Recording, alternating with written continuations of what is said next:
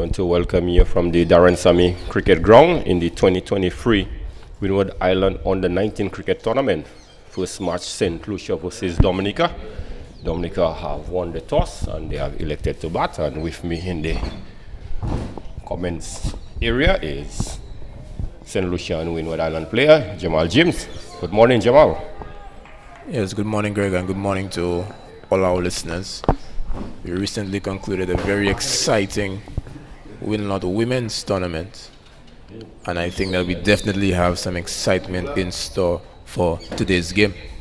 Yes, certainly. As you did indicate, we had a very exciting women's tournament, senior tournament that just ended on Friday. And we see the commencement of the Under-19 tournament here today, and it's a very beautiful day for cricket, no doubt.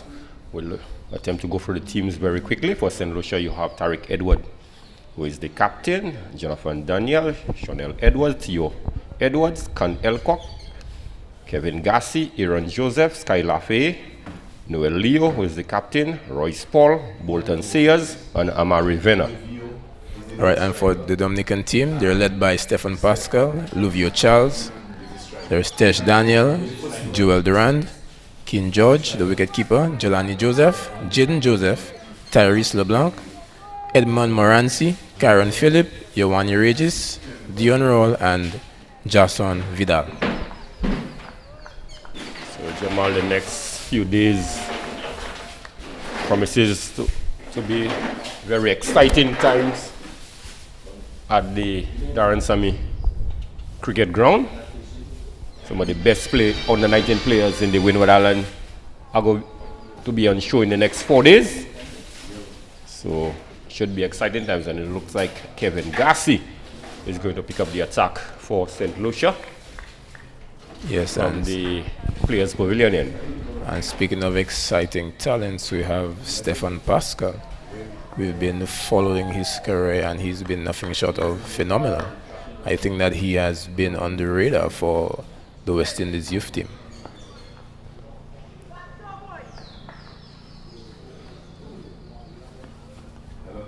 First delivery outside the off stump. Just allow this one to go through to the keeper.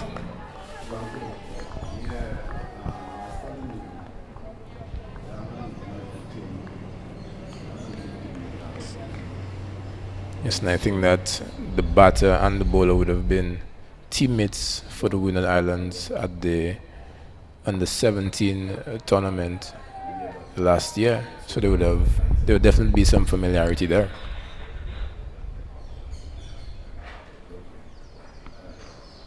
This one outside the off stump again.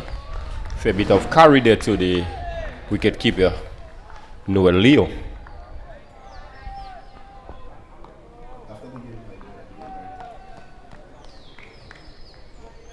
Yes, and we're seeing some good movement and good control thus far from Kevin Gassi, shaping those balls away from the bat.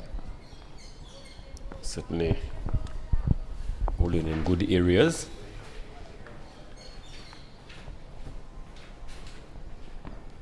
And this one again, shot outside the off stump. Pascal shoulders arms. Allow this one to go through to the keeper Noel again.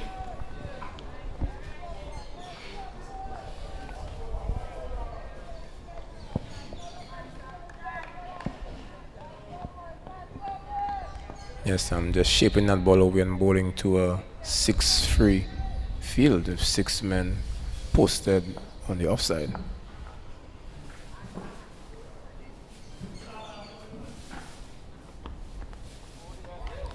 Again, we see this ball going away from the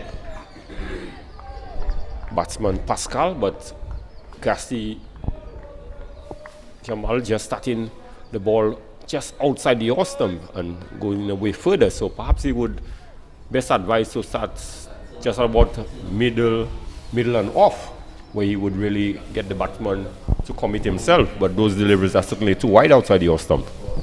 Yes, he would pose more of a threat to the batter if he just lines that ball a bit closer.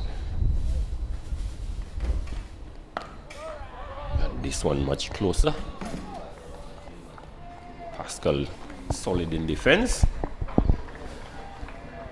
Yes, yeah, and it's the first ball that the batter would have had to play. And early on, when the ball is quite new, opening bowlers are always advised to get the batsman to play. We must commend the batsman on a very watchful start. Very watchful indeed.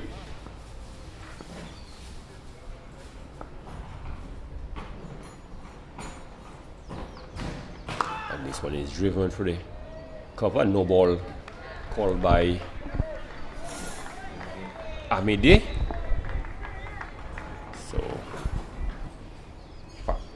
Gasti transgression the line and is penalized in the process.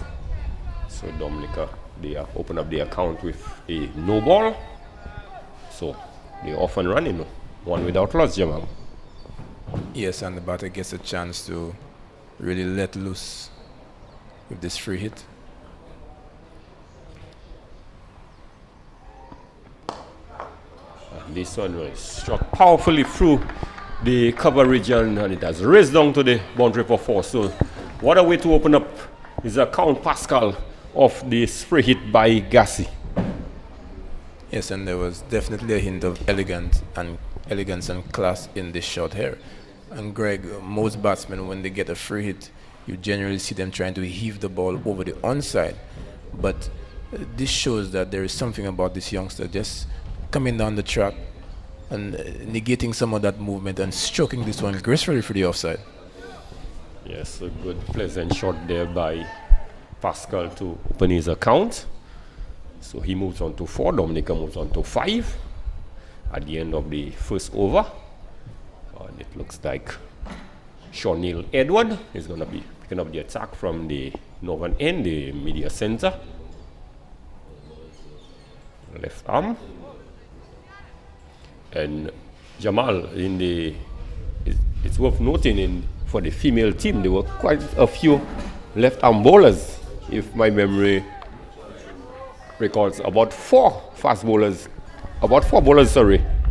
They were all left armers for the senior women team, predominantly left arm bowlers.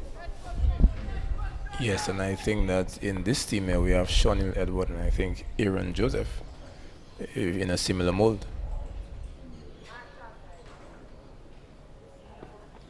So short one, a fair bit of pace there, but badly line.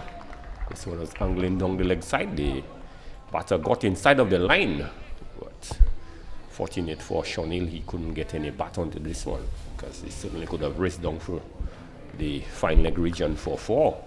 So not the best of start for Shawnil Edwards.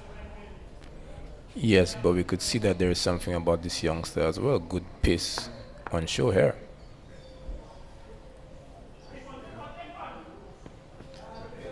Perhaps striving for a little too much pace too early. Just been carried away with the tinge of grass that is on offer on the wicket. But certainly the first 2 deliveries are badly lined deliveries. Yes, but we must note that that was a really good take here by keeper Noel. This one was really spread down the leg side and a good foot movement to get across to that one, saving a certain boundary.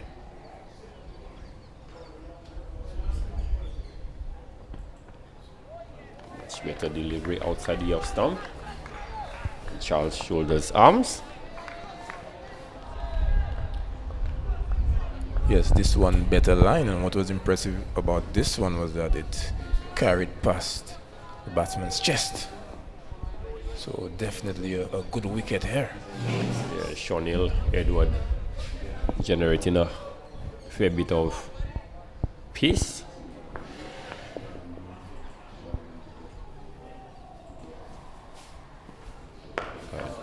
This one, no ball signal there by umpire McVern.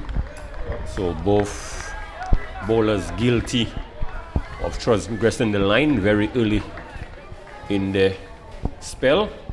And again, Charles haven't gotten off the mark. He's gifted a free hit, so a good chance of opening up his account.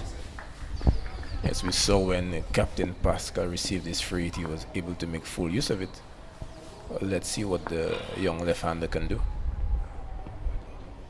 This one was short, an attempted pull shot, but the wicketkeeper Noel made a hash of this one, and it went right through down to the boundary for 4. So, pop bit of cricket there by the St. Lucia team. First with the bowlers transgressing the line, and now off the free hit, Noel unable to collect cleanly, and this one went for 4 byes.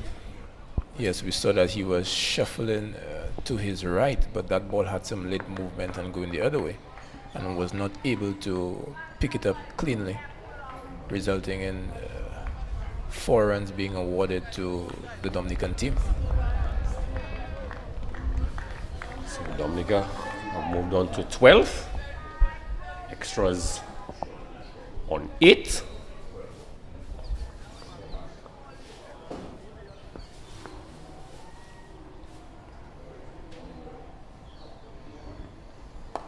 Good delivery. Just squaring the batsman up slightly. This one was played into the gully area where the captain Tariq Edward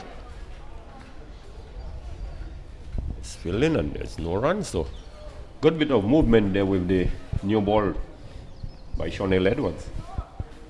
Yes, but it seems that back of a length seems to be the order of the day for him.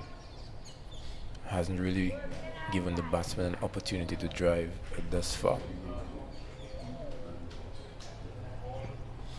This one short and wide outside the off-stump, signal wide by the umpire.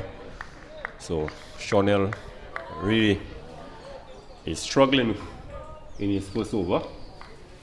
Whether it's a question of the lateral movement or perhaps looking to bowl a bit too fast very early rather than looking to settle into a good line and length. Because one would expect Shonell, I mean, it's a 50 over game, so he has about 10 overs to bowl. And much better delivery there, squaring the batsman up, but well handled in the end, just running this one down past the second slip and gully fielder down to the footman region for 1. So yes. Good technique showed there by the batsman, Charles. Yes, definitely playing that one late, getting on top of the bounce and able to reap a single. But Greg, you can see that the St. Lucian bowlers have really come out there with that youthful exuberance, trying to express themselves on this wicket. And without being too biased, many players around the region have said that the wicket here at the Darren Sammy Cricket Ground is one of the best, if not the best, in the Caribbean where fast bowling is concerned. This is a joy to bowl for the quick men.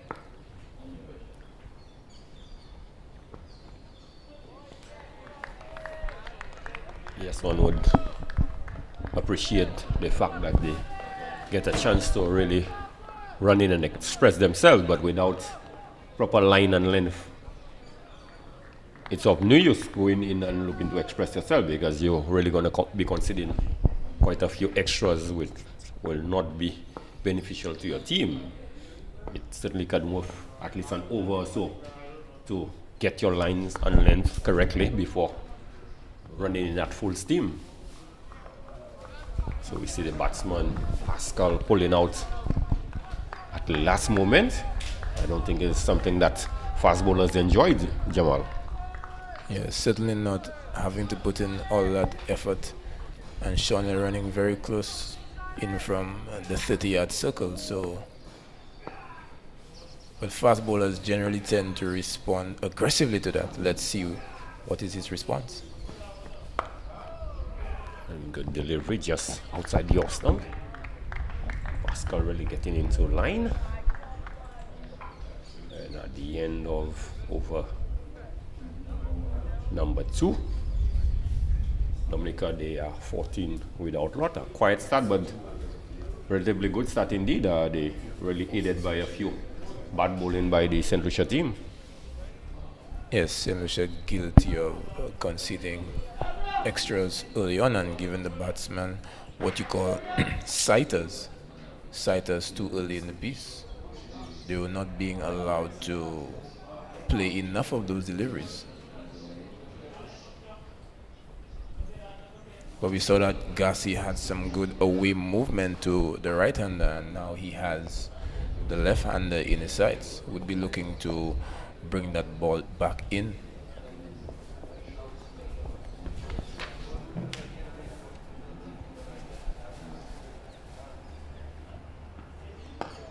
So, good delivery. Just outside the off stump, and the batsman Charles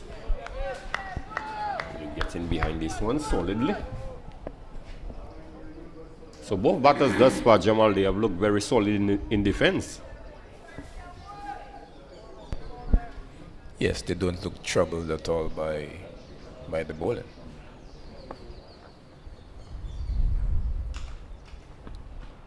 This one just shot outside the off stump.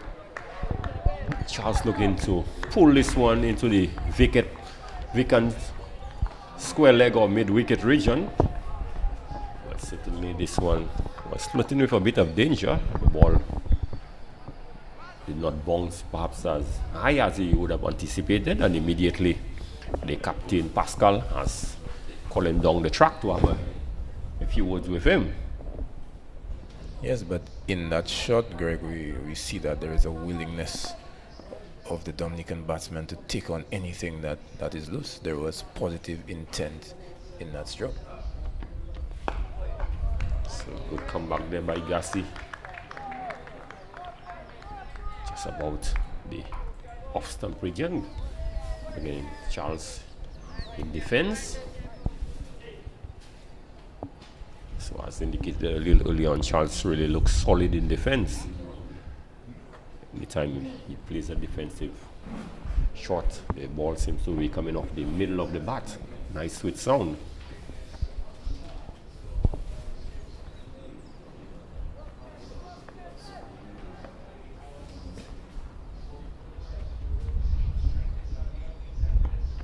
And this one looks to work it into the mid-wicket region.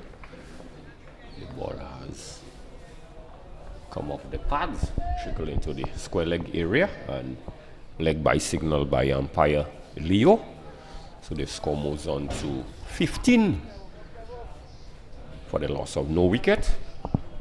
Pascal on 4 and Charles on 1.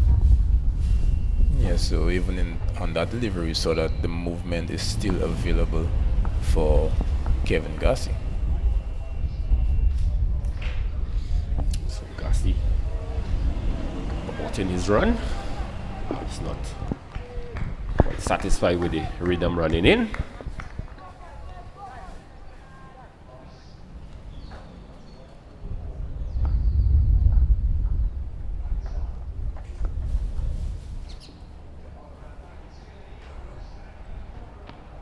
On this pitch of delivery, really good delivery down in the corridor of uncertainty, and Pascal had to play at this one. Unfortunate enough that he did not get an edge, but beautifully bowled there by Gassi. Yes, it's the first one that I think he's really gotten right.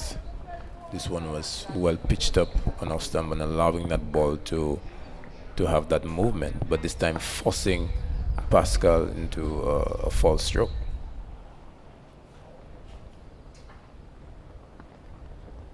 This one a bit wide outside the off stump and called wide by the umpire Leo. So Gassi getting a fair bit of lateral movement and certainly would need to look to bowl closer to the batsman. And we saw the previous delivery, Jamal, he really got it into the right area, but on this last occasion this one was far too wide and called wide by the umpire as well.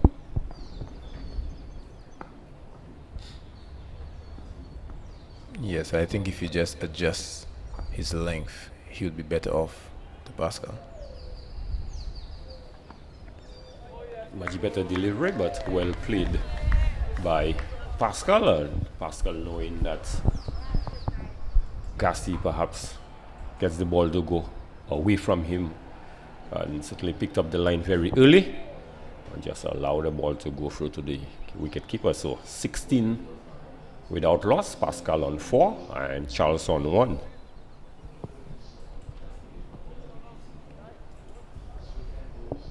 Yes, so that second over from Gassi, there was an improvement in terms of his length, and Sean Edward would be hoping for the same. He has had the batsman predominantly playing him off the back foot, the left-hander playing the majority of the deliveries up on his toes. So let's see if we can see an improved performance there by Edward.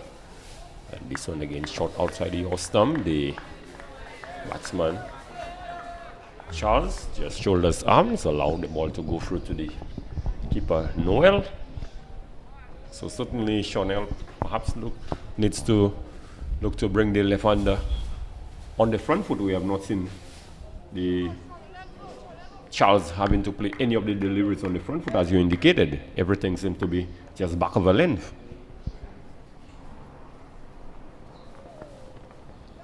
And this one is short, and he looks to cut this one over the point region. Unable to make any contact, and the ball just fizzes through to the gloves of the keeper Noel. And from this distance, Jamal, you could actually hear that ball hitting the gloves really hard. Yes, impressive pace here from Sean. But I think that if you weigh the percentages, I mean, the opportunity to get a wicket from that length, he has just that solitary slip fielder. This one is short and wide again. The batsman he attempted a cut stroke in the previous delivery, but this time deciding to just let this one go by. And it's what we were speaking about in the previous over. Too many sighters being given to the Dominican batsmen. Yes, too many sighters indeed. Sean in particular is guilty of bowling short and quite a few wide deliveries.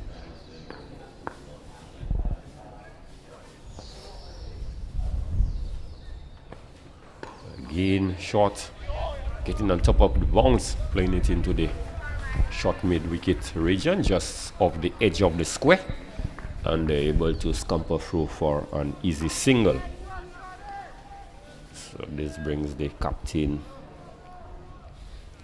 Stefan Pascal into strike. So Chanel certainly has been favoring the short pitch and back of the length deliveries. We have not seen one delivery been pitched up so far.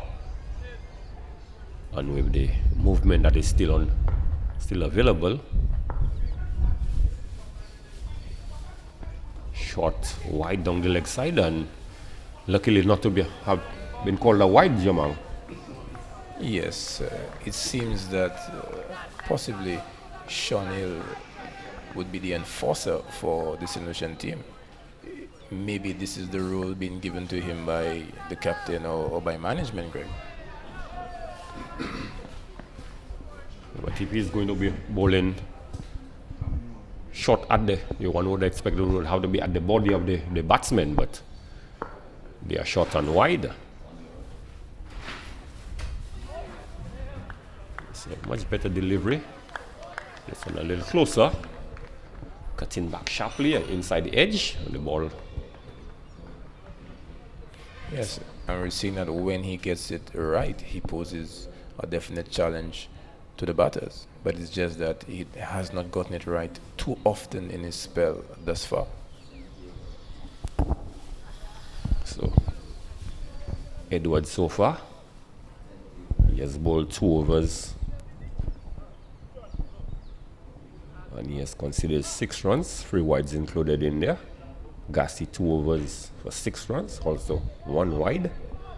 And each of them have considered a no ball as well. So extras at this point, Jamal, extras really the top scorer, 11. Yes, and so early on in the piece with just 4 overs being bowled. I don't think that the captain and the coaching staff of the signature team would be too pleased. This one angling down the leg side, hitting the pad, but looking to work this one off the pads, and the ball went into the short fine leg region, and they're able to scamper through for a leg by. So 1 more run added to the total. 18 without loss. Yes, and a sharp single and good awareness. This opening partnership looking to eke out runs anywhere they can.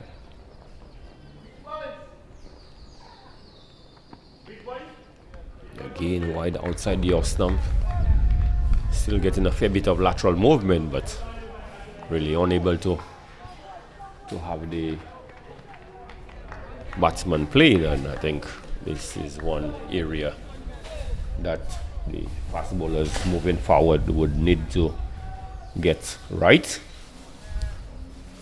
Too early in the spell, they allow too many sighters, too many balls wide outside of the stumps. Much better delivery. This one is driven into the extra cover region, but only 1 run resulting. So for a while now, Jamal, we have not had any run really coming off the bat. And Captain Pascal just getting a single. So his tally moves on to 4. 19 for the Dominican tally. Yes, it shows that Captain Pascal is really setting the anchor down. He appears to be willing to bat out the entirety of this 50 over. And this one is driven, attempted drive, and no ball called by the umpire. So we saw Charles looking for the big drive outside the off stump towards the cover region. Jamal, and noticeably the ball came back quite a long way, passed between the bat and the wicket. So certainly this is the sort of line and limb that you would want from Gassi, but on this occasion he transgressed the line. Yes, it represents the second one that he has gotten right, and it posed a challenge for the batter. It's the first one really that he forced him to come forward, and that front foot there did not get out to the pitch of that delivery. And this one is played inside out over the extra cover region. This ball is traveling close to the boundary, and the batsman, the fielder, has gone in and pulled this one back. And umpire is looking for any confirmation whether the ball struck the ropes, and it looks like it's just 2 runs. So good bit of work there by the fielder, running from the mid-off region to the extra cover region and saving 2 runs in the process. Yes, and if you can recall, when the females played, the Solution women played, we were impressed with the intensity in the field, and this is really the first occasion where we're seeing that evident in the play of the under-19 boys. Again, good delivery. This one coming off the inside edge.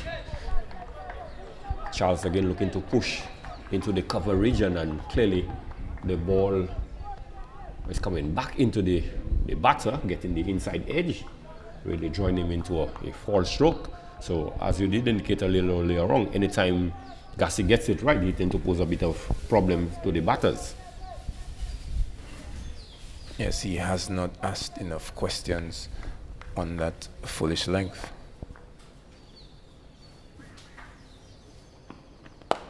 This one is driven the inner half portion of the bat. It goes back to the bowler Gassi, who fields off his own bowling. So the end of Gassi's 3rd over. So at the end of over number 5, Dominica, they are 22 without loss. Yes, Greg, and even on that last delivery, a ball pitched up again, we're seeing that batsman Charles just happy to plant his front foot straight down the wicket and have a go. So he's not really bending that knee into the ball as many coaches would instruct. He's looking to muscle that ball possibly over the top. And I think if Gassi persists on that full length, we could see a wicket. Yes, Gassi should realize by now, every time he has brought the ball on a full length, he has created a bit of problems. So this certainly would be the sort of length that he would want to bowl. So Sean Hill is into his 3rd over now, Much better delivery, just outside the off stump. But well played again by Pascal, who certainly knows where his off stump is. Just picking up the line and lane very early and just allowing this one to go to the keeper. Certainly this is a hallmark of a good batsman, able to judge where your off stump is, Jamal. Yes. And this one short and wide down the leg side and signal no ball by umpire Mark Vern. So the indiscipline continues there by Sean Edwards. Yes, really striving for that extra bit of pace. But the previous delivery aligned in the corridor of uncertainty. Again, he'd be advised to produce more deliveries in that area, because there was some uncertainty in Pascal's play, albeit that he looks a competent and a short batter. So free hit now again. And this one has just been pulled this patch over the mid-wicket region into the Johnson Charleston, perhaps a good 20 rows back. So a huge hit there by the captain Pascal. Yes, I would really love to see that shot again. This one went 10 rows back into the Johnson Charleston. So Pascal showing that he's quite competent whenever the ball is pitched short. Got an opportunity to free his hands there, and an opportunity gleefully accepted. Yes, that's a shot of authority there really by the captain Pascal, albeit a free hit, so he had the license to throw the kitchen and the kitchen sink and everything else in the kitchen at this one. But this one down the leg side there by Chanel, a wide signal by umpire Mark Vern. So Chanel Edwards really struggling with the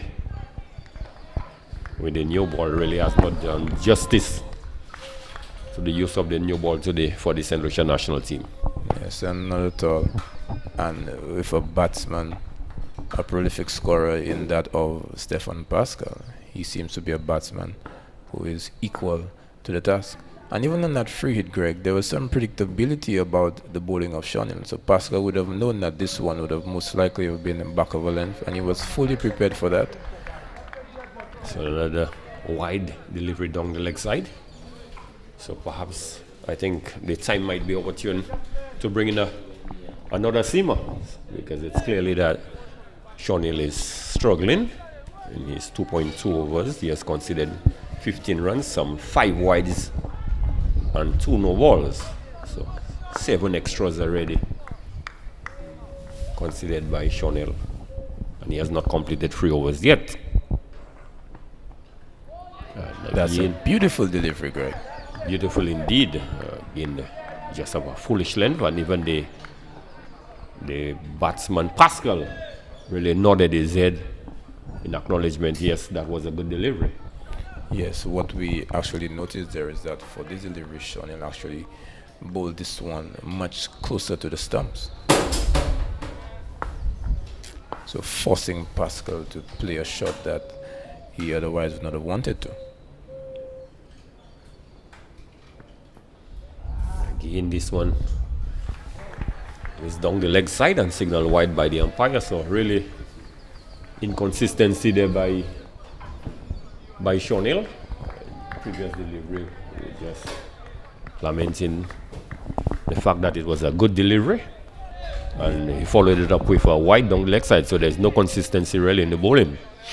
Yes, so in the previous one he bowled this one much closer to the stump, but for that one there a little bit wider.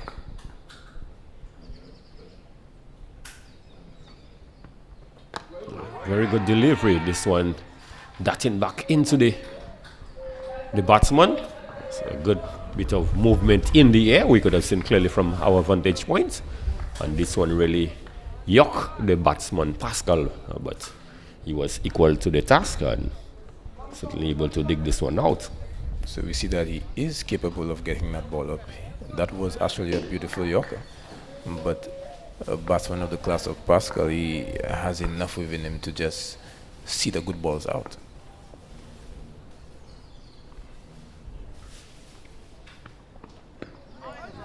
Good delivery. Pascal looking to work this one into the onside. Maybe playing a touch too early. But last two deliveries there, we've seen a mark improvement there by Edwards. Looking to bring this ball up more on a full length. And he looks a much better bowler when he does that, Greg. Certainly.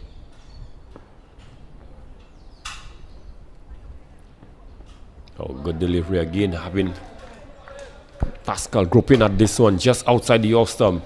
So the last delivery, good end to the over. The last three deliveries, Jamal, we saw Edward making a considered effort to bring the ball up closer to the batsman. And on all three occasions, he had Pascal trouble a bit. Yes, Greg, he has not had the best of starts, but if I had just walked in and I had seen those three deliveries, he would have justified why he would have been the one to hold the new ball for me if I was the captain. So there is definitely a lot to work with, definitely a lot of quality in Sean Edwards, but thus far, if he's honest, you can say that he has not gotten it right. Yeah, so 42 without loss after 6. So with a rate of 5.33, Dominica would be pleased with the effort so far, albeit they have been gifted some 16 extras. So really and surely only 15 runs coming off the bat so far. Yes, the opening partnership has looked impressive from the Dominican team. Batsmen looking to really bat out the day. They have not looked in a rush. They have waited for loose deliveries and have shown the quality to put them away.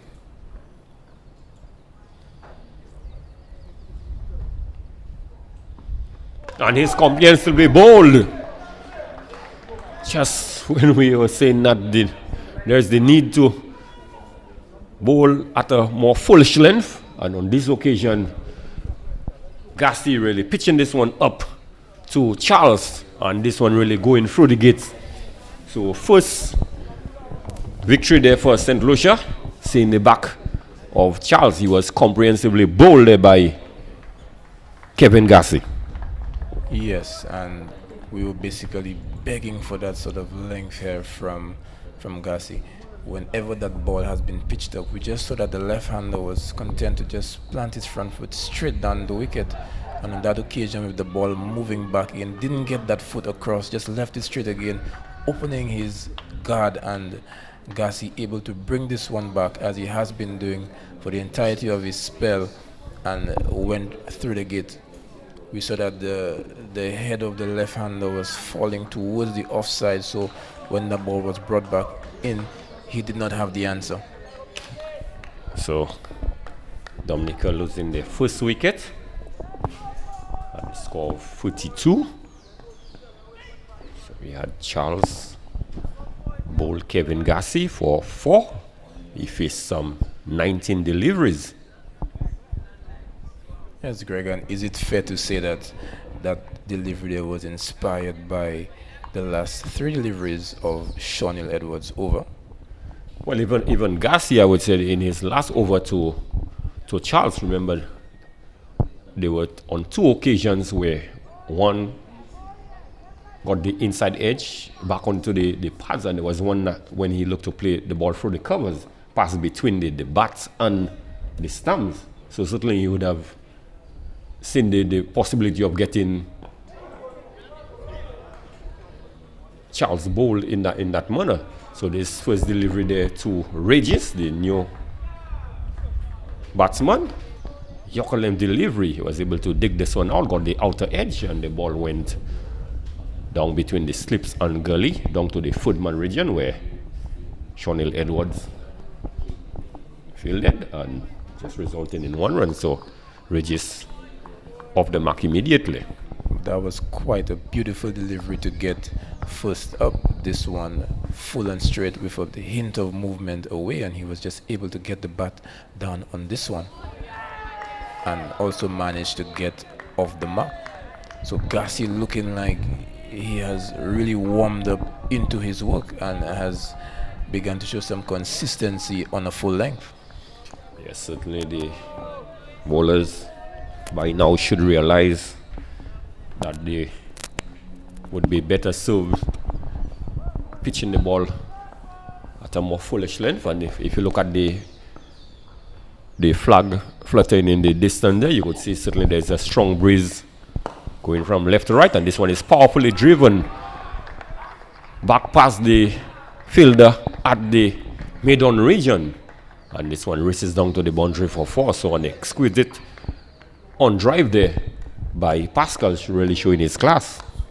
Yes, we've heard a lot about this youngster coming in to this tournament. He would have had a lot of runs behind him for the Windward Islands at the regional level at the under 15 and the under 17. I think he also got scores in the under 19 tournament last year, but seeing him here firsthand, the authority and the class, this one here, there is still appreciable movement here for the bowlers, and he's able to combat that with a good stride and a straight bat.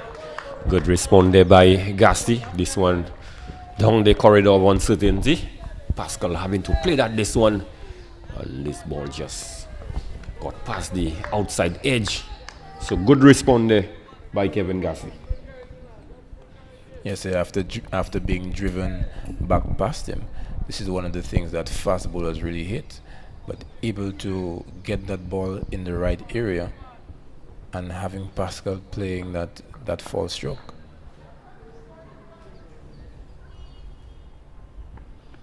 And this one just squaring Pascal up while getting the outside edge. Again going past the fielder at the gully.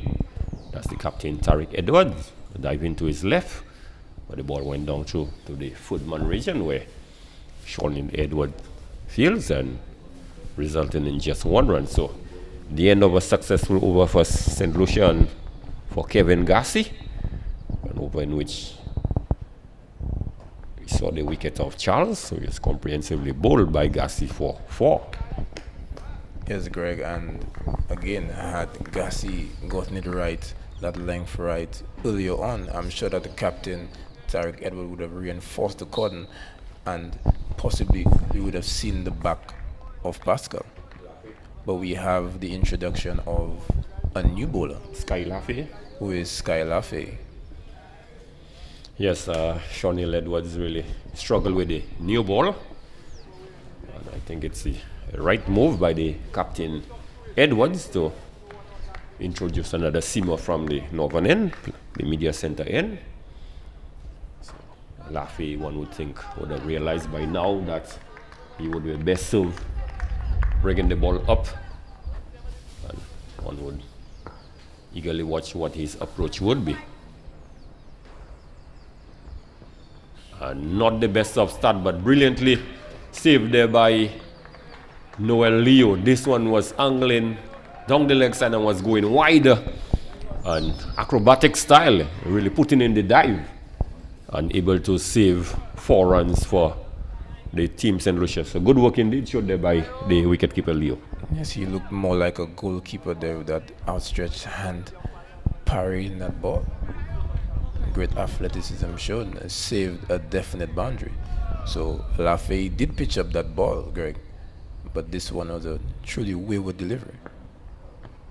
And looking to overcompensate wide outside the off stump, so not the best of start for Sky Laffey. A wide one down the leg side, and he's followed it up with a wide one outside the off stump. So the extras continue to mount up for St. Lucia. 20 extras thus far, so not the best of start for Laffey.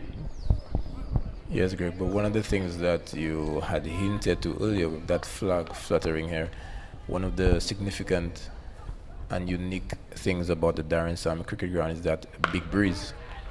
Yeah, and finally he has gotten this one right,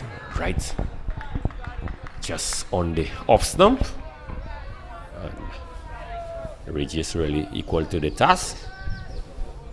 Yes, Greg, we saw that Sean was really struggling to control those deliveries there with that breeze going from left to right of your screen. And now with Sky Lafay coming on, we see the same thing. His first one that he pitched up moved way down the leg side.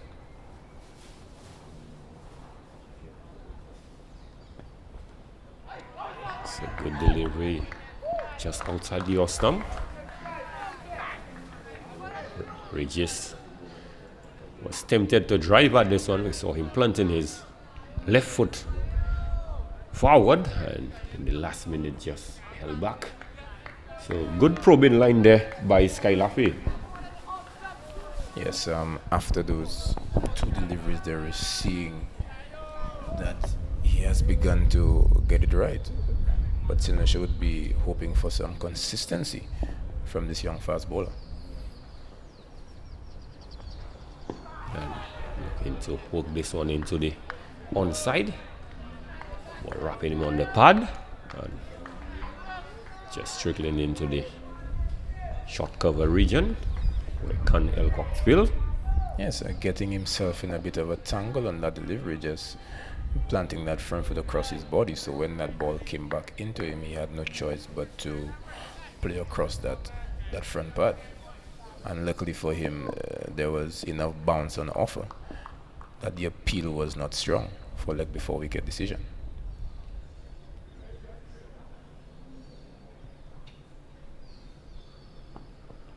Just outside the off stump, just passing right on the demarcated blue line, which would have been the guideline for the wide.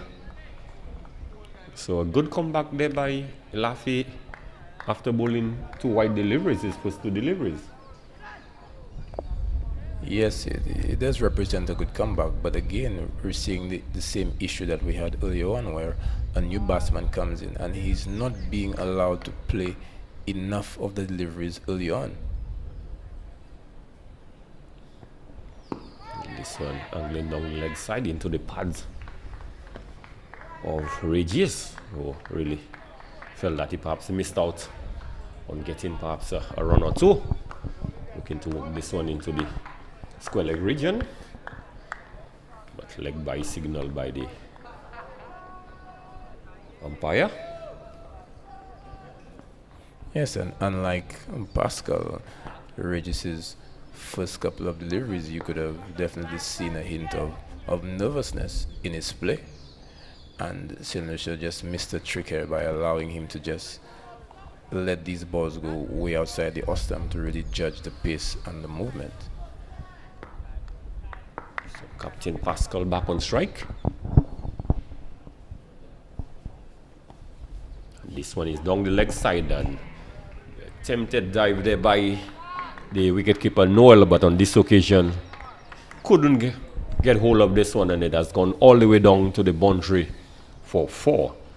So 5 additional runs to the total there for Dominica, and again the extras continue to pile up for St. Lucia. Yes, keeper Noel unable to repeat the acrobatics in the previous deliveries. Another wayward delivery by Sky Lafay. I think that technically, Greg, he's not really completing the action. That right arm is not going across the body, and he's pushing the majority of those deliveries down the leg side. This one, much better delivery to finish the over.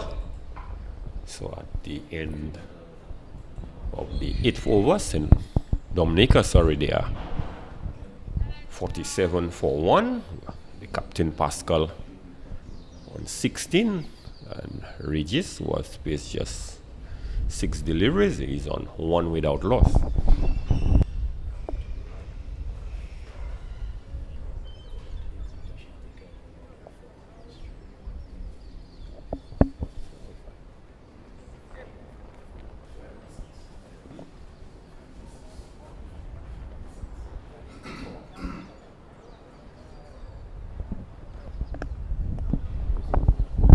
So Gasti is continuing into his 5th over.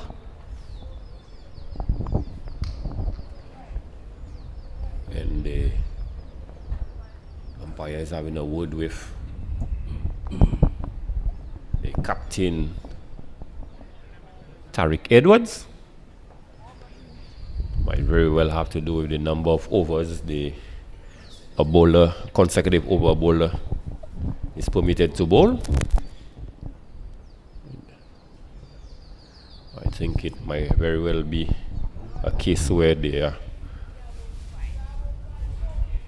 could only bowl 4 overs. So he has bowled 4 consecutive overs in his opening spell. So he has to come up the attack and he has to allow 4 overs to be bowled from that end if he is to come back. So this is the new ruling that you have for the under 19 players, and it looked like Bolton Sayers will be the one entrusted to come from the southern end to replace Kevin Gassi. Yes, and Greg, those rules are really in place to protect the young fast bowlers and to just shepherd the workload a bit. But one would think a ruling like this would be more effective for an under 15 player, but an under 19 just 4 overs, Jamal. I think about 5 or 6 overs would be reasonable for an under 19 player. Yes, certainly we've seen many under 19 bowlers really transcend to the international level, and that's based on the talent and ability, and above that, the fitness. So I think in terms of preparing those youngsters for that big stage, they should have been given at least 5 or 6 overs, as you said, Greg, on the trot. Yes, as I say, I think 4 overs for an under 15 bowler, I can see that being in force. But for an under 19 player, you have players at age 18 in the English League who would be playing county cricket already. So are you going to see, those players aren't ready for that level? Yeah, but this is the rule, so we have to abide by it. But I think that rule could be reviewed. Yes, and the Senations would have really wanted Gassi to come up against the new batter Regis, and the skipper already had reinforced the slip cordon with 2 slips, and there was a gully there. But with Bolton Sayers being introduced, just that solitary slip fielder being given to the new batter Regis. This one is short, and fair bit of generating some bongs there by Sayers, but the fielder coming from the captain Tariq from the point region, unable to cover sufficient ground to get to the ball, and one would say a chance gonna begin. Yes, definitely, but a very impressive start to the spell from Bolton Sayers. It seems that he surprised the batsman, beat him for pace, and there was some bounce on offer here, and he was unable to sway out of the way of this one. But Captain Tariq had positioned himself a bit too deep there at point, so unable to effect that catch. So maybe the batsman got deceived by the gentle run of Bolton Sayers approaching the stumps, but he certainly did put the back and the shoulder into this one. This one free give on the leg side, and it just whipped into the mid-wicket region, and the ball is going to win the race, and it does that now. So after really surprising Regis with a short pitch delivery, he has just served him a gift right on the leg, and he gleefully put this one away for 4. So bad bowling there by Bolton Sayers. Yes, and Regis would have wanted nothing more after being in a spot of border in the previous delivery, getting that full toss and put it away quite easily to bring up his first boundary. I think that his nerves would have been settled now. So 50 has come up in the process there for Dominica. They've gone on to 51. So 51 for 1. Yes, and after that boundary, even in that leave, unlike when he had just came in, there seemed to be more surety in that leave. So he definitely appears to be more confident.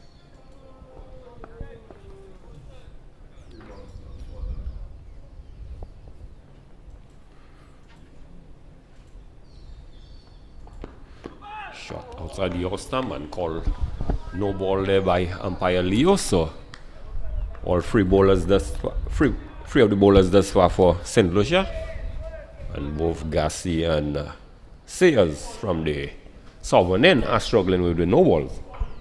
Yes, and what we've seen thus far is that when Dominicans have been presented with those free hits, they've been able to capitalize on them. And so it remains to be seen whether batsman Regis can follow in that trend. Yes, certainly the Pascal have capitalized on two of those no balls, and this one attempted cross-batted shot, but this one went straight back past the fielder at short mid on down to the boundary for 4. So he's able to get value on that free hit. So the score moves on to 56 for 1. I really like what I'm seeing from the Dominicans here, really putting the St. Lucian attack to the sword anytime they've been served up with anything slightly loose. Short one outside the off stump. And Regis shoulders arms, ball through to the keeper. So the bowlers thus far, Jamal, they'll be able to extract a bit of bounce off the wicket. Yes, the pace and bounce from all the St. Lucian bowlers on show thus far, it has been impressive. It seems that a lot of work has been done by the coaching staff, which again, Greg, lets me question the ruling for the 4 overs, because these bowlers definitely look fit enough to go for at least 5 or 6. And good ball there, last delivery. This one came back a long way. Previous deliveries went away from the batsman, but on this occasion, you see this one coming back and into the over there by Sears, a bit on the expensive side, considering some 9 runs off his first over. So definitely good skill being showed by Bolton Sayers. So 2 deliveries of note. That first one where he beat the batsman for pace and surprised him with the bounce, and that last delivery where we see the majority of balls, even from Kevin Gassi bowling from that end, the ball is really moving away from the bat of the right hander, but Sayers showing that he is able to bring the ball back in from that end. So some good signs there, albeit not the best of starts from Sayers. So Laffy into his second over. Attempted pull shot there by Pascal. Misses this one, and the wicket keeper Noel not collecting cleanly. The ball just died just before it got to him. But of note, Jamal, the ball died just in front of him, but without a pads on, he's unable to use his pads to collect. And this is a trend we see now with some of those younger keepers now. They go out with just a pair of gloves and no pads. Yeah, so that would definitely hinder his ability to make. And this one is worked into the square leg region for 4. Beautifully played there by Regis. Delivery just angling into the pads, and this one was just whipped off the pads. And it went like a trace bullet down to the vacant boundary for 4. So good execution there by Regis. Yes, and as we had mentioned previously, I think that the St. Lucians had really let him off the hook. He looked a nervous player at the start, but now showing some dominance and authority in his play, clipping this one neatly off the toes, and this one going away to the boundary. So immediately this has prompted a change in the field. The slip field has been dispersed into the square leg region. Short one by Laffy, getting Regis on his toes. No run resulting. So good response there by Regis, by Laffy. Yes, and just the way that it was played by the batter, that full face, shaping up nicely behind this one, looking quite good in defense. I would say worrying signs for the St. Lucian attack. Dominican batsmen really looking good out there. This one again into the pads, going down the leg side. Came off the pad from our vantage point. Let's see what the umpire would signal. Yes, the umpire has confirmed leg by signal. So One more to the total, one more to the extras. Extras has moved on to a healthy 29. So extras thus far has top scored with Pascal on 16 and Regis on 19.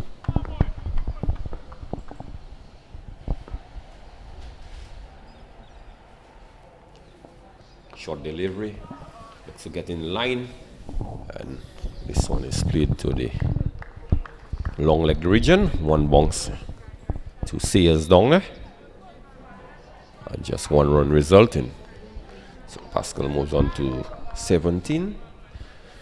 Yes, and we see that Pascal has shown competence when the ball is pitched up to him, and he's also looking very good when those balls are shot.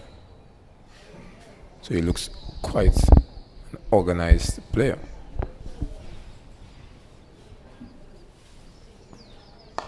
This one is driven to the point fielder. No run resulting. So the end of the over by Pascal. So after 10, Dominica, they are 63 for 1. Good healthy run rate by Dominica. They are going at over 6 and over. Yes, Greg, and even in that last delivery, I mean, if we analyze Regis thus far, he has hit some 3 boundaries, 2 of them through the onside, and he had the free hit where he just danced down and slapped this one past the bowler. But on that last delivery where he was asked to drive that ball, you see it was played uppishly and not quite as confidently as those other strokes. So I would think the order of the day for the St. Lucians is to get him driving for the offside. Yeah, he looks predominantly a leg side player from the short stint we have seen so far. This one just about outside the off stump there. Well played by the captain Pascal, just getting behind this delivery. Plays it down through the point region where the captain Edward comes into field. So all 4 bowlers thus far for St. Lucia, they have shown good promising sign, but what's lacking is the consistency in the bowling. And this one looking to drive for the onside. The ball coming off the pad. Yes, Greg, and as good as Pascal has been looking, we still see that if there is any area of weakness, when that ball is pitched up on the stump, it can still pose a challenge for him. But as you mentioned, the lack of consistency in those probing questions proving to be the downfall of the Lucian bowlers thus far. So short and wide outside the off stump by Sears. Again, the previous delivery was almost on a full length and really had Pascal in a bit of a tangle, and next ball followed to Regis, short and wide outside the off stump. So just what we've been talking about, the inconsistency in terms of the bowling for St. Lucia.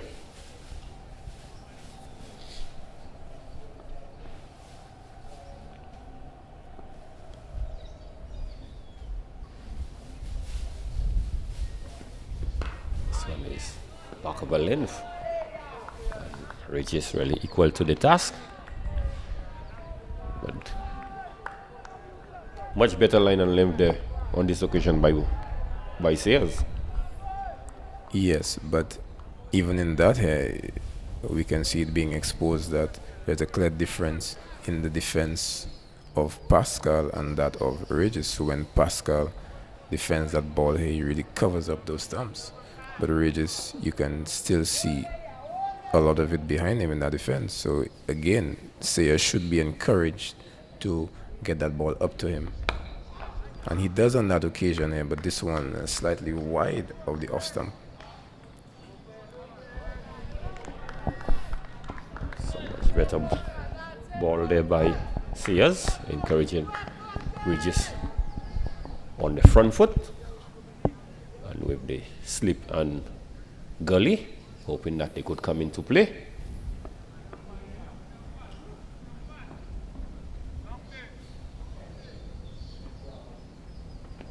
This one done short, and Regis looking to pull this one into the square leg region, and the ball has just gone past into the gloves of the keeper. So good end to the over, one would say, by Bolton Sayers. Much improved over, just one leg by coming off this over of Bolton Sayers. Again, Greg, there is indeed a lot to work with in terms of the quartet of St. Lucian bowlers revealed thus far. Even on that last delivery, we see that the batsman was beaten for pace. This one was onto him way quicker than he expected. He was already through that shot, and this ball was already in the gloves of the wicket keeper. Good signs. Yes, good signs indeed. So at this point, it's going to be a drinks break. Let's just take a quick review of what has transpired this morning. Dominica won the toss and elected to bat. And they opened with the captain Pascal and Charles. And Pascal still not out at the wicket. 17 not out. He has faced some 31 deliveries with 2 fours and a 6. And Charles was bowled Kevin Gassi for 4. He faced 19 deliveries. And Regis was the other not out batsman, 113. He has faced some 21 deliveries and with some 3 fours. And for St. Lucia, Kevin Gassi, he opened the bowling. He has bowled 4 overs, 16 runs, 1 wicket. Shawnee led with 3 overs, 16 runs. Yet to pick up a wicket. Sky Laffey, his 2 overs, he's considered 13 runs. And Bolton Sayers, 2 overs, 1 maiden, and he has considered 9 runs. So your overall opinion of what has transpired in the first hour, Jamal James? Well, in this first hour, the first thing that struck me was the discipline of the Dominican batsmen. They showed some good judgment when those deliveries were being pitched up outside the off stump. They also showed good attacking and positive intent whenever they got loose deliveries. And speaking of loose deliveries, there was plenty of that on offer from the St. Lucian bowlers. Now, the St. Lucian, the 4-pronged pace attack that we've seen thus far, they have looked quite impressive.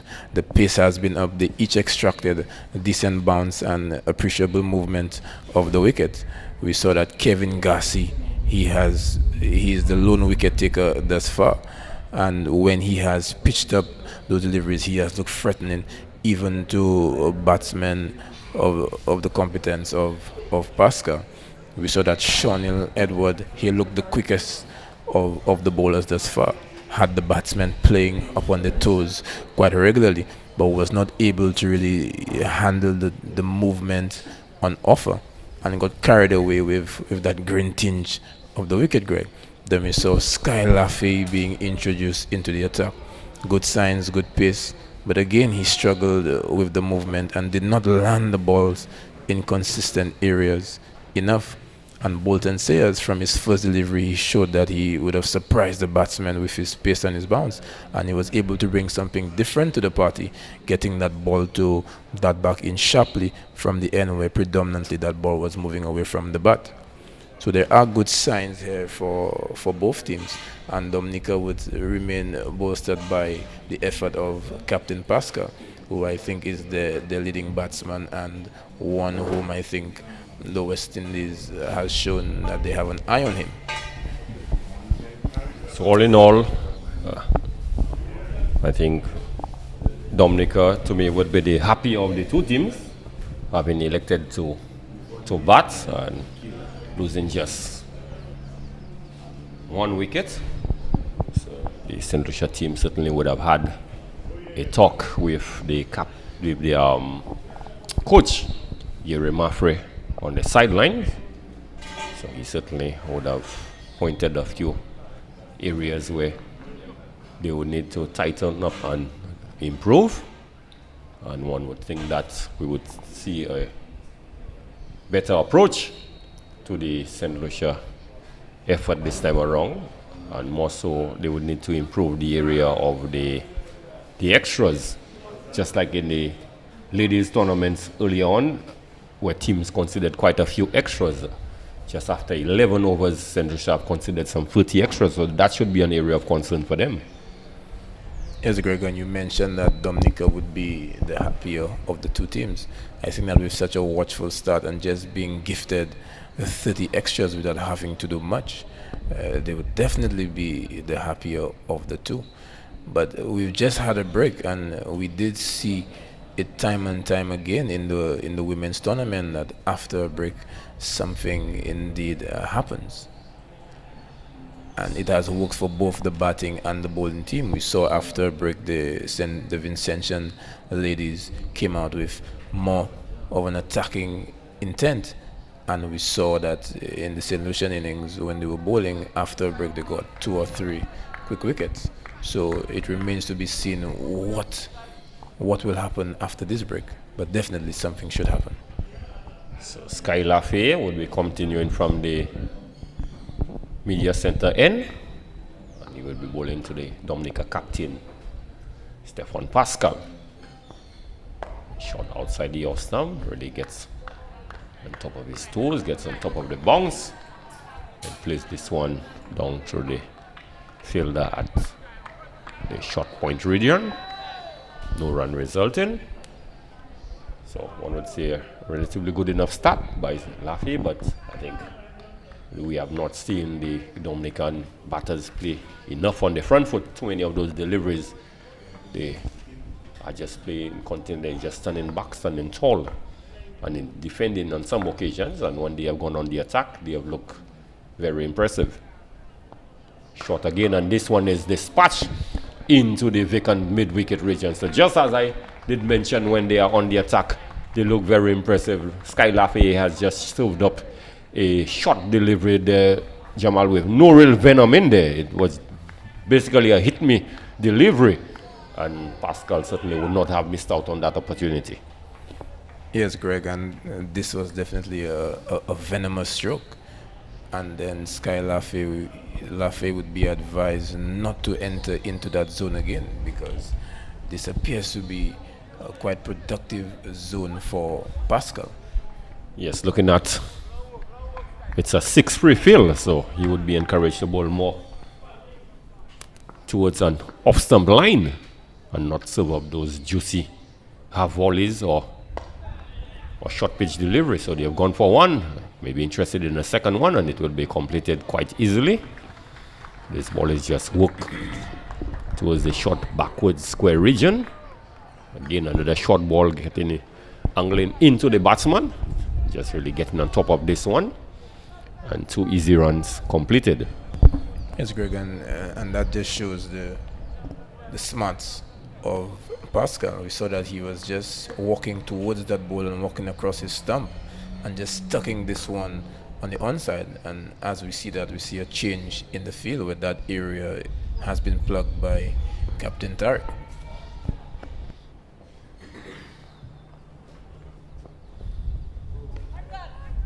And the wide signal by umpire Mark Vern. This one angling down the leg side by Lafayette. So the extras continue to mount for St. Lucia. 31 out of a score of 71. So some only 40 runs really have come off the bat of the Dominican batters. Yes, Greg, and if the St. Lucians are honest with themselves, they will say that this isn't good enough. So much better delivery. This one just outside the off stump. Pascal Resolute in defense. So a lot of inconsistency, as we have noted, in the bowling attack of the St. Lucia bowlers. Yes, and thus far we see that Pascal playing everything on its merit. He isn't going there fishing for deliveries. He's just reacting to what comes and reacting quite well. This one outside the off stump there by Lafayette. Yes, and Pascal definitely looking a player on top of his game. Yeah, certainly he looks a level-headed player, knows where his off-stump is in terms of which deliveries to allow to go through to the keeper, and the short deliveries he certainly has taken a liking for them, and he has really dispatched those loose ones into the boundaries. And this one playing away from the body, but still in total control. Just running this one down to the wide third man region and picks up an easy single. So the end of the first over after the drinks break. With Dominica, they moved on to 71. Pascal moved on to 24. And Regis on 13 without loss. Yes, Pascal looking at tall, elegant right-hander, possibly even in the mold of Kevin Peterson. Would you say, Greg? Well, certainly looks a no-nonsense player. And if you want to go, so judge him by that, Peterson's KP certainly was a no-nonsense player. So yes, he has shown some good signs. He's shown that he can play on both sides of the wicket. And we have seen the exquisite drive down the wicket as well. So he looks like what we would say a 360 player. This one angling down the leg side. Fielder of the coming up the fine leg boundary. Signal leg by umpire Leo. So again, the inconsistency continues. Yes, Greg, and with Pascal being a quite tall batsman at this level, in order for you to get those short pitch deliveries to trouble him, you would need to get that ball at least by the neck or by the head. And as pacey as the St. Lucians have looked, especially Sean Edward, when they've challenged him with the short pitch delivery, they've only basically come up by the waist or just by the navel, and Pascal showing some competence on those.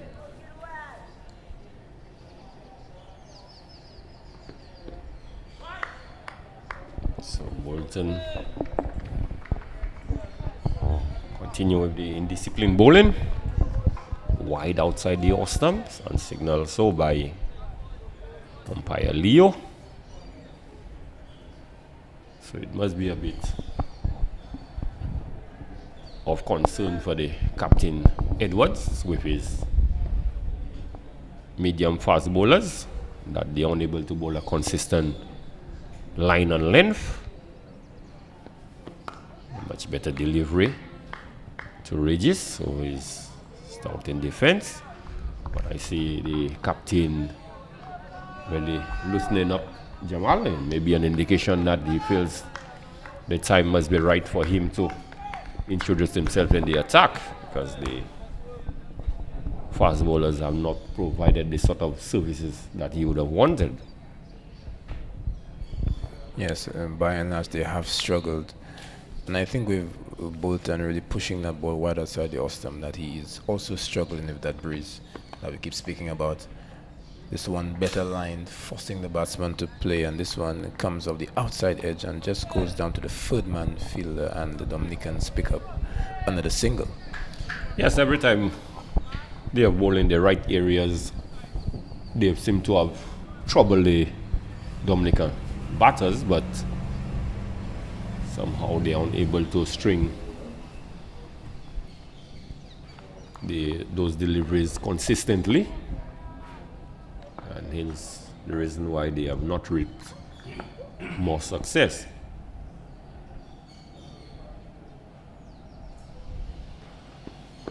And this one is driven, but gets the thick outside edge. Goes down to the fielder, Sean Edwards on the third man boundary. They picked up one.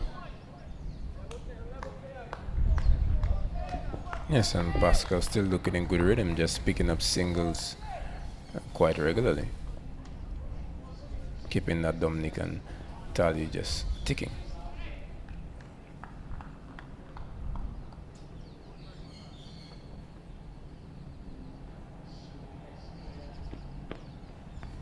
So just outside the off stump.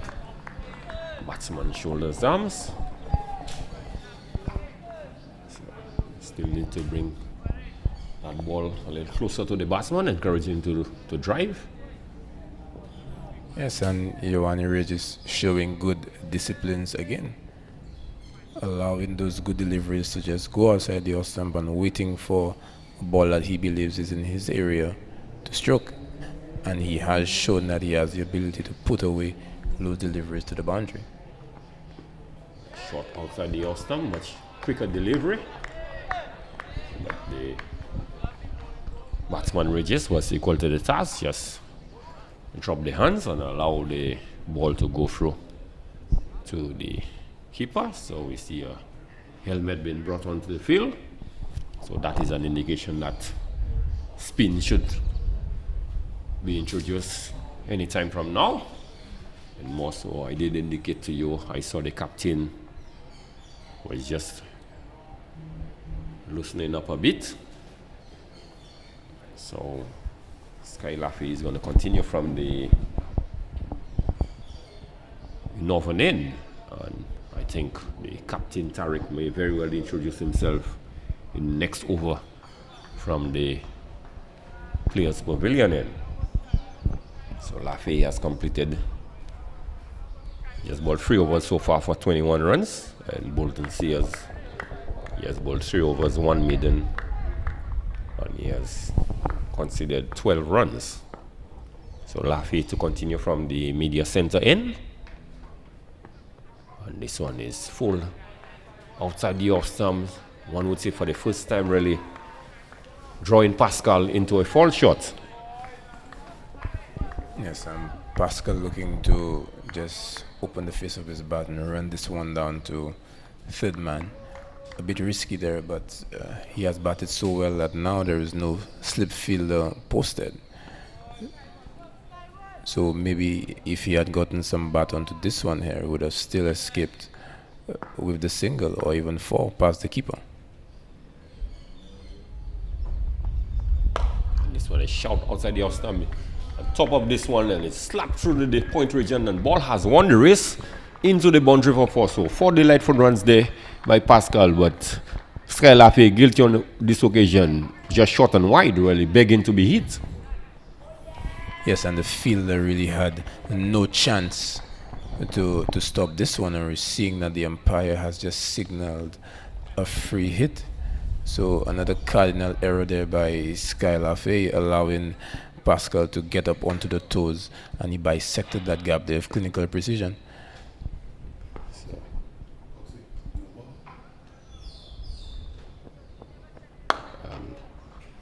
And just look at the class on this one here. The right hander stroking that one for the gap once more, finding the boundary of that free hit. Yes, Pascal perhaps was a little premeditated. He was well he opened up to perhaps look to dispatch this one into the onside, but Laffey went full, slow and wide outside the awesome, and he was still able to make the transition. And he struck this one past Can Elcock at the short cover region, and the fielder at the mid-off region down to the boundary for 4. And this one edges, goes in the direction of where first slip would have been, and down to the boundary for 4. Although it may not have carried all the way, but on this occasion he was able to induce a fall shot there from Pascal. Yes, a beautiful delivery there, but a bit too late. Had he bowled that at the beginning of his spell, with the 2 slips posted, he would have seen reward.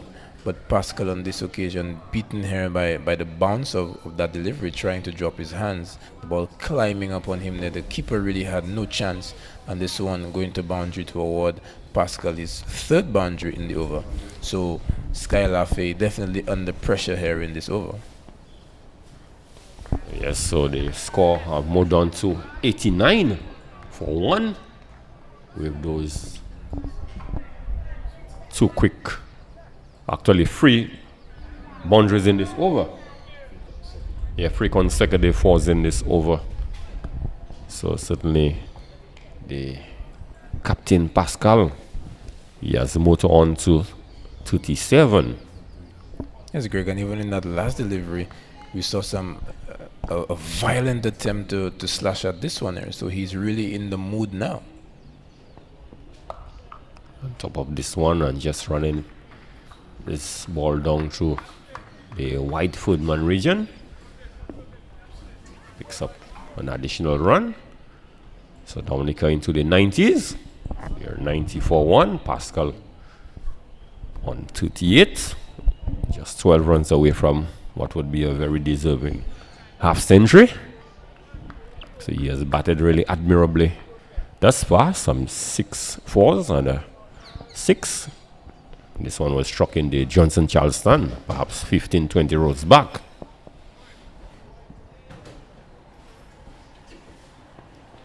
And this one just outside the off stump. Regis really groping at this one. All arms, no foot movement there whatsoever, Jamal James. Yes, so albeit that Skylar Faye was under supreme pressure, being belted to the boundary 3 times, he was still able to produce a beautiful delivery, threatening the outside edge. And just a small appeal on this one here.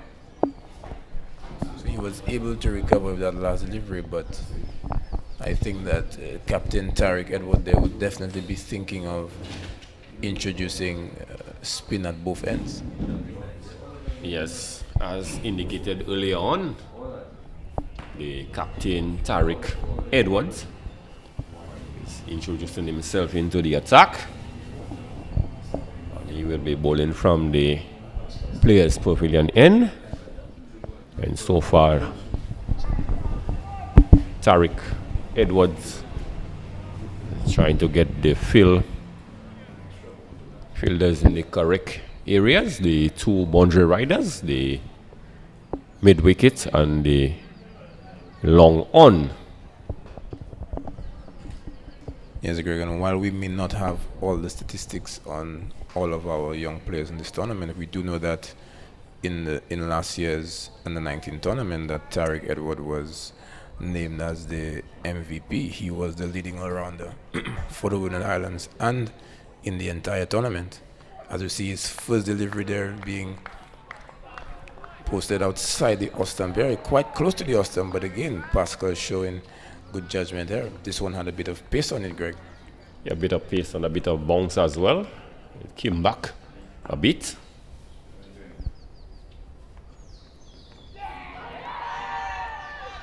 So this one, Pascal goes for the drive outside the off stump.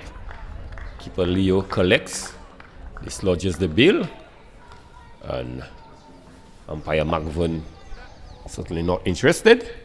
But Greg, for the first time, a bit of casualness creeping into Pascal's game on that delivery there.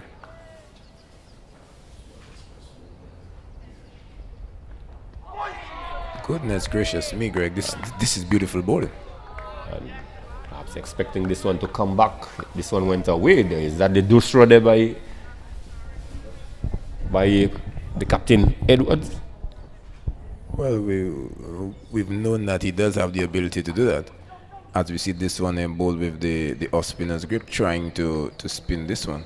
So far in those 4 deliveries, he's had a beautiful start to the over and to the spell. Yes, beautiful indeed. Had Pascal comprehensively beaten with one going away from him.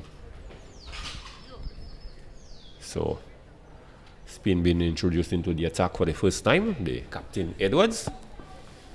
And he's in the midst of a very good over. This one brings Regis long forward. Ball played through Can Elcock at the short cover region.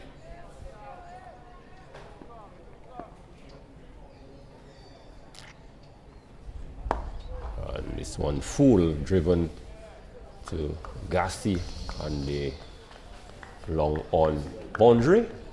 So the end of the first over by Captain Tariq Edward. First over of spin, just 2 runs resulting. But your overall impression of the first over of spin by the Captain Edwards? Well, Captain Edwards, as we know, Greg, he is indeed a big player. Last year, he would have had a big year. He represented St. Lucia at the senior level as well, making his debut there. He would have captained St. Lucia to the under-19 title. And even the Windward Island Volcanoes, that's the senior men's team, they would have shown some investment, made some investment in him, inviting him as one of the young players to the camp.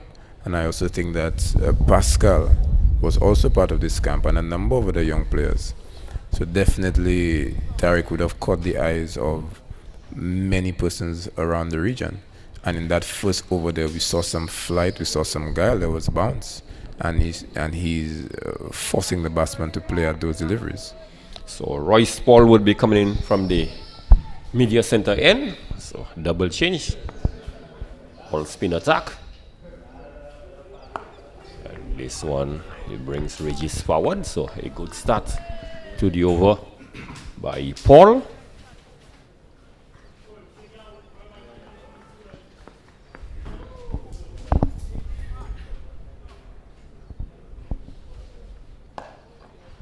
Another good over, another good delivery, sorry, by Paul, but Regis still equal to the task. It's a good start to the over by Royce Paul. And this one angling down the leg side. Yes, and Royce Paul would have been in good wicket-taking form all year, doing quite well in the local under-19 tournament. And he would have also had a hand in St. Lucia's victory in the last tournament. This one angling into the pads, beautifully worked into the mid-wicket region. Just one run resulting. So far the two spinners, Paul and Captain Edward, they've had good start to the spell.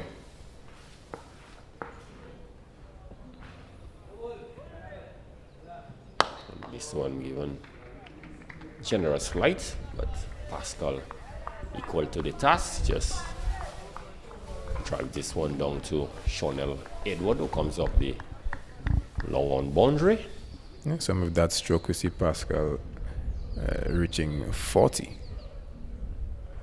And this one full on the legs, and it is clipped towards the backwards, short backwards square region. The fielder was wrong-footed, but should have done a much better job, resulting in just one run. So first over of Royce Paul produces some free runs. So, but not a bad start to the spell by Royce Paul.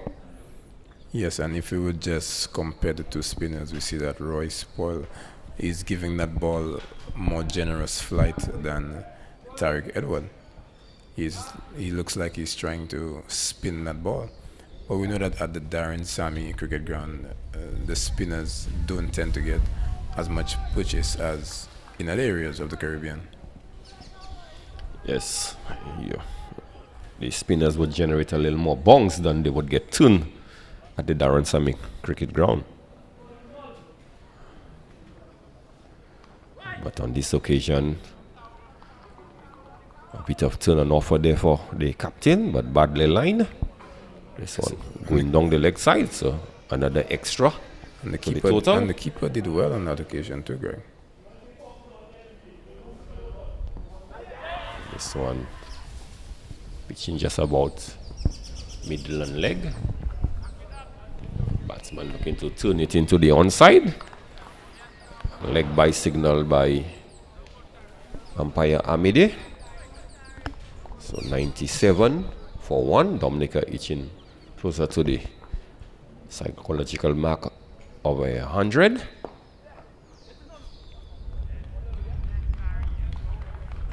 Yes, and I think that Captain Tariq would not have been pleased with the extra score thus far. So for him to contribute to that, Greg, I think that he needs to lead from the front in that area and to just line his deliveries much better than what we have seen so far. So outside the off stump, Pascal just allows it to go through to the keeper, ensures that he covered the line of his stump. And he drives this one, gets the in a portion of the bat. So Edward certainly has posed a bit of problems for Pascal, despite the fact that he has had a long vigil out there so far. So from all indication, the captain Edward is bowling extremely well out in the middle. Yes, Greg, a closer look at him and you will see that he's bowling a variety of deliveries there, and they're landing in relatively a similar area. So once you see that slight variation, Greg, it creates a bit of uncertainty in the minds of the batsmen. So last delivery driven past the short mid-wicket. Fielder sails for a run, and they attempted quick single, and they're going to complete it. So the Dominica batsmen are putting pressure on the close-in fielders, and they scamper through for a run, and in the process they have brought up the 100. So 100 for 1 of 17 overs. So good batting there by Dominica. Yeah, and very impressive running, putting the St. Lucian fielders under significant pressure here. And I think that Captain Tariq was not pleased with the effort of the fielders close in the circle on this occasion. Yes, if it's one area that you are going to get, you're guaranteed to get 100% from the captain, it would be in the fielding area. And certainly he would be very disappointed when he does not get the same from his fielders. But Royce Paul continue from the northern end. This one just spinning back into the pads of the Captain Pascal, who plays it to the short mid-wicket area where Amari Vena comes in to field. This one was short, struck to the right of Vena at short mid-wicket, put in the dive, but unable to prevent one run. And Lafay comes off the mid-wicket boundary, does the fieldings. So the score moves on to 101 for 1. Pascal on 43. Yes, Royce Paul on that occasion just allowing Pascal to play off the back foot, and we've already seen that he is a good player when being allowed to do so.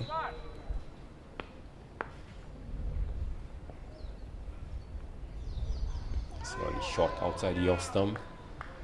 Attempted cut shot there by Regis. Not making any contact. The ball has gone through to the keeper. Yes, Greg, we see that he's pulling his body away from the line of that delivery. And I think that he'd be better served just getting that foot across. This one spinning sharply back into the batsman Regis.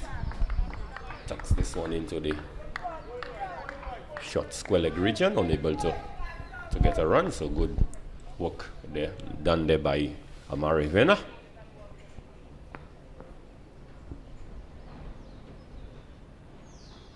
This one just wide outside the off stump, allows the ball to go through to the keeper. So another over being completed there by Royce Paul. 2 overs so far, no maidens, 4 runs.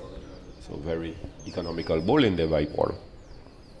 Yes, definitely a good over. We have not seen many quiet overs from the St. Lucians, with so many extras being given up by the pace quartet. But with the introduction of the 2 spinners, we're seeing much more disciplined bowling. And Greg would remember that when the women played, we had 2 quality spinners who placed that stranglehold on opposition batters. Yeah, certainly. Speaking of the likes of Zida James and Kiana Joseph for St. Lucia, they did bowl admirably in tandem when they did. So now is the turn of Royce Paul and Tariq Edward for his delivery. Just played into the shot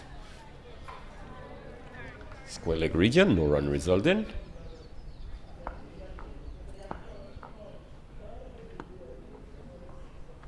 Outside the off stump, short, but spins back sharply into the batsman Regis, really cramping him for room.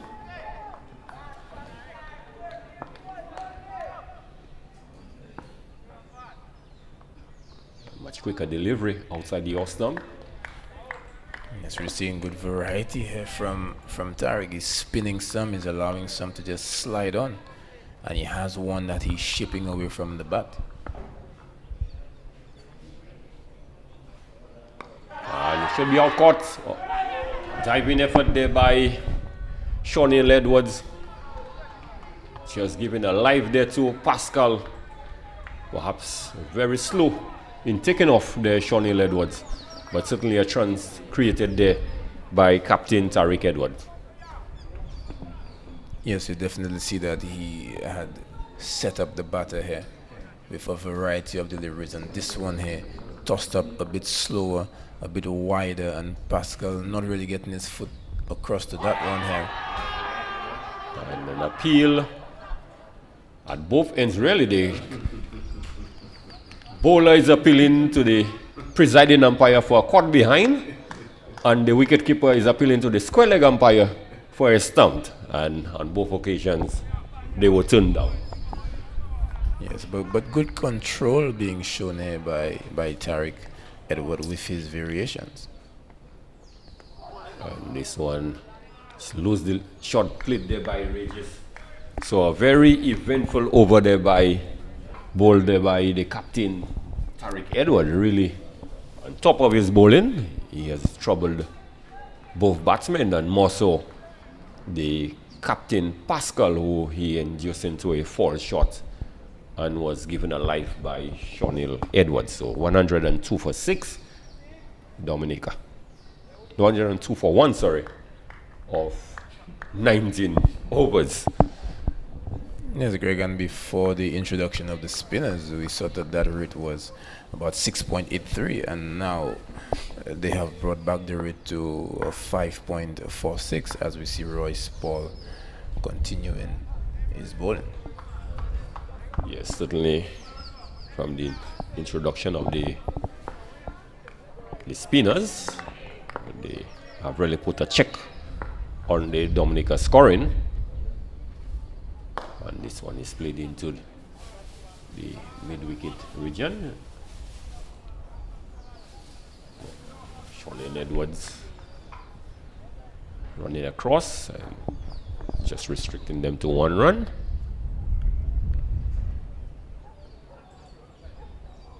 So a partnership of 71 between these two. And this one, short ball, looking to hit this one through the cover region, but the ball spun back sharply, really cramping him for room. So Royce Paul certainly getting a bit of purchase out in the middle, Jamal. Yes, a very good start thus far, but this one here, again, the batsman really not helping his cause. He's pulling away from the deliveries which are spinning back into him.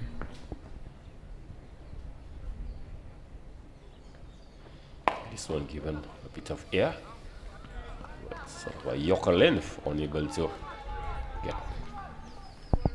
much power into this one, and the ball just trickles to the fielder at the mid-off region. This one again given generous flight.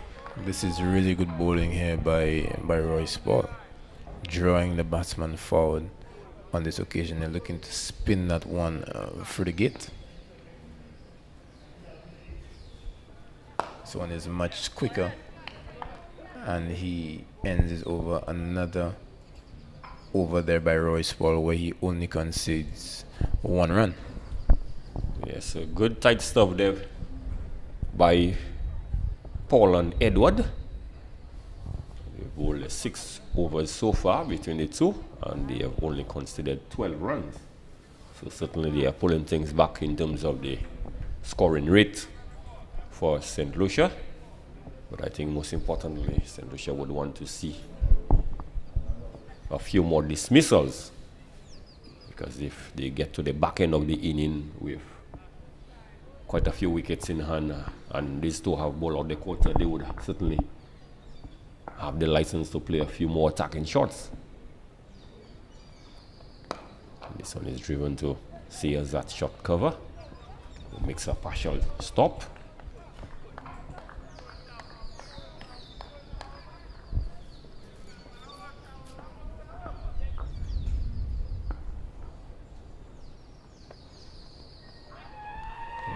again here from Tariq. So you can see that on some occasions that he's drawing the batsman wide, and then he's trying to spin some back for the gate. So really setting up Pascal, who he should have had in the bag in the last over there.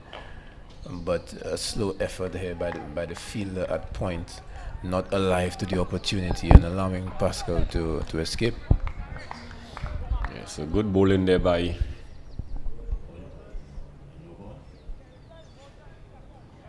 the captain.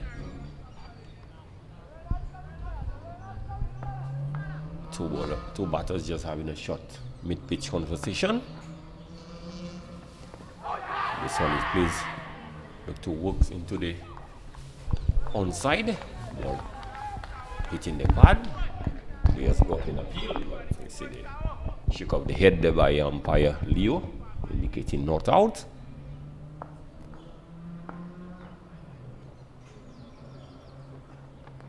So short and wide, unable to take advantage of one of the rare loose deliveries we have seen from Edwards. He's decided it's going to go round the wicket.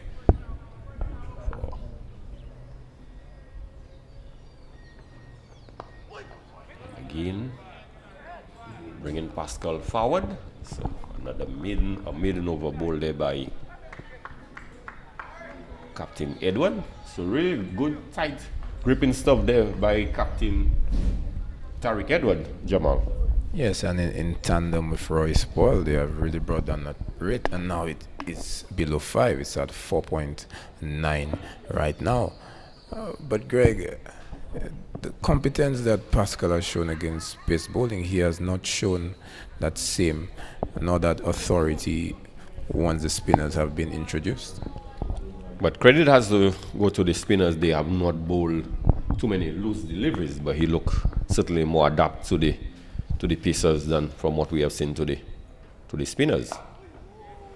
Again, Roy Spoil continuing to ask questions of Regis, keeping this one on a good line, just outside the off stump.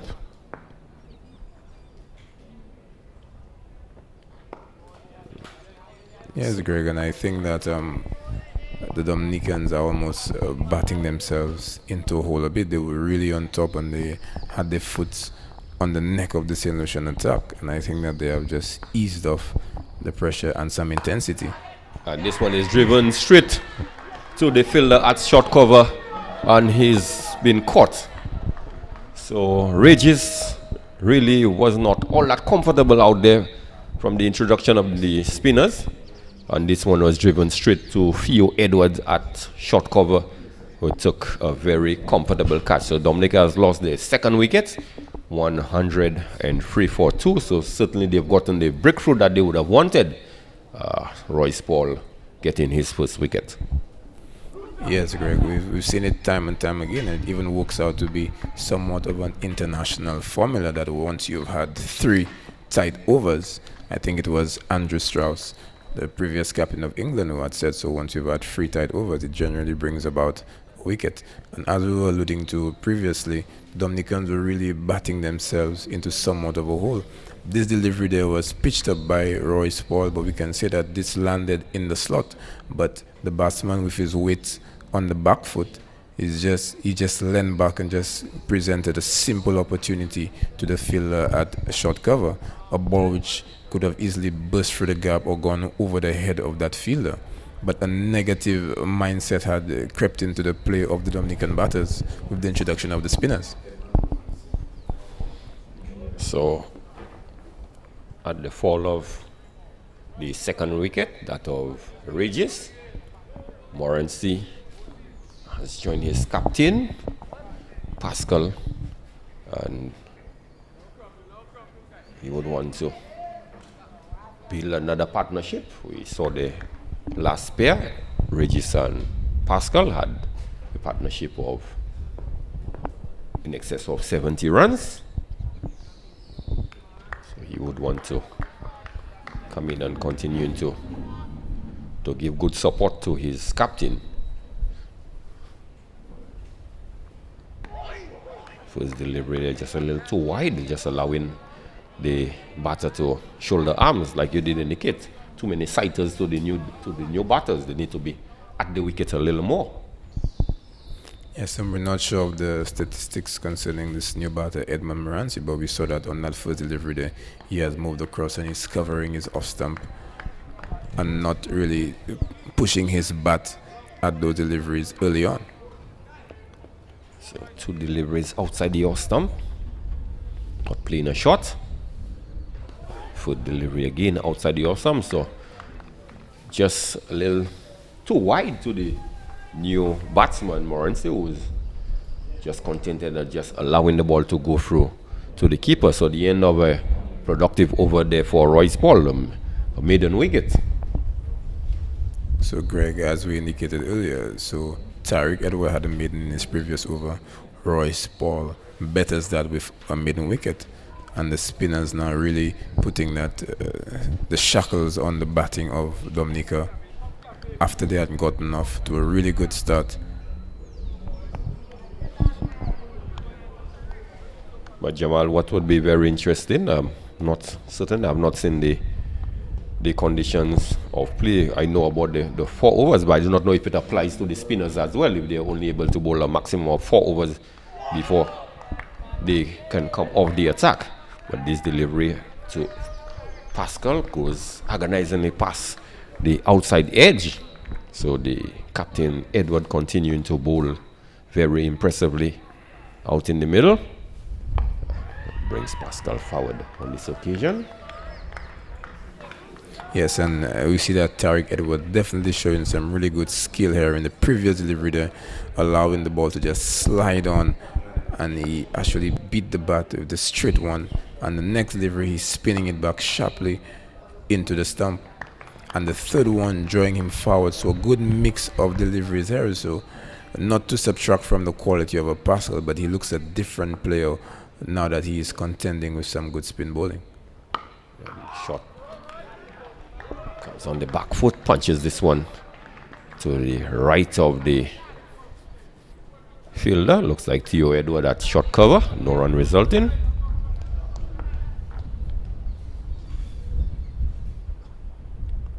Join him forward, and there's an appeal for caught behind, but not out.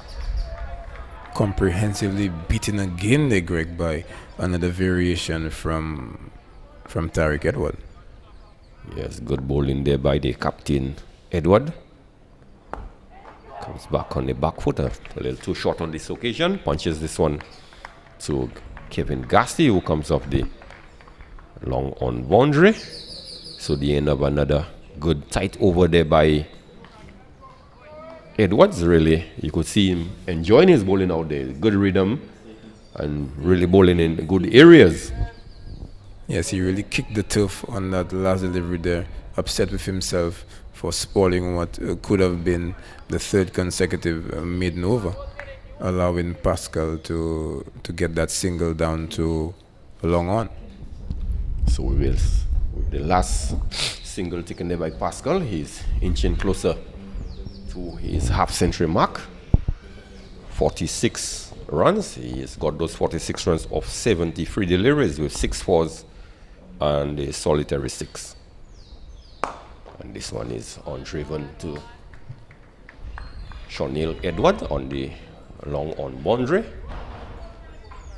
So perhaps Royce Paul would not mind Pascal getting off strike with the very first ball of his over. It means that he has 5 deliveries to bowl to the new batsman Edmund Morancy. Yes, Greg, and in this beautiful game that we love, one part of it is something called matchups. With the right arm off spinner bowling to the left-handed batter, it is generally seen as a matchup in favor of the bowler. He goes to play this one. There's an appeal for caught behind, but umpire McVern is on move. Morancy looking to cut one that was definitely too close to the stump. Really do not have the liberty of freeing his arms, and immediately Captain Edwards is making a change in the field. Cornell Cork is brought in to strengthen the slip cordon. He is coming in the second slip, and you see Bolton Edwards now is posted at the point region. So this one a little too wide outside the off stump, just allows the ball to go through. So, and this last delivery was pushed through as well. Much better delivery there, but for the credit has to go to him. Cover the line of the off stump and just allow the ball to go through to the keeper. Yes, so good testing time there for Morency out in the middle. And this was definitely a variation from Royce Paul. He went wide of the crease and slanted this one in towards the stump. So 5 deliveries gone so far in the over.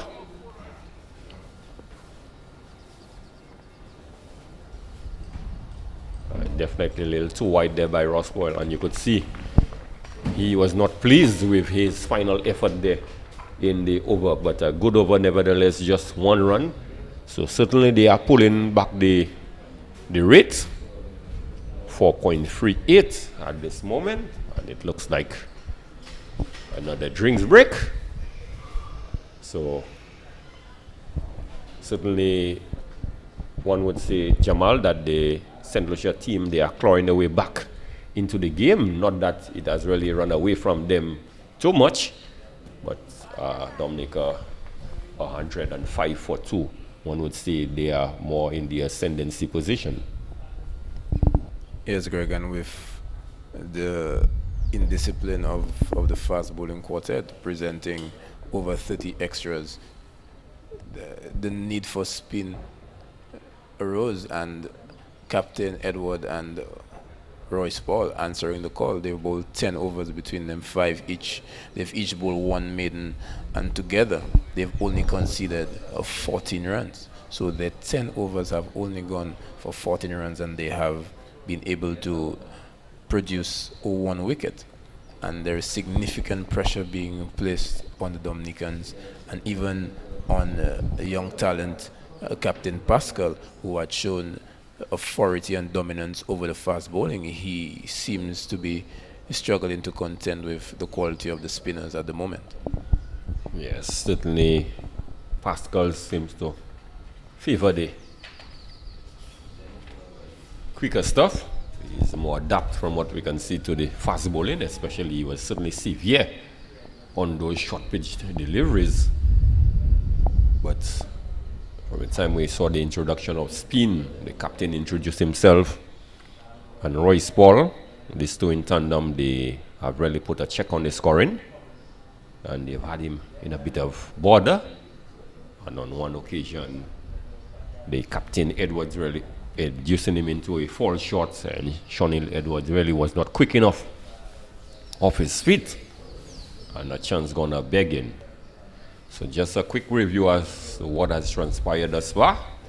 Pascal opening the batting. He's on 47 of 74 deliveries with 6 fours and a 6. Charles bowled Gassi for 4. Faced some 19 deliveries. Regis, Scott Theo Edwards bowled Royce Paul for 18. He had faced some 49 deliveries, and with 3 fours included. And Edmund Morency, after the fall of Regis, came out to partner his captain. He has faced 8 deliveries, but yet to get off the mark. And for St. Lucia, Kevin Gasky, 4 overs, 16 runs, 1 wicket. Shonil Edwards, 3 overs, 16 runs, no wickets. Sky Lafay, a bit on the expensive side, he's bowled 4 overs for 35 runs, no wicket. Bolton Sayers, he's bowled 3 overs, 1 maiden, and he conceded 12 runs. And you have the 2 spinners, Tariq Edward, the captain, 5 overs, 1 maiden, 8 runs, no wickets. And Royce Paul was bowled 5 overs, 1 maiden, conceded 6 runs, and importantly, he has picked up a wicket. So certainly after the first water break, St. Lucia enjoyed a better exchange. So after the second break, Jamal one would want to see whether St. Lucia could continue the sort of dominance they have showed in the last 10 overs. Yes, and also to see what Captain Pascal, how he responds. Immediately is caught behind at slips, looking to drive tentatively. And as we always say, things usually happen after the break, and you could see how much it means to Captain Edward, and he's out there dancing for joy, enjoying a fall shot from Pascal, who was caught at slip for 47. So a timely breakthrough for the St. Lucia bowlers. Yes, Greg, just as we were building up, looking to discuss how Captain Pascal would respond to the pressure that was placed on him. Would he have come out with a more positive approach? But then that discussion ended quite shortly with a beautiful delivery by Tariq Edward. This one here was pitched up on the off stump here. Pascal not really getting that foot out to drive that ball, inducing that false stroke, providing a simple opportunity to the fielder at slip. A reward for some good bowling by Captain Tariq Edward here. Well-deserved breakthrough, and Amari Venner just taking a neat catch. Yes, good delivery there, bowled by Edward. Really, from our vantage point, it looked like they just threw the one that was going away. Pascal really looking to play this one through the coverage, and he was very casual, very tentative in pushing out at this delivery, and the ball spinning the other direction, getting the outer edge, and Amari Venner took a very good catch low down to his right. So Dominica have lost their third wicket immediately after the resumption of play. 105 for 3, so two relatively new batters out in the middle, Morency and Philip. Either one of them yet to get off the mark, so just what the doctor would have ordered for the St. Lucia team. Yes, and we had just spoken about matchups, and now with two left-handers. And he is a Judge LBW. Tariq Edward is on a hat-trick, so Philip facing just one delivery, and he was trapped LBW by Tariq Edwards. So certainly the Captain Edwards is in the midst of a very good spell, Jamal James. Yes, and as we had previously discussed, definitely reward for some good bowling. And we had discussed matchups with two left-handers at the wicket there, two off-spinners in the middle of a great spell. Captain Tariq coming a bit wider of the crease from around the wicket, slanting that one, and this one was missing off, it was missing leg, and would have definitely destroyed middle stump. There was no contention about that dismissal. So the dismissal of Philip brings in Jelani Joseph. So this too certainly needs to put something together to bring back some sanity, one would say, to the batting, because all of a sudden they have a slide have started, and the Captain Edwards is on a hat-trick, picked up 2 wickets in his previous 2 deliveries after the drinks resumption. Jelani Joseph first has to look to survive his delivery. Let's see if he can prevent Captain Tariq Edward from picking up a hat-trick, and he certainly has fielders in close-in position. And this one is LBW, certainly it's plumb. From our vantage point, he was playing across the line of this one. And he is a Judge LBW. Certainly Jamal James, this one look, as you just indicated earlier on, it would have missed leg, it would have missed it off, and there was only one direction to pluck out that middle stump. So Tariq Edward is jubilant along with the St. Lucia team, able to pull out a hat-trick. Yes, Greg, but the batsman, he's showing signs as if he had gotten some bat onto this one, but this one was pitched up, it was full, it was straight, and it was fast. And the batsman attempting what I believe was a lap sweep, and this one hit him directly in front of middle stump. And again, the umpire did not hesitate. Captain Tariq was already celebrating before that finger came up, because he knew that this one there was definitely plumb. So one Joseph is coming in to replace another. Number 11, Jadon Joseph is coming to replace Jelani Joseph.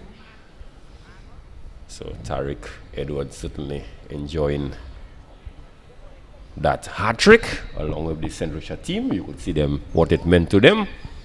They celebrated it, and rightfully so. So as they have always said, Jamal, if you look at the score, whatever the score is, if you add 3 wickets to it, it's a different kettle of fish. And certainly just before the drinks break, Dominica, they were 105 for 2. And 3 deliveries later, they are 105 for 5. Certainly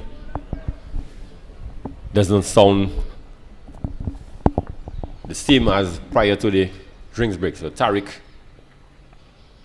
and this one is angling into the pads. Wide signal down the leg side by the umpire. It has missed the pads and evaded the gloves of the keeper. Noel. Yes, Greg, and I think that all of Dominica would have been disappointed in the shot offered by Joseph to a hat-trick delivery. This one was full and straight, and he played across the line of this one when I think that he would have been advised to just present the full face of the bat, but choosing the wrong option and perished. Yes, certainly an ill-advised shot. But a batsman facing a bowler who's on a hat-trick.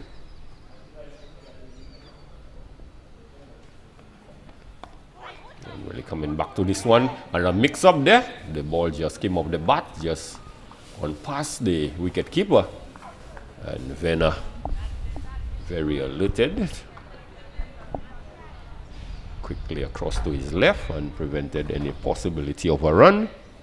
So Dominica at this point would say really reeling, losing some free quick wickets in this over, and just playing back to this one. And it looked like the deuce rod, this one went away. So the end of a very successful over for St. Lucia and Captain Tariq Edward, an over in which he picked up a hat-trick. So Dominica really in a spot of border have lost 5 wickets and with 106 on the board. Yes, Greg, and that delivery may not necessarily be the Dusra, although I know in training and practicing with him that he has worked on that. I think that he's just allowing those balls to slide and using the breeze, and we're seeing that he's also using that crease. So I think that he would have benefited from the training in the West Indies youth camp, and additionally with the Windward Volcanoes senior team, and definitely putting all of what he has learned into practice here, and he's posing a significant challenge for the Dominican batters. As we see Royce Paul continuing, he's pitching up this one here, and the batter is driving to mid-off. Yes, Morris, yes, to get off the mark. He has faced some 9 deliveries.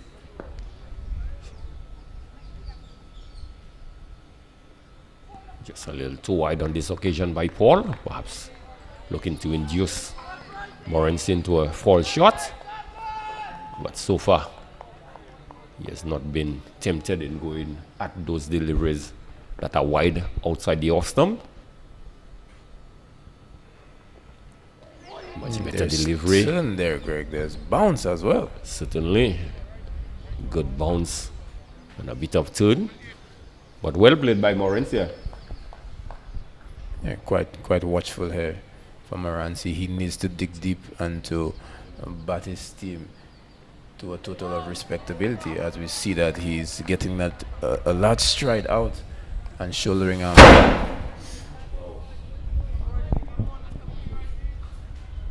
Our sincere apology. We just had the door slam at our backs there.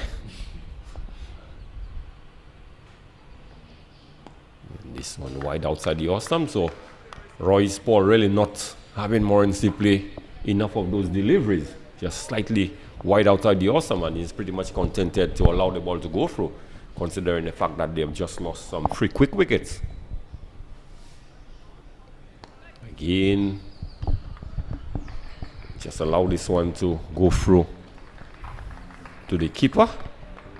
That's great, but Morancy content to just leave those deliveries. And I think sometimes with the younger bowlers, Royce Paul coming to bowl, he sees his keeper, he sees 2 slips there, and he's focused on bowling to that field. So he's really aiming for that ball just outside the off-stump here. So they didn't really challenge the batsman to play those deliveries, but we can say at least, Greg, that he's bowling to his field.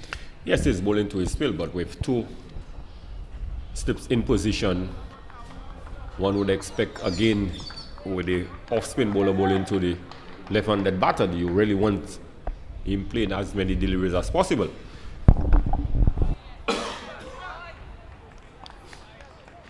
We see Captain and Tariq, who would have been disappointed that he would have spoiled what could have been a triple wicket maiden. He continues his spell. This is he's into his 7th over. And this one wide outside the off-stump, driven past Shawnhill Edward at the short point region, and the ball has just sped down to the boundary for 4. So Dominica really breaking the shackle after a very long time. Our statistician, Mr. Roland Cox, has just indicated the last 4 was in the 14th over. So they have gone some 12.2 overs before they scored a boundary. So good tight stuff there by the St. Lucia bowlers. And this occasion is beaten outside the off stump. So Captain Edwards back on song. Yes, Greg, that previous delivery there, looking to get the ball full to induce the drive, but he ended up presenting a full toss to the batter, one which he gleefully accepted and brought up a boundary for the team. But since then, he's been back on the money. As we see a false stroke here being the batsman attempting a late cut here, but it didn't appear to be quite convincing.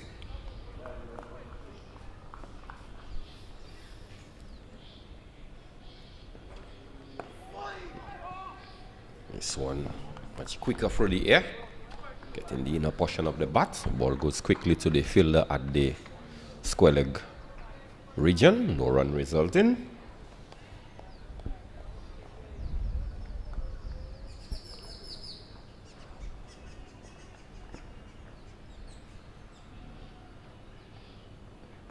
Looking to run this one past the fielder at slip.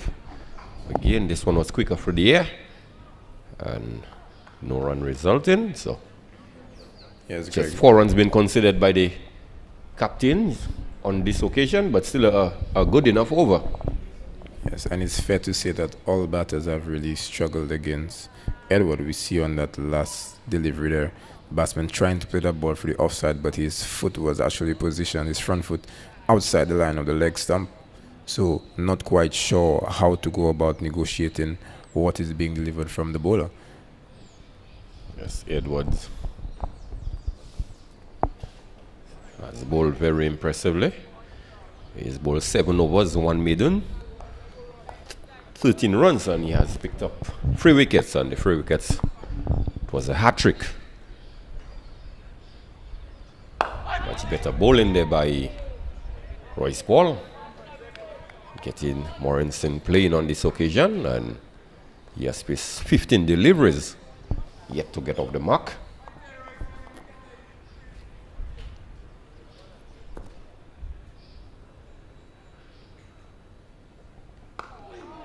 A little slower for the air, gave him ample time to come back to this one. Played it into the short cover where Sayers field. No, it's Amari Vena, sorry.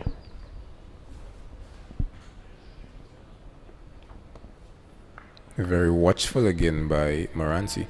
But Greg, before I was interrupted by that superb hat-trick from Tariq, I wanted to ask, well, I just wondered what would have been the ploy if, as we see he's beaten once more, what would have been the ploy if they had seen out, if Pascal and his partner had seen out Tariq and Royce Paul?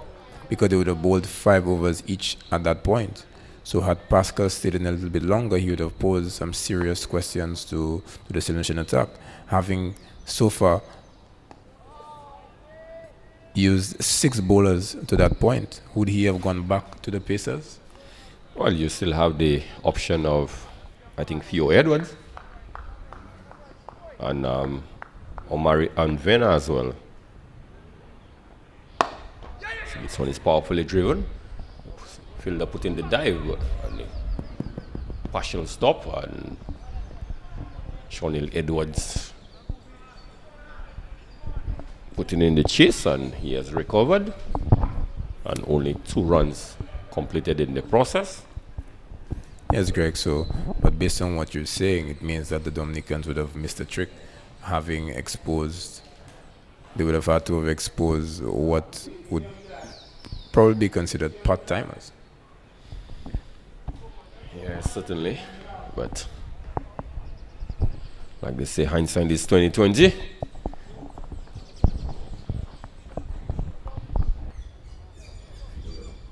Yes, and just as we were mentioning it, we see that the captain Tariq has given himself a break and has brought on Theo Edward, the off spinner.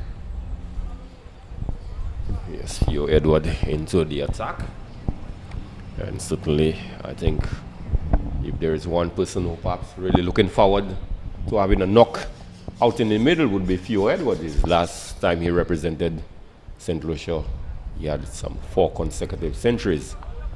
So certainly this is a sort of wicket that he would want to bring, if it's possible, everywhere he would have had to play cricket. And this one is tossed up, enjoying a false shot.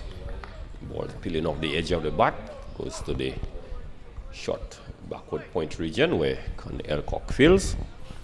No run resulting. And from that very first delivery, he seems to know exactly what is required. He's pitching up those deliveries.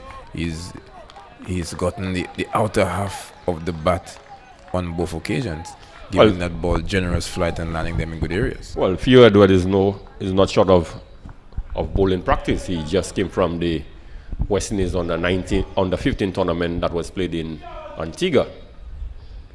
So certainly, and he did pick up a few wickets in the tournament.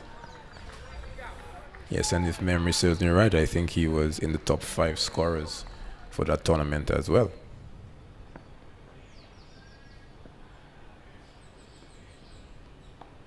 This one is run down through the short backward point region. Con Elcock moves sharply to his left, but unable to prevent the single.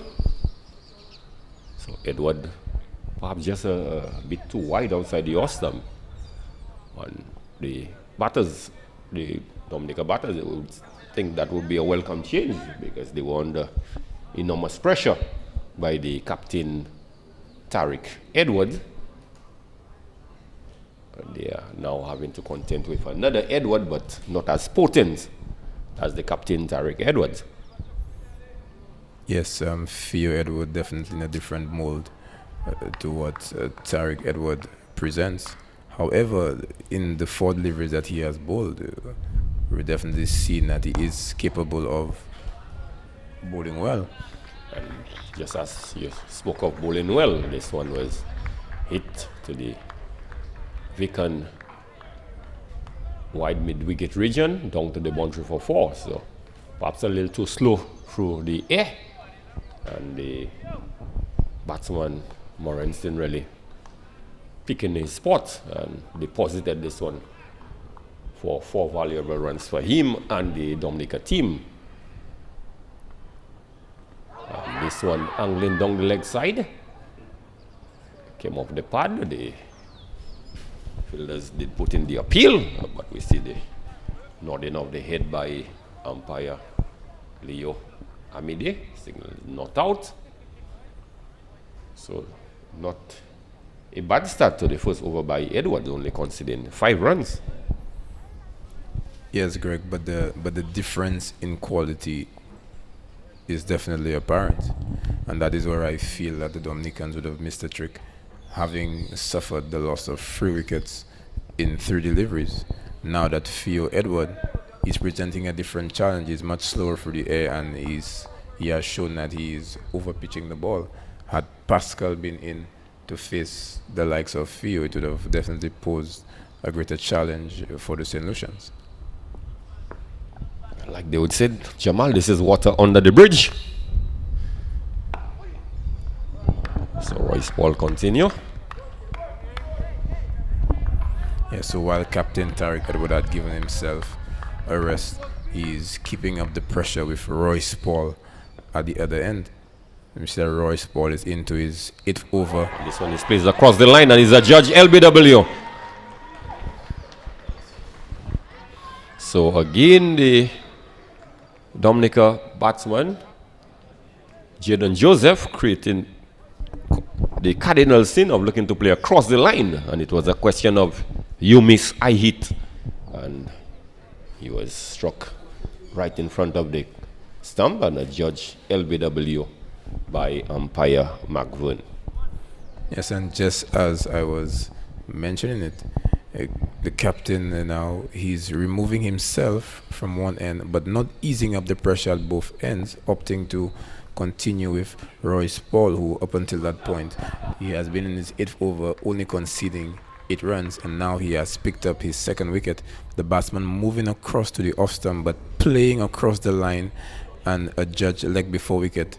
Really a full delivery, one where he should have presented the full face of the bat and driven it down to long on for the easy single, but opting to play across that one there. And as you said, Greg, the cardinal error. Yes, so with the dismissal of Joseph, in comes the wicket keeper, Kind George. So Dominica continuing to lose steady wicket. They've lost the last 4 wickets for the loss of 12 runs. At one time they were 105 for 2.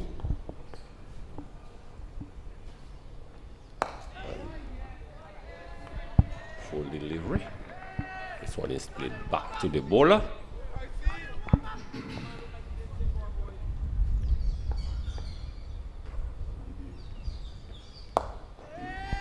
Yes, Greg, but I like what I'm seeing so far from Kind George. He looks like he's ready to present the full face of the bat. Those deliveries, the previous batter would have enjoyed going across the line to them. This one, he drives outside the off stump, gets the thickest edge. The ball goes through to the between the keeper and Captain Tariq Edward, and it goes down to the boundary for 4. So Royce Paul has created an opportunity, but this one went very quickly between the keeper and slip. So another chance gonna beg him.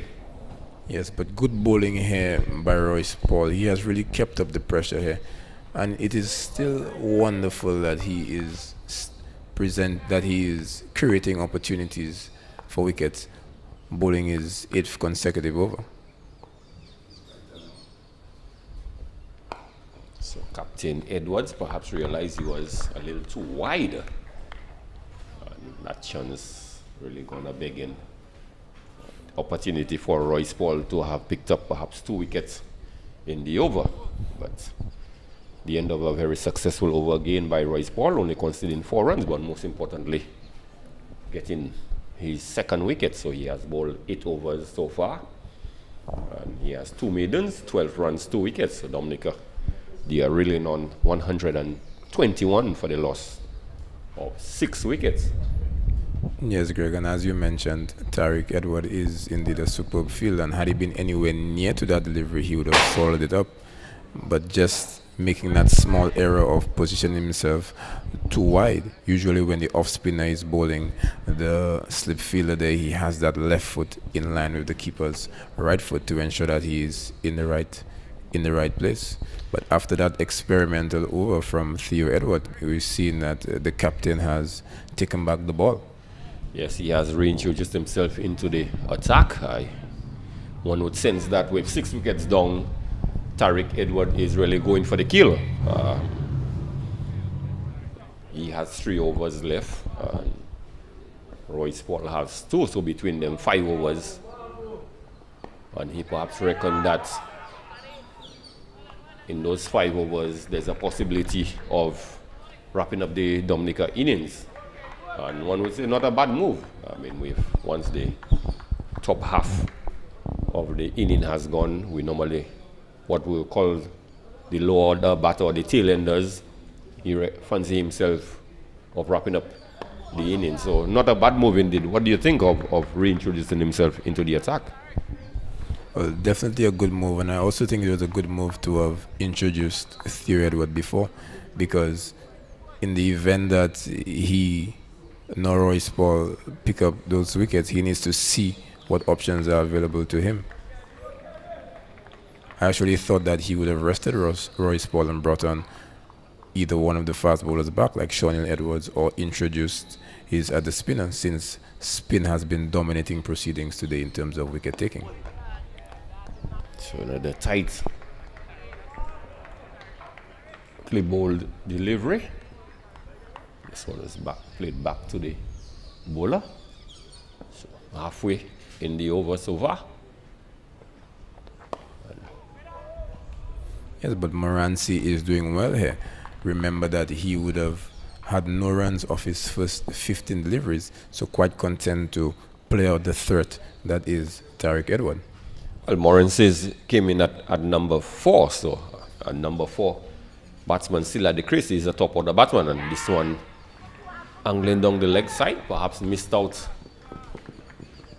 on an opportunity to get a boundary.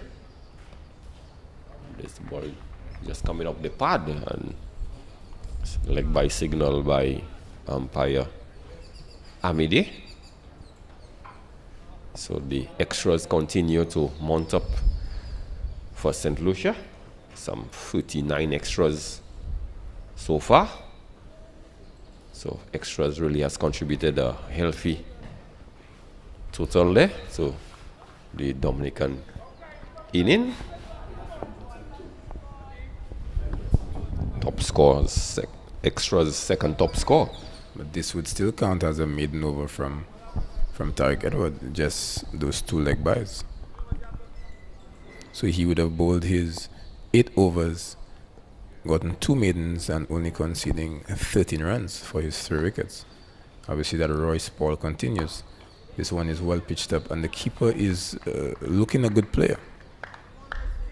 Generally, Greg, we know that wicket keepers are good players of spin. Yes, they tend to be.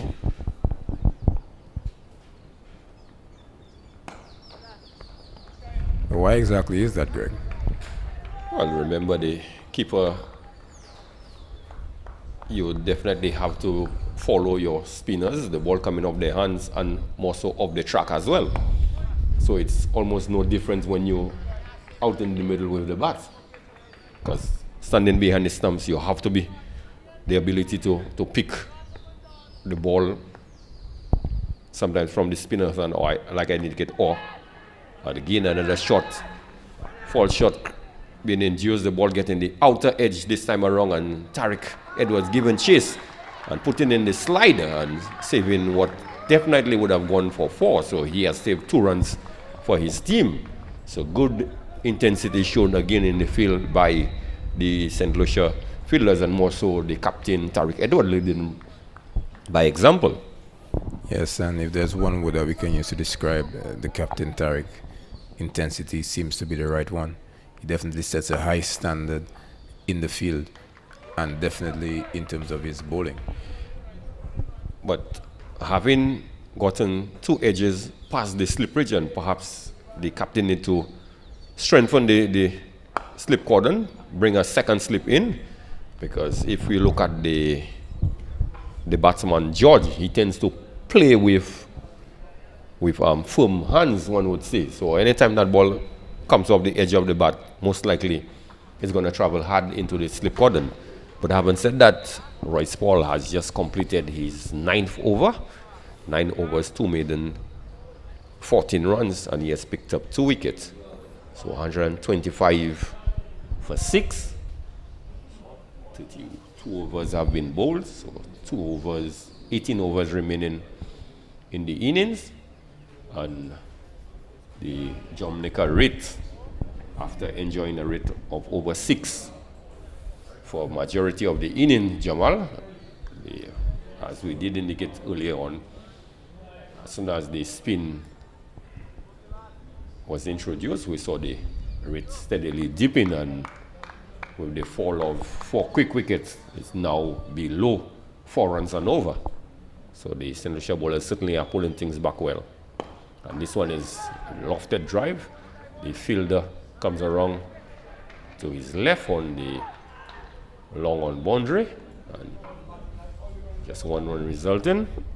Yes, and Captain Tariq Edward giving way once more to Theo Edward. And we see again on that occasion that he's overpitching the ball, perhaps looking to induce those big hits from Moranci, because he has shown that he's quite willing to play defensively and to just push the ball around for singles. So perhaps that is the role assigned to Theo Edward.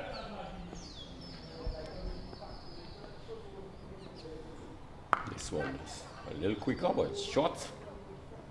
And George in position very quickly, but unable to take full advantage of that loose delivery from Edwards, only resulting in 1 run.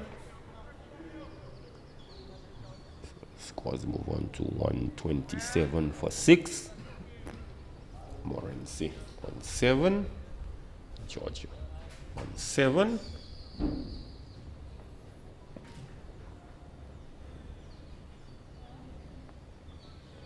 That's a good delivery, Greg. This one almost getting through the gate of Moranci. Moranci a little tentative in the drive.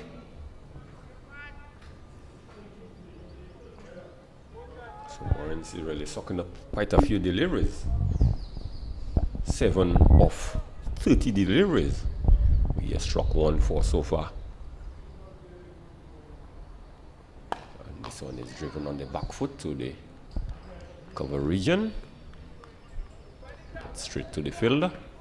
Yes, Greg, and albeit 7 of 31 deliveries, this might just be what is required by Dominica, who looked in danger at one point of not facing the full quota of the 50 overs. I think they just require someone who's willing to just dig deep and to wait for the loose deliveries. Yes, certainly we are just in the 43rd over with 17 overs remaining. There's still sufficient time if he can bat out the remaining overs to get Dominica perhaps to a score of 200, 220. This one is struck straight back at the bowler, who failed to hold on to this one, but it was powerfully struck back at Theo Edwards, but another chance gonna beg him. Yes, and Theo Edward, another player who prides himself on his fielding, and I know that he would be quite disappointed not to have held on to this one. By going with his fingers facing upwards, they could have created a second chance for himself, but this one landed to the back of him, presenting no second opportunity. But credit to the batsman, it was firmly struck back at the bowler. I think Theo Edward did make a good valiant enough attempt, because had that ball perhaps evaded the hands, it could have sped back past the bowler for 4. Certain boundary was not for there, Greg, but it still reveals that Theo Edwards has what it takes to create wicket-taking opportunities. And with Royce Paul about to bowl his final over, they might actually need for Theo Edwards to come good.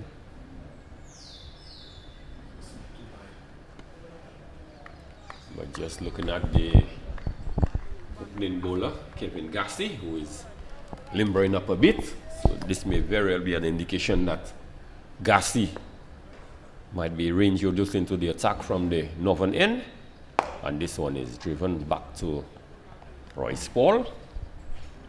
So Paul really bowling an impressive spell, really keeping things tight, asking question of the batsman on quite a few occasions.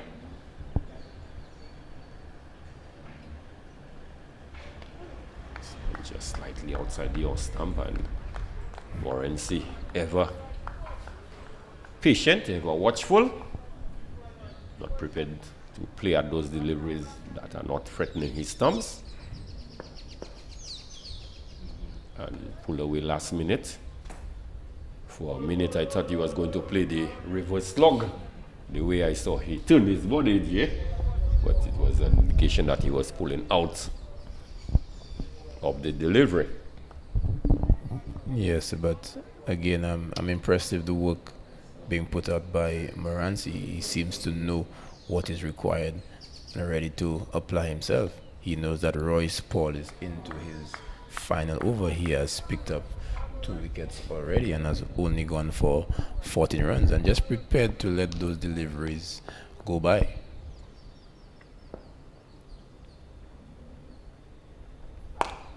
Well, as I did indicate, I think Morency is not a number 4 batsman just by chance. I think it's because he has what it takes. That's why he's entrusted with that number 4 position. And he's certainly showing so. So that's what the big expansive drive that catch up outside the off stump and missing out, and the ball went through to the keeper Noel. So the end of the spell by Royce Paul, 10 overs, 3 maidens, 14 runs, 2 wickets. So certainly just what the captain and the coaching staff would have wanted from Paul, with an economy rate of just 1.4 and able to pick up 2 wickets. So I think a good effort there by the young man Royce Paul.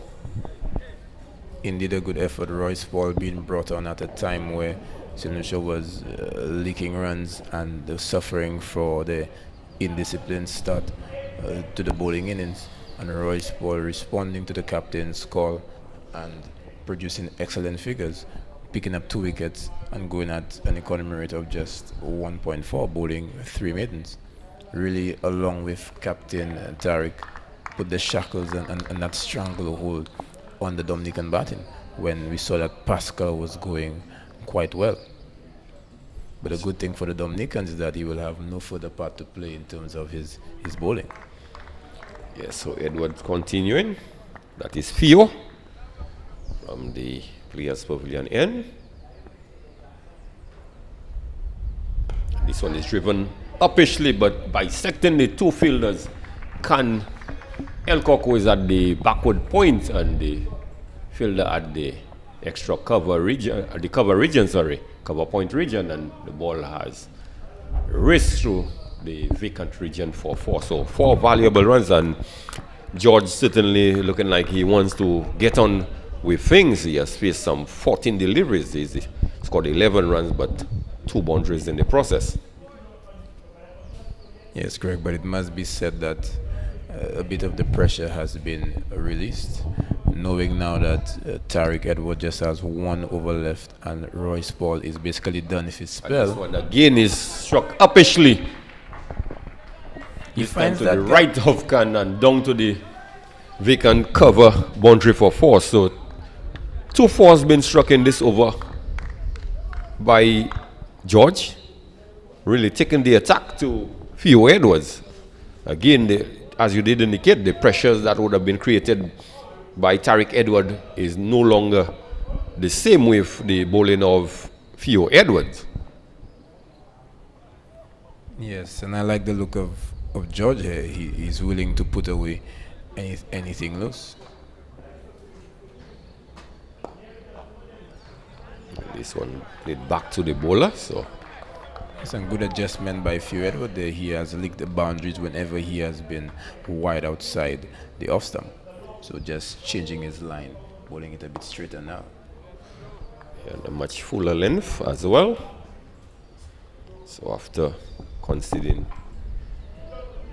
2 4s in the over, his last 2 deliveries, he has come back to well, and Dominica would have very much welcomed those 2 boundaries as he did the score to move up to 156. Yes, but albeit that some pressure has been let off from Theo's bowling, I think that had he had that extra man in that gap there, it could have been a wicket-taking opportunity. But as you said, Greg, hindsight is the best side. Yes, so Dominica would really hope that he could get sort of a recovery from these two.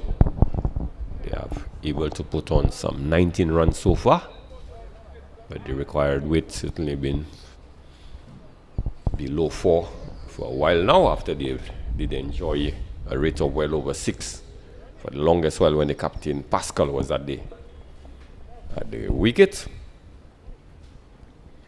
So we see the reintroduction of Shawnil Edward. Yes, Shawnil Edward from the northern end. He did not enjoy the best of time with the ball early on, and this one he has enjoyed. Induced a false shot, looking to play across the line. That's Morense, and resulting in the thick outside edge, but the ball has gone over the head of Can Elcock at the point region, and they're able to scamper back for 2 runs. So one would say perhaps a much better start by Edwards. Yes, Greg, definitely bowling the new ball is indeed an art. And now with the ball being slightly older, he'd possibly be better able to put the ball where he wants to. But not all. Also the sort of length that he bowled, and the first ball he bowled in this over, it was more of a pitch-up delivery, and he induced a false shot, and second delivery short and wide outside the off stump. So one really wonders what is the thinking of Shawnil Edwards out in the middle.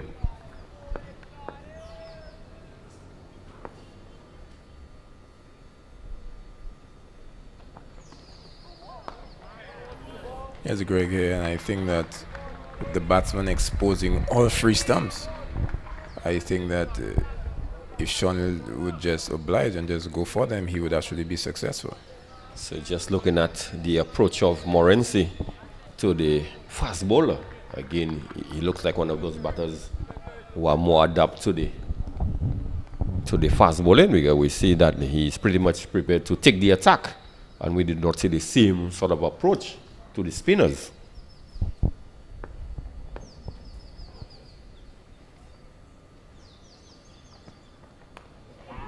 Much better delivery there by Edwards, bringing Morense in defense. Ball getting the inner portion of the bat and trickling down to backward square region, where they're able to scamper through for a single. Yes, Greg, but as we mentioned, even when he started that spell, every time that he has pitched up the ball, he has looked threatened, whether to the top order or to the tail. But perhaps he sees himself more in the mold of someone like a Mitchell Johnson, Greg, an enforcer for his team.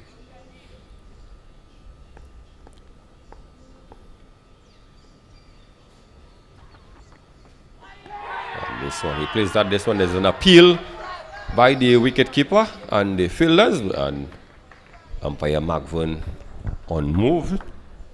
So certainly did not think there was any bat involved. Keeper Noel looks a bit disappointed, but from our vantage point, Jamal, unless it's a really faint edge, we really did not see any deviation that much after the ball went past the bat. No, Greg, not at all. And I think that Shawnil would have even escaped with that delivery, because the violent nature of that swing, had he made any sort of contact, this one was either going to blaze past that point fielder or even go over the keeper for 4.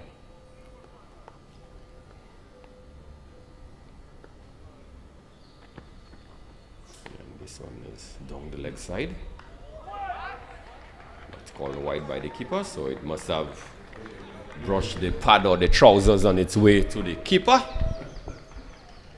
But again, from our vantage points, we don't have the benefit of the replays. Perhaps later on in the tournament, they have promised us that we will get the replays sometime soon. But we are unable to detect anything from this distance. But umpire Mark Vane is in the best position. And again, another drinks break. And Jamal, after the last drinks break, St. Lucia certainly enjoyed the better exchange. So Dominica really reeling at this point in time, 139 for 6, with what was promising to be a very good start for Dominica. At one point, 105 for the loss of 2 wickets. Yes, certainly, and Captain Tariq deciding to address the situation by injecting his spinners into the mix, himself and Royce Paul. And at one point in time, they had bowled 10 overs for only 12 runs. And Captain Pascal would have enjoyed the exchange with St. Lucia's fast bowling, but the moment that the spinners were brought on, they held a good line to him and his batting partners on the off stump and just outside it, and many false strokes were induced. We see the off spinners getting wickets, caught at slip, and a number of balls heading in that region, and good quality bowling by the St. Lucian spin duo of Royce Paul and Tariq. But ever since then, with the introduction of Theo Edward, it seems that the pressure has eased off just slightly, although he has looked like he has created some opportunities, but they have not gone to hand. Yes, certainly. So a quick look at the scorecard. Pascal was Scott Venner bowl Tariq Edward for 47, with 75 deliveries, 6 fours and a 6. Charles bowl Gassi for 4, with 19 deliveries. He had Regis Scott Edwards bowl Royce Paul for 18 of 49 deliveries with 3 fours. And Morency, who is not out at 11, he has faced some 43 deliveries and he has struck 1 4. And then you had Phillips, who was LBW Tariq Edward for North. Joseph, that is Jelani, was LBW Tariq Edward for North. You had Jaden Joseph, was LBW Royce Paul for 5. And the other not out batsman, you have George, who was on 15, and he has struck some 3 fours of the 19 deliveries he has faced. The bowling for St. Lucia, Kevin Gassi, who opened the bowling, he bowled 4 overs, 16 runs, picked up the wicket. Sean Edward, 4 overs, 19 runs, no wicket. Sky Laffey was the more expensive of the bowlers. He's bowled 4 overs, no maiden, 45 runs with no wickets. You have Bolton Sayers, who bowled his 3 overs, 1 maiden, 12 runs, no wicket. And Captain Tariq Edward was bowled 8 overs, 2 maidens, 14 runs, and he had that hat-trick. So he has 3 wickets.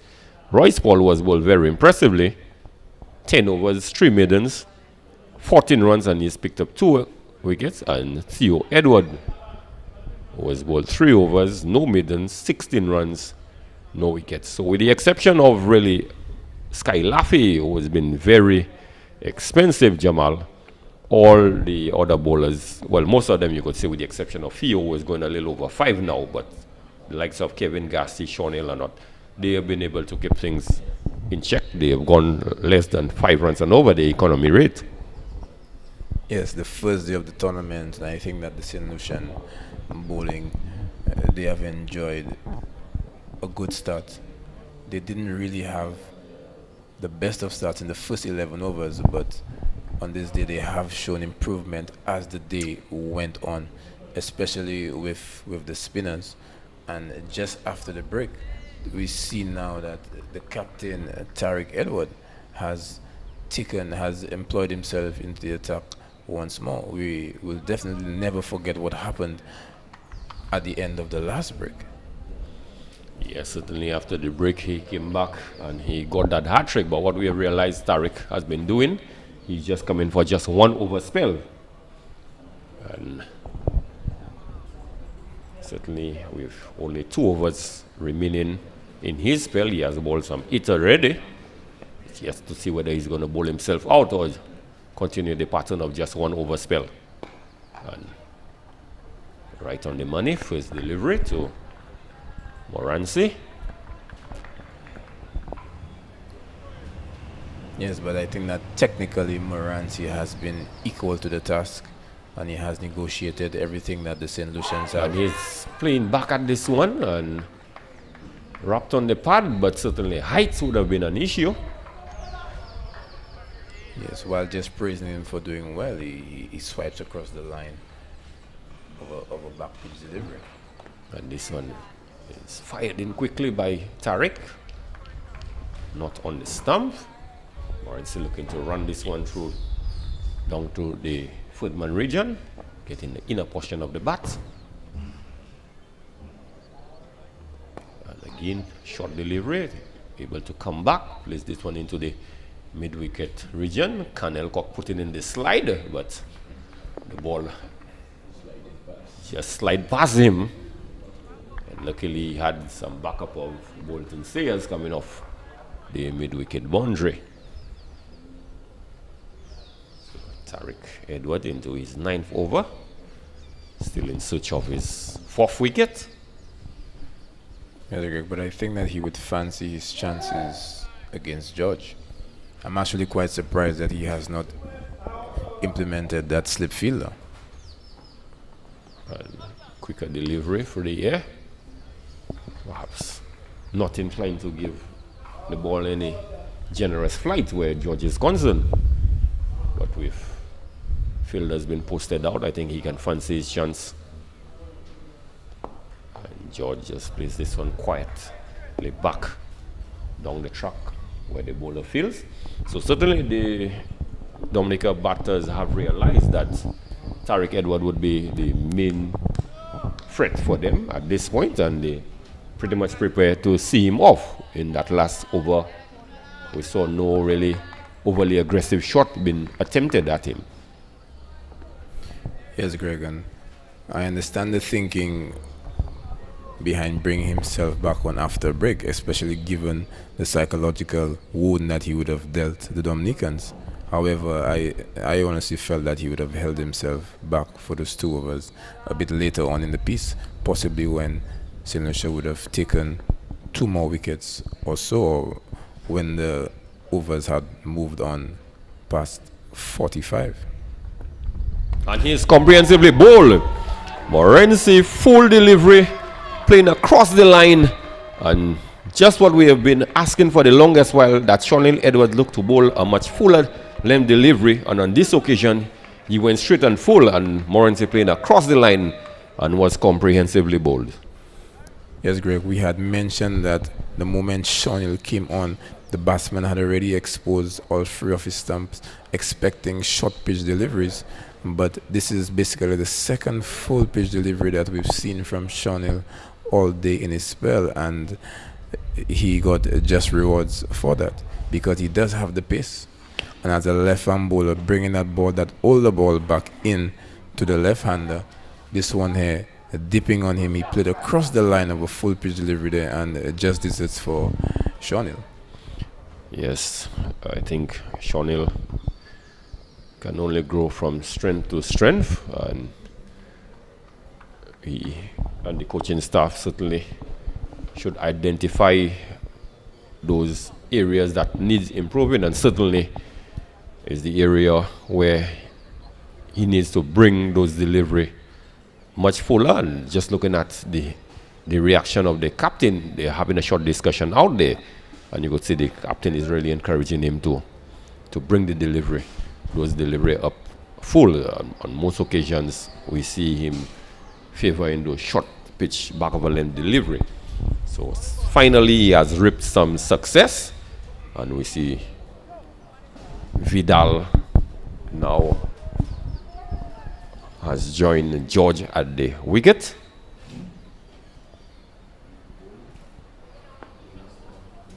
Yeah, so let's see how Sean responds after getting his first wicket. And he has gone short on this occasion. So definitely Sean Hill favors the short delivery, although the short pitch delivery has not brought him any success. And one would think that what that brought him success, that's what he would want to stick with. But now that he has the idea, Greg, and he has 4 more deliveries in this over, we're hoping that he repeats that feat of at least just making the effort to get that ball up to the bat. Much better line, much better length.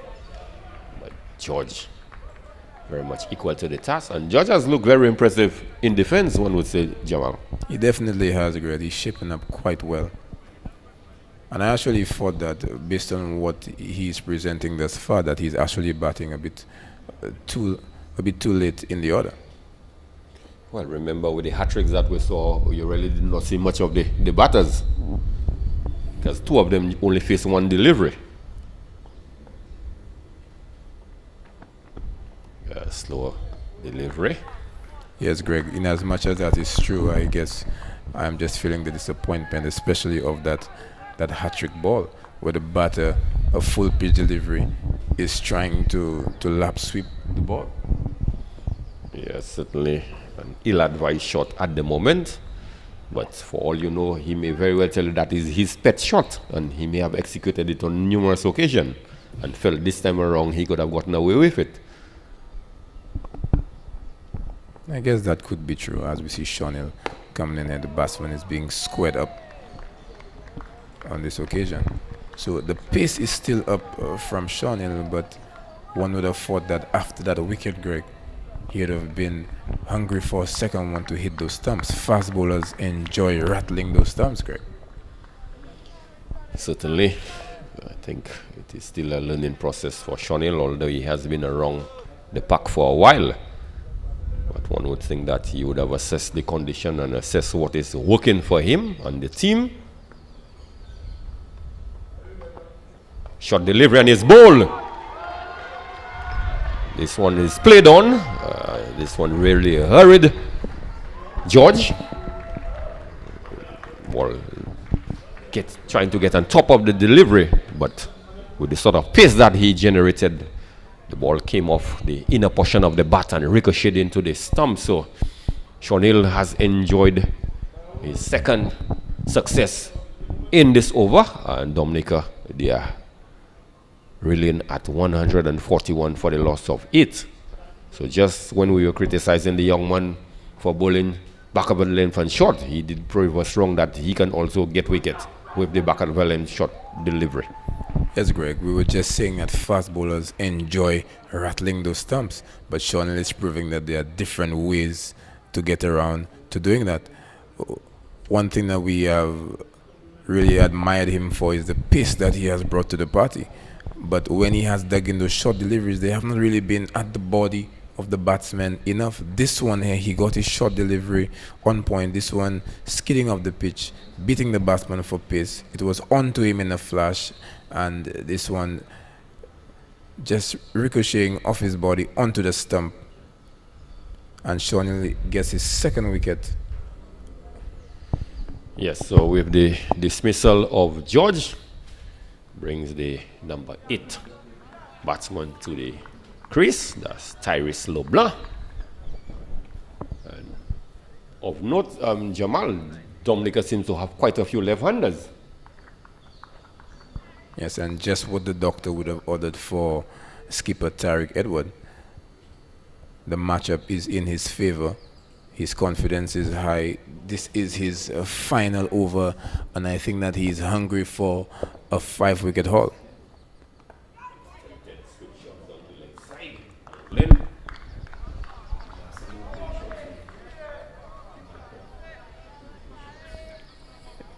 This one may have come off something, as it was not signaled wide by the umpire, but a badly lined delivery. And I know that Tariq would be very hungry for that 5-wicket haul. He needs to adjust his line more towards middle and off stump. Again, this one angling down the leg side. The batsman Vidal rehearsing what shot he perhaps should have played. So Edward in its 10th over. And Vidal pushes this one to the fielder, Theo Edwards, at short cover region. And this one getting inside the edge onto the pads. Tariq is holding his head, perhaps seeing the opportunity of this one sneaking through and hitting the stumps. You have 2 deliveries left in that spell. This one is pitched up and well played by the batter. Yes. Vidal looks competent. He's presenting the full face of the bat to Tariq. So final over, final delivery in the spell. And this one just allows the ball to wicket-keeper Leo. So the end of a very good spell there by Tariq Edward. Some 10 overs, 3 maidens, 14 runs, 3 wickets. So an economy rate similar to that of Royce Paul, 1.4. So certainly these 2 bowlers did put the stranglehold on the scoring. They bowled their 10 overs, only conceding some 28 runs. So 20 overs for 28 runs, Jamal. So excellent bowling by those 2 spinners. Yes, and that sends a message, and that it definitely does for the entire tournament, that the St. Lucian spinners definitely have what it takes to strangle in the middle order. But now it's up to the rest of the bowlers to complete the final 10. So Edwards continuing, and on this occasion LeBlanc just throwing the bat at a delivery that was angling wide outside the off stump. No foot movement whatsoever. So that should be good encouraging sign, but perhaps Captain Edwards should look to employ a slip. Definitely, Greg, with Sean Hill now picking up 2 wickets thus far. And was inclined on the previous delivery to pitch up, albeit now he has reverted to what he knows best, which is digging that ball in and trying to get the ball by the neck of the batter. Yes, Sean Hill was getting carried away with the bounce and pace that is on offer. But he did prove to us that in the last over that he was able to get one at the body of the batsman and got a wicket. An attempted slower ball. So Sean is showing that he does have the full range as a young fast bowler. We've seen the bouncer, Greg. We've seen the yorker. We've seen the inward movement back into the right hander. We've seen the ball slanting into the left hander. We've seen the ball going away from the right hander with the older ball, and now we're seeing the slower ball. Yes, certainly he's showing us his full repertoire. And this one is shot at the body of LeBlanc. They've gotten one, thinking of a second. The ball was struck to the backward square region. Fielder coming up the boundary, doing some good work. So St. Lucia certainly would want to wrap up the innings as quickly as possible. And I think it would be a good psychological boost for St. Lucia if they could wrap up that inning before Dominica get to a score of 150, Jamal. Yes, certainly, and Sean Hill has shown that he has what it takes. But let's see if he can go full and straight at the stump to rattle them once more. Short delivery, but it was well handled by Vidal. Just running this one down through the Footman region. 1 run resulting. Yes, Greg, but I actually think that since he is inclined to dig that ball into the pitch, that a move to run the wicket might actually aid his cause.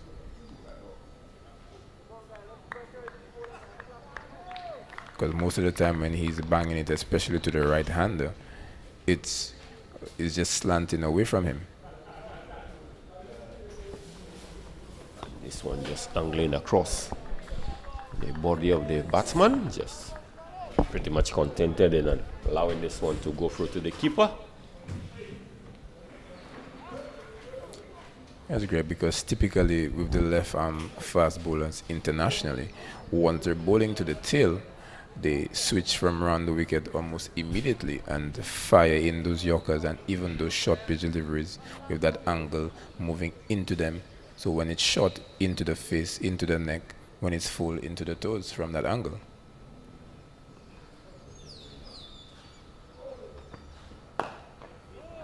This one, straight the delivery, but the batsman LeBlanc equal to the task, able to see Chanel out. So at the end of the 40th over, the 144 for 8. So Dominica really would want to get to perhaps minimum 180 to 200 runs, Jamal, with 10 overs remaining, although with the current rate of 3.6, that's less than 4 runs and over for the next 10. That would get them close to 180, one would think. Yes, Greg, but I think that the quality of Kevin Gassi would have a thing or two to say about that. He looked quite good bowling to the left-handers early up this morning, actually getting through the gate of the opening batsman to get the first wicket for St. Lucia. And now with the fast bowler at the lower order, the matchup is definitely in the favor of Gassi. Yes, one would hope that Gassi could come and wrap up the tail, so to speak, very quickly. Yes, Greg, but it must also be noted that the Dominicans have handled the fast bowling quite confidently all day long. So perhaps they are looking forward to even their tail handling themselves well. First delivery from Gassi, just wide outside the off stump, really. Not inviting the batsman Vidal to even attempt a shot. Yes, the Dominican batsmen, there's one thing of note that all of them, especially to the fast bowlers, they have looked very adept always. Most of them, or if not all of them, have presented the full face of the bat. So this is one thing we could say about the batsmen so far. They have looked very comfortable against the fast bowlers.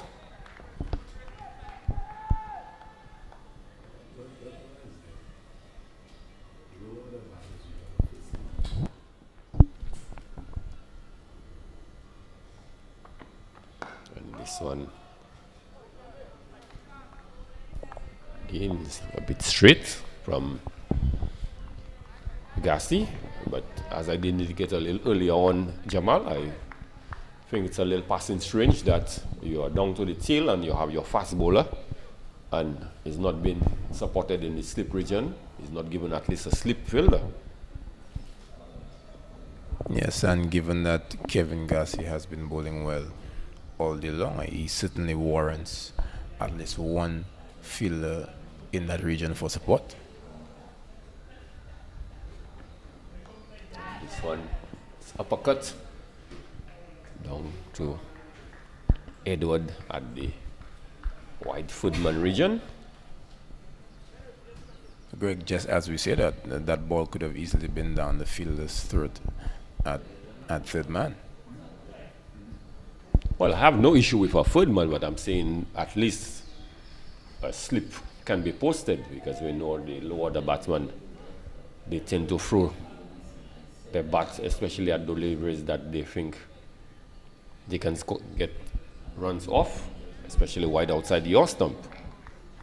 Yes, Greg, but I will also note that even in the just 4 deliveries that LeBlanc has faced, he has looked quite good.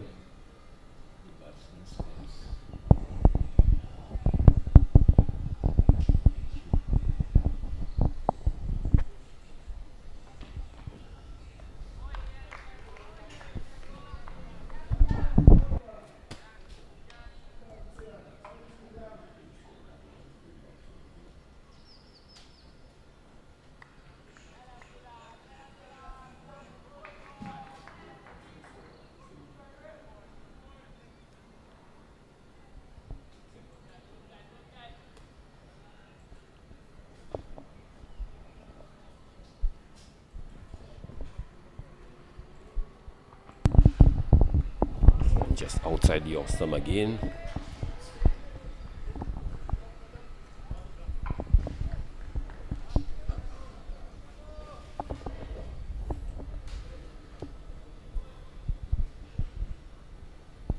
Yes, Greg, but usually when fast bowlers are bowling to the tail, they usually choose one of 2 options. It's either that they're going to be attacking them on the line of the body or going for the stumps. But thus far, we're seeing that Agassi is still operating, trying to induce an edge with no slip fielder awaiting, bowling those balls full and outside the off stump.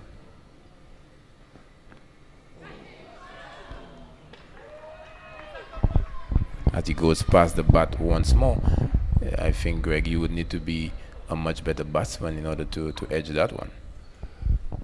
I think support should be given. I think at this point in time, St. Lucia really needs to go for the jugular. With 8 wickets down, you cannot just wait for something to happen. You have to make things happen, Jay. And I think the captain, Tariq, perhaps missing a trick or 2.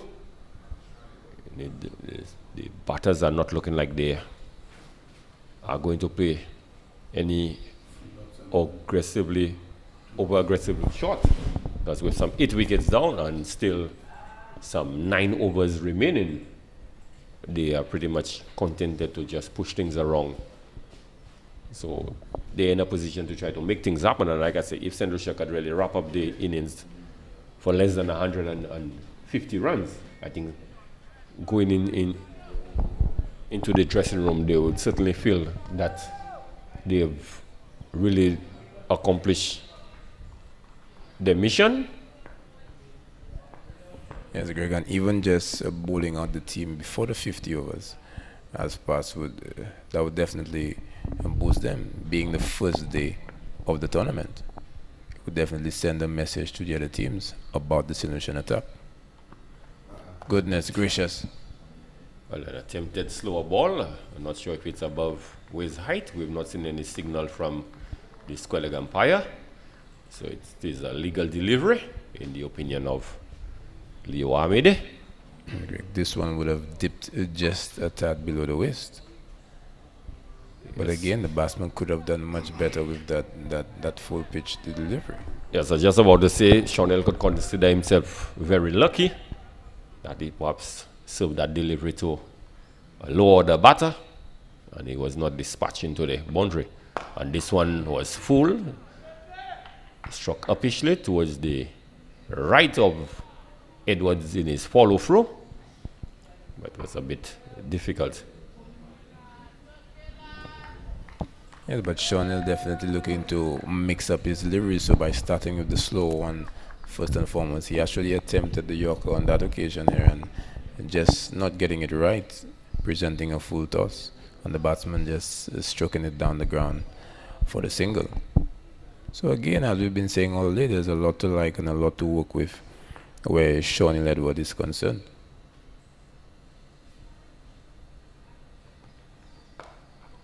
This one to Con Edward and slow in reacting, really just allowing the ball to come to him rather than attacking the ball. And single was taken very easily, so Dominica inching closer to 150. But Jamal, something that just comes to mind very quickly, we saw in the senior women's team, there were 3 Edwards representing St. Lucia, and in this team there's 3 Edwards as well representing St. Lucia in the under 19. So we have Shawnil Edwards, Tariq Edwards, Theo Edwards, and in the ladies we had Malika Edwards, Ashlyn Edwards, and Destiny Edwards. Any relation between the male and female teams, Greg? I have absolutely no idea, Jamal. I thought you had that sort of information. That's why I brought it up to your attention. Well, the only thing I know is that they're related by the quality of their play. They've definitely put on a good show for St. Lucia, really put their hand up, and we saw that the women would have clinched the title in the T20 version, and they were losing finalists in the 50 over version. And here today we see that the under 19 boys thus far have Dominica on the ropes at 149 for 8. But still an area of concern to the team, really. We just considered another extra. Extra is very healthy. Some 41, second top score. A good delivery there, good areas just outside the off stump. And this is sort of areas that we would want to see Shawnil ball a little more consistently, especially to the lower order batsmen. Yes, this youngster looks a handful when he gets it right. We've seen some good movement off the pitch as well. And earlier on he had that ball moving in the air, albeit that he was not able to show forth the level of mastery and control required of a new ball bowler. And this one outside the off stump, and LeBlanc really throwing the kitchen sink at this one. Hence the reason why I think Captain Edwards needs to post a slip. Yes, Greg, I was just thinking that it would have been a real shame if that ball carried to the slip cordon and just went down to the third man for a single.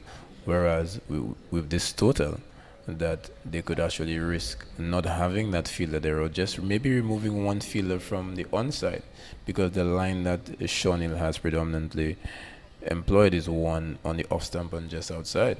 So not much need for the 4 fielders on the leg side. You could probably be bowling with a 6-3 field.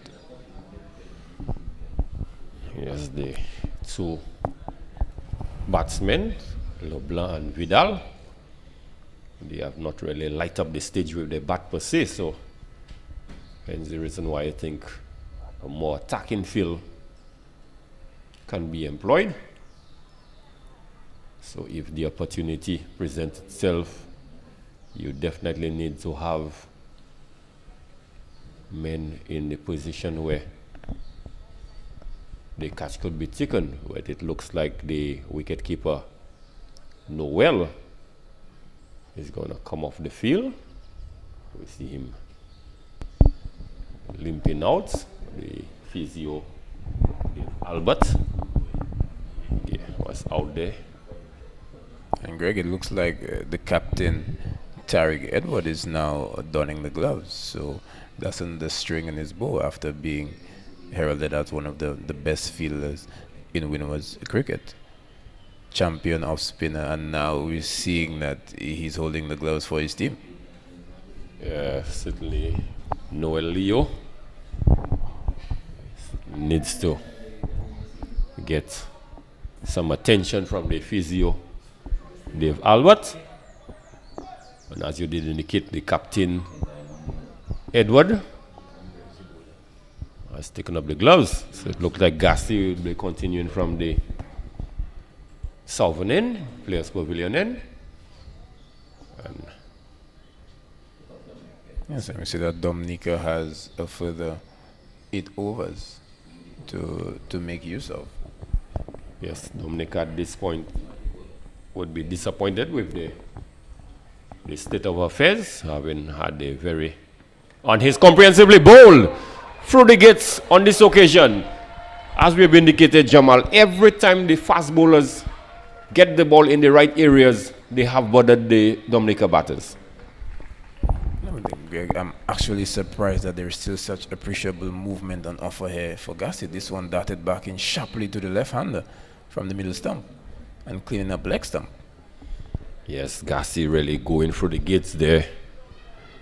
The batsman looking to drive through the cover region, and the ball going between the bat and the pad, and he was comprehensively bowled. So just what we were asking, that the bowlers look to bowl a full length, and we saw Vidal being comprehensively bowled by Gassi. So 149 for 9.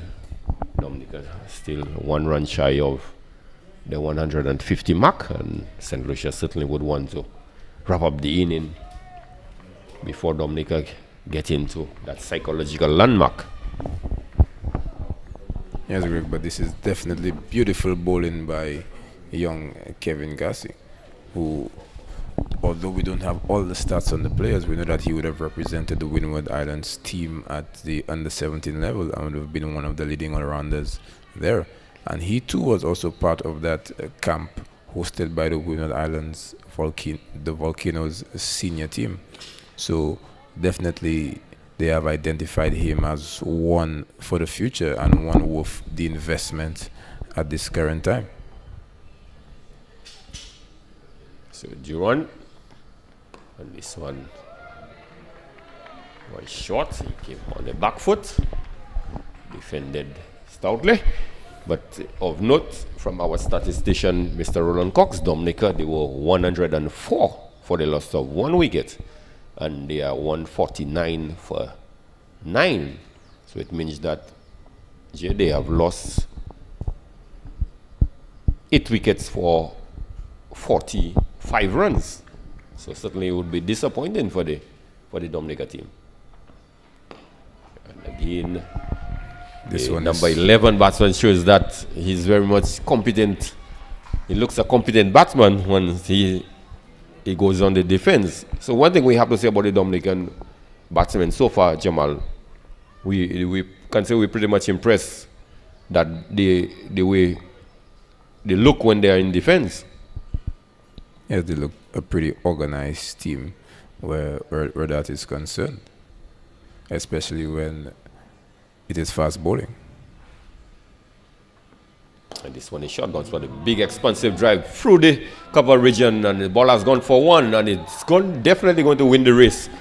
So what a way to get off the mark by Joel Durand, really throwing the kitchen sink at an overpitch delivery by Gassi. But one would know that the typical fast bowler's response would be what, Jay? Well, we definitely expect the next one to be somewhere by the neck or by the head region. But the tail end on this occasion, they're clearing the front leg and accessing the offside. There's acreage of space as there is no fielder sweeping in that region. Yes, so that has prompted a change in the field. The mid-off has been dropped down to the long-off region. And no ball signal there by umpire Leo Amede. So Gassi striving for an additional pace there, transgressing the line.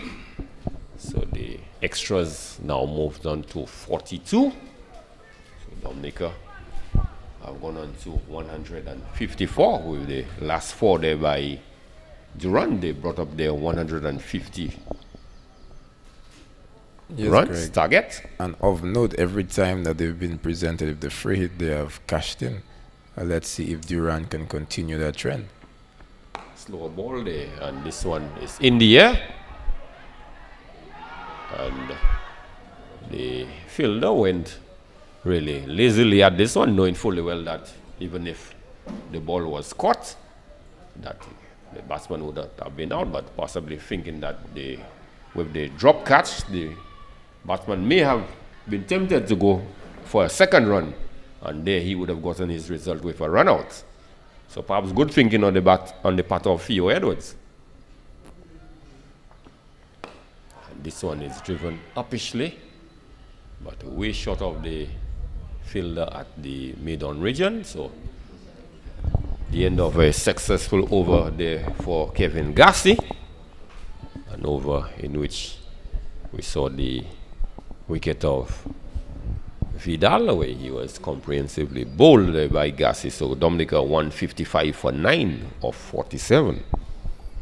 Yes, and at this point, Greg, they are definitely in danger of not facing their full complement of 50 overs, having just 1 wicket left in hand. Yes, if they're able to bat out that full complement, I think they'll be looking for something in the region of 180. Yes, with some 7 overs remaining, with a current rate of 3.6, that would take them, as you indicate, yes, close to 180 thereabouts, and they would certainly think that is a total to give the bowler something to work with. We see the introduction of Sky Laffey, who has not enjoyed a good spell thus far when he bowled with a newish ball, but should be hoping to bowl much better with a ball that's much older. Yes, the captain would have had the option of Laffey or Sears, but he went for Laffey. Sears bowled his 3 overs, 1 maiden for 12 runs. So he was very economical. And Sky in his 4 overs went for some 35.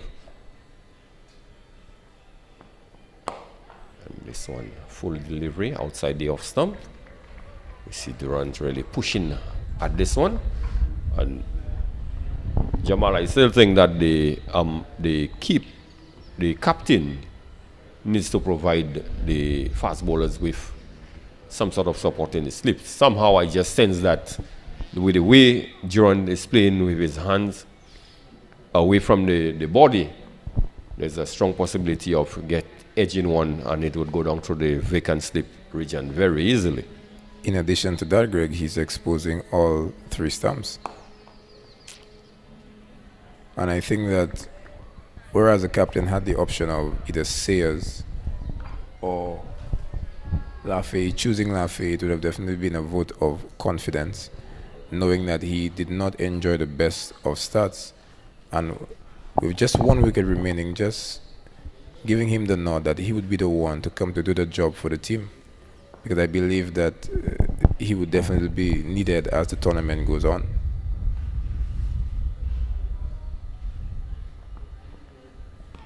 But having said that, he would benefit from having that slip posted.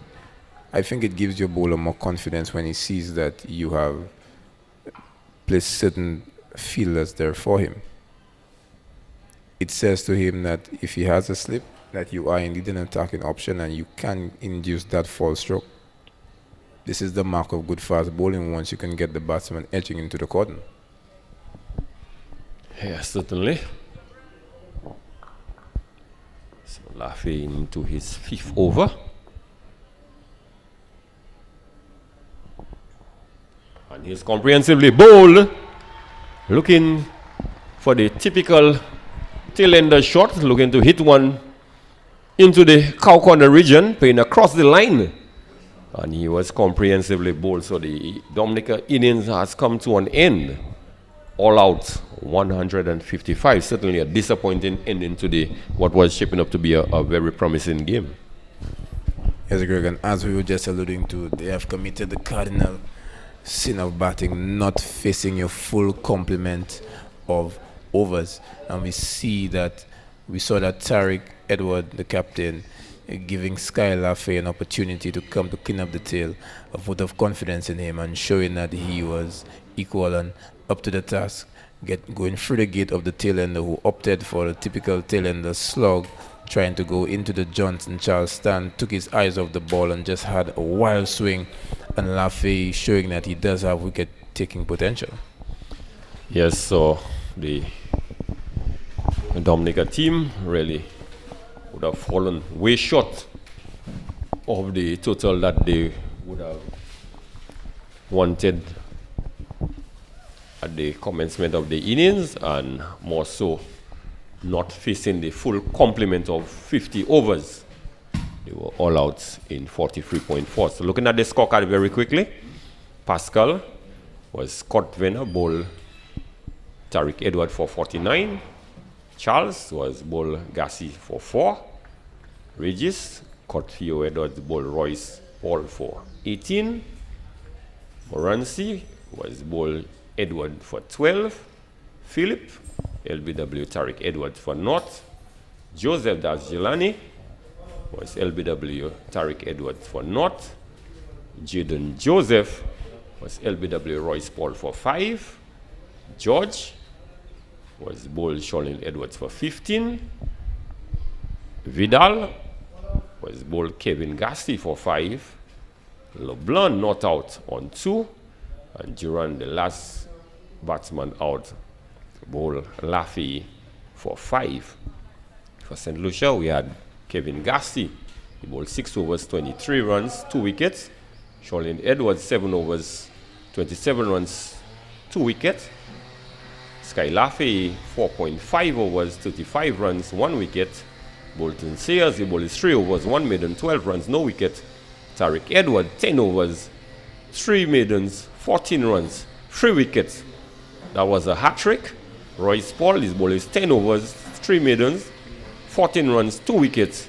And Theo Edwards, who bowled 3 overs, no maiden for 16 runs. So all in all, a good bowling effort there by the St. Lucia bowlers. 1, 2, 3, 4, 5, 6, 7 bowlers were used by St. Lucia, and to be able to wrap up the innings of Dominica for 155. After one stage they were 104 for 1. So really Dominica lost the last 9 wickets, Jamal, for some 51 runs. So certainly a disappointing performance with the bat for Dominica. Yes, Greg. They left a lot of runs out there, but I was impressed with a few members of that batting effort, especially Captain Stefan Pascal. He showed that he was cut from a different cloth. He's definitely in a different class. His temperament and his range of strokes. And getting 47 of 75. I was also impressed with Edmund Morancy, that he was very watchful and he played the situation quite smartly. Didn't get many runs. He got 12 runs off 48 deliveries. Now that would not make for some good reading in a 50 overs tournament, but given the complexion of the game at that stage there, he certainly assessed the situation quite well. Ioane Regis coming in at number 3 put away the bad balls that were on offer for him, and his confidence grew as time went by. And the wicket keeper, that of Kind George, he stroked the ball well and he utilized that full face of the bat. He looked quite confident in his play.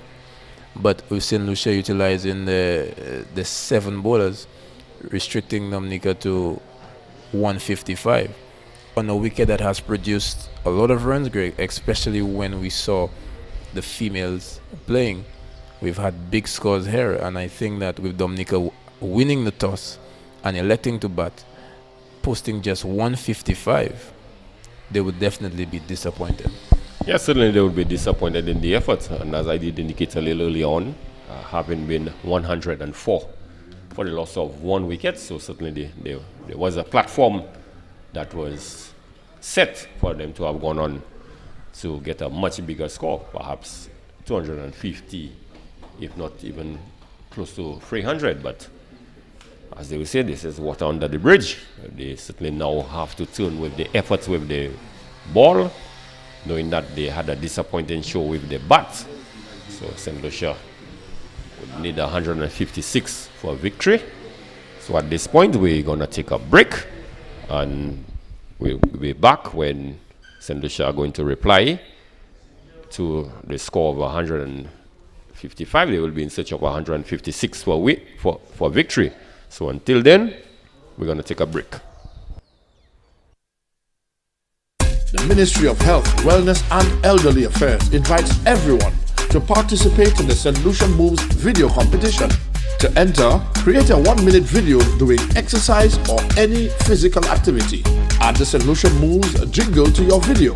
Upload the video to your social media pages on Instagram, Facebook and TikTok. Use the handle St. Lucia Moves to tag us along with 5 friends. You can also use the hashtags Ministry of Health SLU, St. Lucia Moves, Ready, Set, Move and Love Your Body. The competition rules: group and individual recordings are allowed. The jingle can be downloaded from our social media pages. Be creative, but content must be appropriate for all ages. Prizes will be awarded for the video with the most likes. Some videos will also be featured in the St. Lucia Moves compilation video. The deadline for submission, April 28, 2023. St. Lucia, let's see you move! Join Winners TV for live coverage of the WINLOTT Windward Islands Under-19 cricket tournament from Sunday, April 16th to Friday, April 21st. The WINLOTT Under-19 cricket tournament features the best youth cricketers in Grenada, St. Vincent and the Grenadines, Dominica and host, St. Lucia. Action takes place at the Darren Sammy Cricket Ground daily. Spectators welcome. Entry is free. Winners TV, St. Lucia's sports network, is the official broadcaster of the WINLOTT Windward Islands Under-19 cricket tournament. 9.58 seconds. This is the men's world record for the 100 meters sprint. A running speed of 44.7 kilometers per hour. But just how fast will they run in Budapest? The 2023 World Athletics Championships, live in Budapest, Hungary. Act fast and witness the wonder. Welcome to Winners Sports Beat. For the most comprehensive sports news broadcast, tune in to Winners Sports Beat, weeknights at 7:30 p.m. Sports Beat features the latest scores, news highlights, and interviews that keeps sports fans informed on what's happening in sports. Winners Sports Beat captures the pulse of the sports world. Watch Sports Beat for exclusive inside information and breaking news on what's really happening behind the scenes. Sports Beat covers the big games, the big plays, and the big wins. Watch Winners Sports Beat, weeknights at 7:30 p.m. with daily repeats.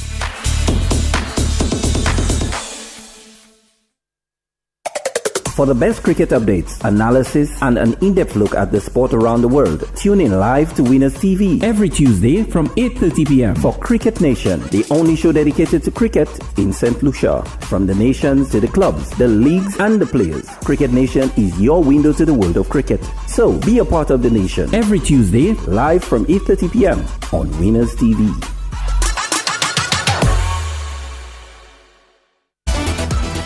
Winners TV is proud to bring to you Strictly Football. 1 hour of exciting football action from around the globe, taking all the highlights from St. Lucia, the English Premier League, La Liga in Spain, Ligue 1 in France, the Bundesliga in Germany, and even the Jamaica Premier League. Follow your favorite teams. You don't ever have to miss a goal. Just tune in to Winners TV at 8:30 p.m. every Monday for all the weekend action and Thursdays for the week's updates. Winners TV brings all the action to you.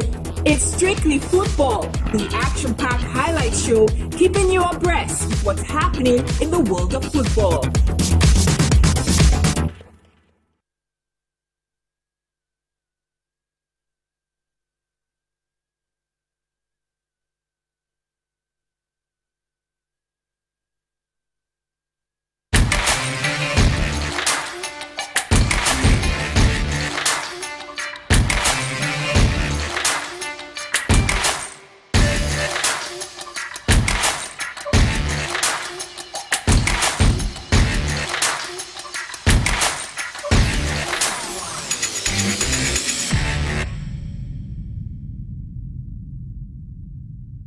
The Ministry of Health, Wellness and Elderly Affairs invites everyone to participate in the St. Lucia Moves video competition.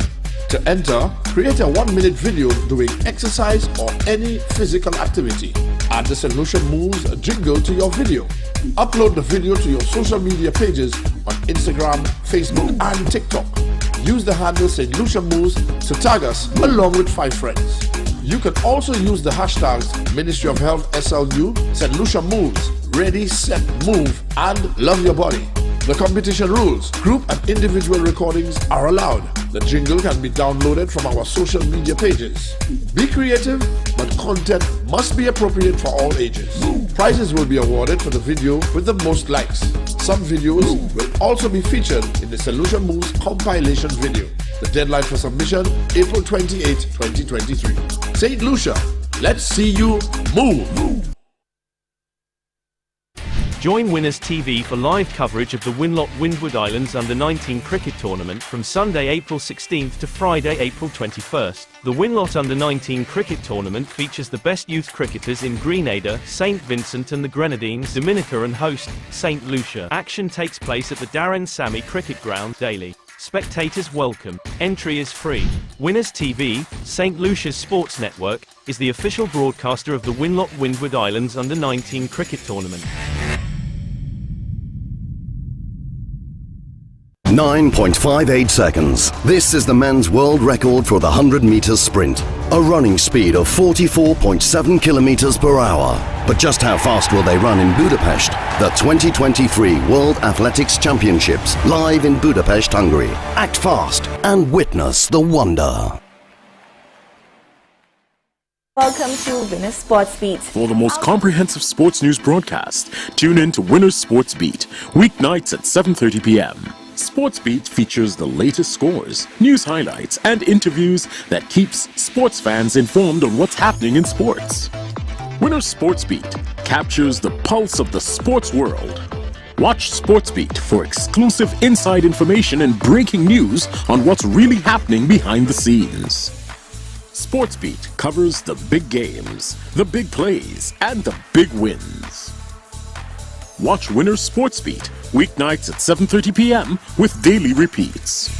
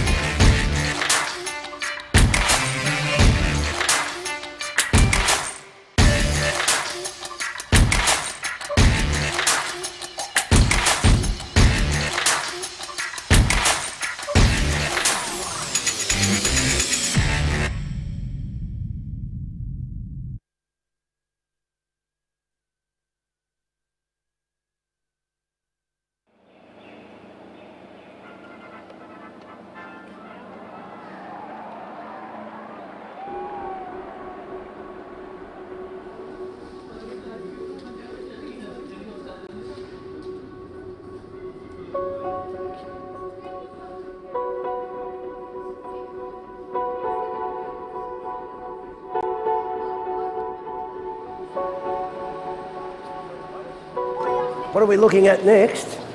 We're looking at our library and a special photo here of probably two of the most famous cricketers ever in the world. Sir Donald Bradman, Sachin Tendulkar. It was the only time they met, a rare crossover between eras, when the greatest batter in the modern game met the greatest of all time. This photo was taken on Bradman's 90th birthday. There are only 4 examples of it in existence, and we're lucky enough to have one here.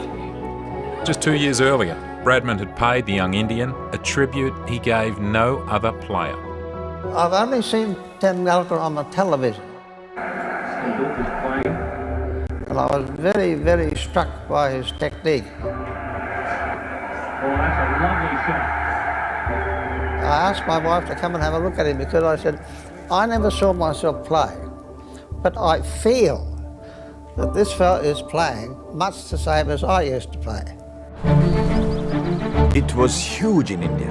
Everybody in India said, right, who's the greatest has ever been? There's Bradman. And now Bradman saying, this kid plays like me? It's probably the greatest compliment any cricketer can get. And suddenly the parallels with Bradman started to emerge.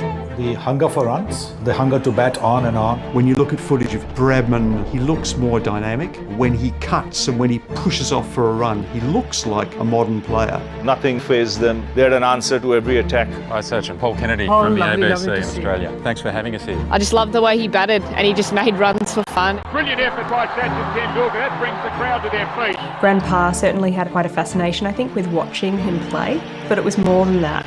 There's a technical aspect, but there's also skills, there's tactics, there's mental capacity, and there's physicality. He throws so much at it that after he hits it, that front foot sort of overbalances slightly. When I watched Tendulkar, I recognised a level of calm focus. And I felt I was in that zone where I could actually figure out what the bowler was trying to bowl. Thank you very much.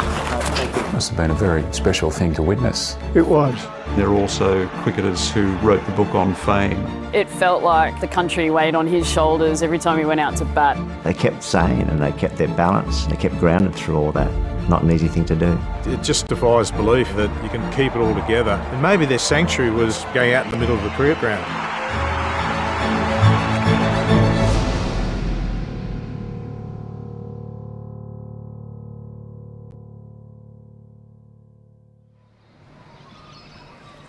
The best I ever saw and the best I never saw. Two players from opposite sides of the world and completely different eras.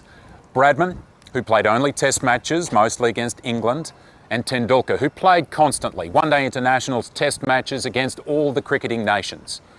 Everything was different for them. The pitches, the padding, the pay, the rules. When you look at their styles, they don't strike you as identical.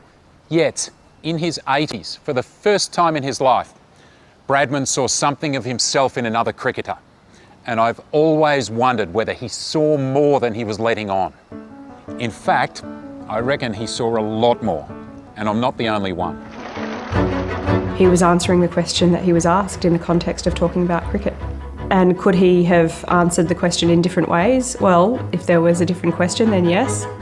I've got plenty of questions, so I'm going back to where it all began for both players, and hopefully work out why they were able to achieve feats no other player has and probably never will. John Bradman, the possessor of more records than a gramophone company.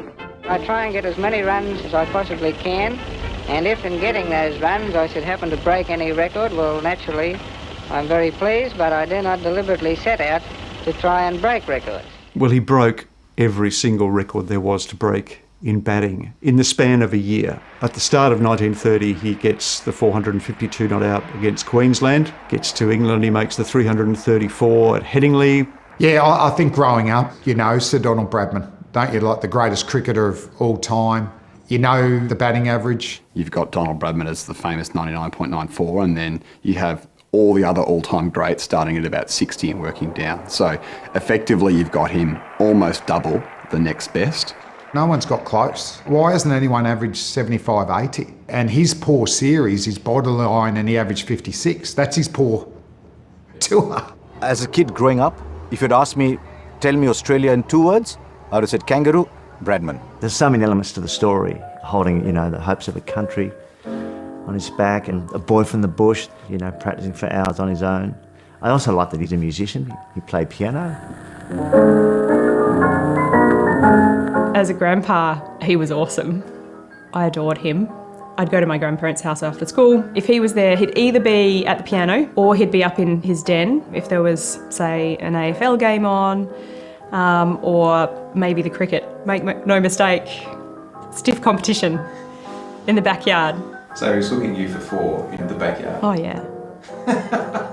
He's a Davis Cup level tennis player. He can play snooker with Walter Lindrum. You just don't think it's real that anyone can have those sort of achievements. Thankfully, Bradman was born in Australia and decided to play cricket. How are you enjoying your trip to England? Oh, having a great time, thanks. That's the idea. Every road led to Trent Bridge. Skies threatened, but the lure of the first test match prevailed until the ground was full, the turnstiles clicked without interruption. No money was wanted back by 26,000 cricket fans. He's completely recalibrating the game, what people think is feasible for an individual to accomplish. But I think it was a natural, aggressive intent. Bradman's first objective was to score runs. Tendulkar's first objective was to score runs. The little master, the god of cricket. Like Bradman, Sachin Tendulkar was a star from the beginning. Very talented player, schoolboy prodigy. It's a wonder how he manages to lift that bat up and play that.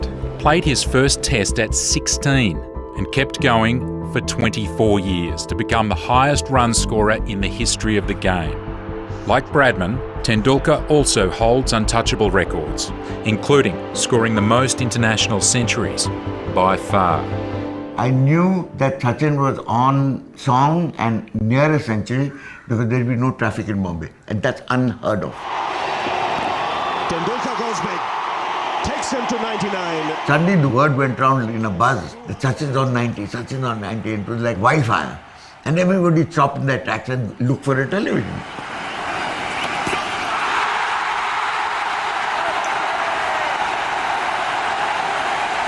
I definitely remember having a t-shirt of Sachin Tendulkar that I used to wear a lot. He was just a class above the rest. And then as soon as he stopped batting, I put my Aussie shirt back on. Well, the new batsman, Sachin Tendulkar. Well, it was during that tour in the early 90s. The Indians were in Australia, and that was my first sighting of Tendulkar. We'd heard a little bit about this prolific youngster, but I hadn't seen footage of him in action at that time. Teenage sensation Sachin Tendulkar again showed off his considerable skills. So first impressions are pretty impressive. That's when I first saw greatness from 22 yards. Because it's one thing getting runs, it's another thing watching a kid who's 18 years of age dominate an Australian attack like the way he did. Rex, there's a chance, it's fine, he'll get it, use his wide, he'll come back for the second, surely. Yes, here he comes, it's great running, well played, Sachin Tendulkar. Yes, the youngest player to score a Test 100 in Australia. By the end of it, I think Merv Hughes say to Alan Border, this little prick's going to get more runs than UAB. Yeah, I probably do remember him saying that because, I mean, we just saw this kid, he's 18 and he's peeling off hundreds, and you're just thinking, well, if he stays injury-free, I mean, how many runs is this guy going to get? And then he gets to Perth where the ball is flying and he plays this brilliant hand where he goes a shot a ball. Oh, over the head of Gully, not going to catch that. That's 4 more. He really went after McDermott. I think that Perth innings has to be one of the finest Test centuries that I've seen. I don't recall him missing a single delivery. Beautiful 50 from this young man, a star of the future, Sachin Tendulkar. You felt this guy is in a different league now. This is where he's moving from Tendulkar towards Bradman. Drives, that could be it. Beats mid-on. Yes, it does. What a fine performance by Sachin Tendulkar. So that's effectively a 2 axis chart. You're looking at total runs, total test runs, versus career batting average. Bradman and Tendulkar are the peaks on either of those axes. Tendulkar making the most runs over the longest period, and Bradman having the highest average by far. He's one of those people that you just want to go and see. You know, I want Australia to win, but please let Tendulkar make a century.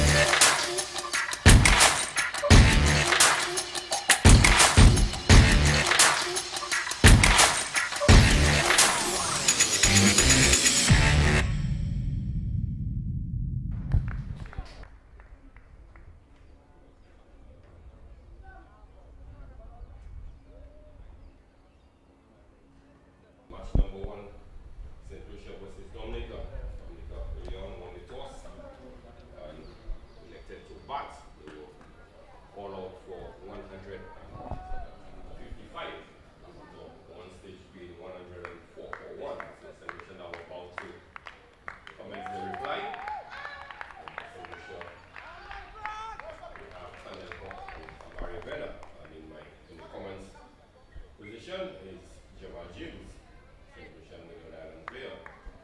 Jamal, welcome to the broadcast again. Yes, good afternoon again to all our viewers. We see St. Lucia's opening partnership, two left-handers at the wicket in Amari Venner and Can Elcock, with Amari Venner taking first strike for the St. Lucian batting team. So Dominica, like Phillips, going to be opening the bowling. This one, between Venner.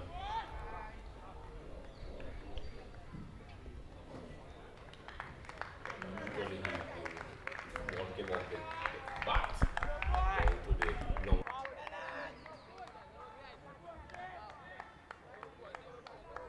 One run from the shot. As well, one without loss. Good start to the innings, one would say, Jamal. Yes, but one thing of concern for the St. Lucian batting is we saw some good movement here from the bowler again. And he's in the mold of a Kevin Garcia ball earlier. And we're seeing that that ball is jogging back into the left-hander. So Can Elcock would have to be watchful as he faces up to Philip. As we see this one dug into the pitch, we've seen some aggression by the Dominican bowlers. Certainly, they become hard at the St. Lucia batters. They don't have the luxury of defending a big score. Lucia is just 156 to win. Two already without loss. Yes, and we saw that St. Lucia was very generous to Dominica, presenting many extras to them. But with this small target, Dominica can ill afford to be as courteous to the St. Lucian team. Some 42 extras. Two out of a score of 155.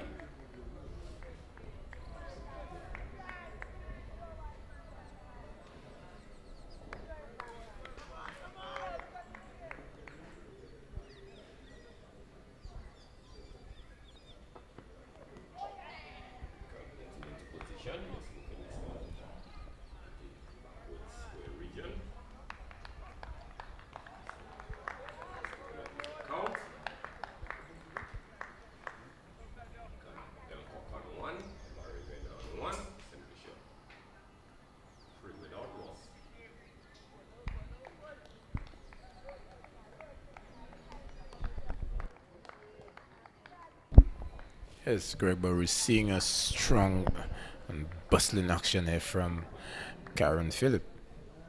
He looks pacey.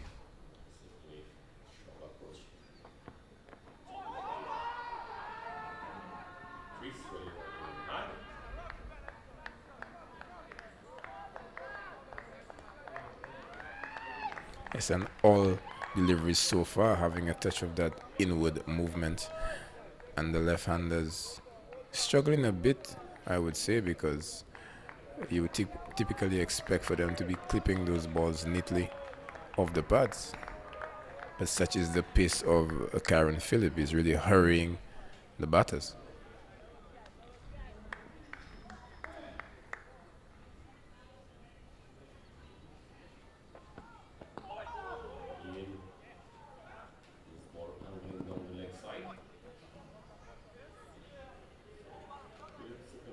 Gotten the sort of line and length that he would have wanted to the left-handers. The ball tend to be angling into the pad. Forward onto four. Additional leg by.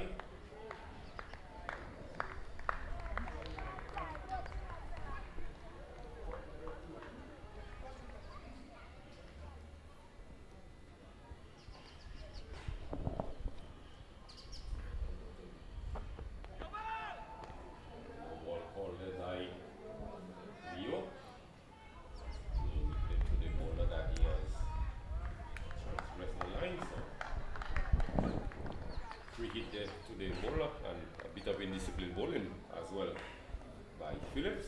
He has considered wide. Now, no ball.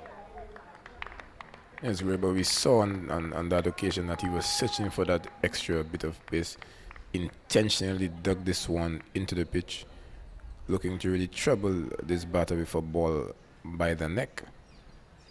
But in search of that extra pace, transgress the front crease. Let's see if Can Elcock can make use of this free hit.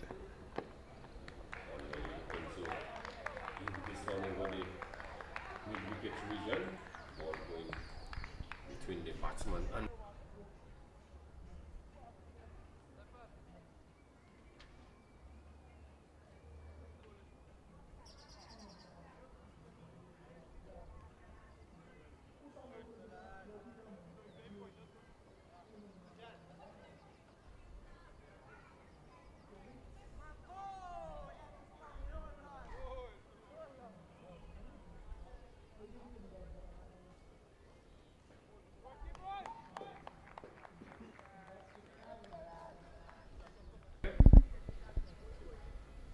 victory. Yes, but certainly I'm impressed with the pace that I saw from Karen Phillip. He came out with some aggression. So he sends that message to the St. Lucian lineup that this chase would not be an easy one. Morancy into the attack, number 13. Edmund Morancy. Yes, and when Morancy had bat in hand, we saw that he was quite watchful and quite disciplined. He would need to bring that level of discipline to his bowling if he is to make those breakthroughs, and if not, just to keep things quiet. Yeah, Morancy, for an opening bowler, batted very high in the order. Unless he's one of the, well, as one of the all-rounders. Certainly he's opening the bowling and the batter. He came in at number 4. This one wide outside the off stump. And Morancy could be considered himself very lucky, I would think, yeah, that this one wasn't called wide from our vantage point. Clearly, it went past the blue line. Yes, Greg, but with 2 slips awaiting, he's definitely aiming to bowl to that field, slanting this ball across the left-hander, looking to induce the edge.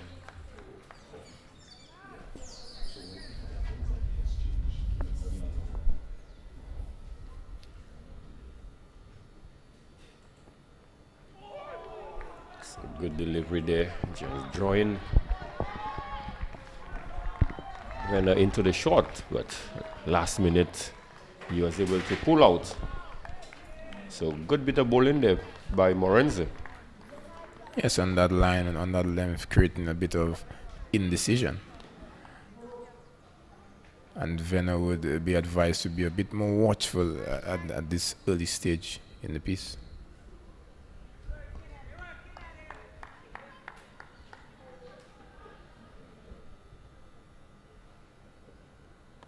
This one shot into the body of Venner. Tries to swivel to hit this one towards the backward square region. Didn't get proper contact, but still in the process able to get a run. So we see the probably from the Dominican fast bowlers, they very much inclined to go back over the length and short as well, Jamal. And I'm not sure if that's the right move, because we have seen that the fast bowlers have been the most successful when they've pitched the ball up attacking the stumps. This one back of a length, scoring Can Elcock a bit, but he certainly did handle that back of a length delivery well enough, playing it down to the short point region. No run resulting. Yes, and Can Elcock would be coming into this Windward tournament with a lot of form behind him, having scored 100 in the schools, secondary schools final, taking his team to victory.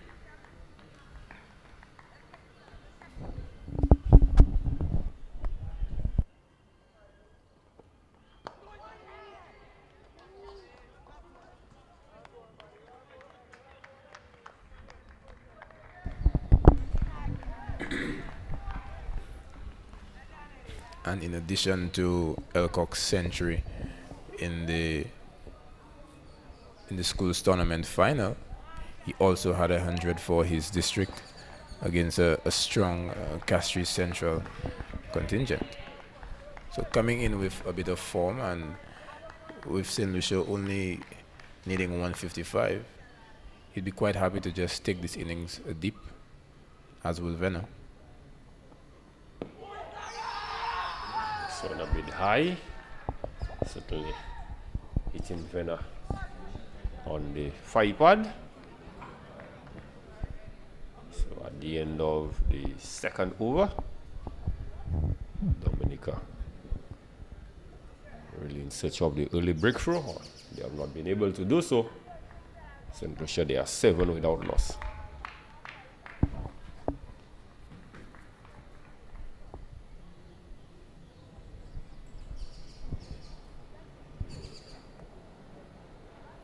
Yes, but thus far the St. Lucian batters have not really been challenged enough with deliveries on the off stump or just outside. We see that in these 2 overs, many of those balls thudding into the pads. So I believe that the Dominican attack is bowling a bit too straight to the left-handers at the moment. And with this appreciable movement on offer, just the adjustment in line, they would benefit from that. And looking for that big forcing shot of the back foot. Ball travel aerial and just drop short of the fielder at short cover. So certainly one can safely say Jamal Khan was beaten for pace. Yes, and in addition to that, the moment that the bowler changed that line, as we were just speaking about, to more on the off stump, a half chance created there.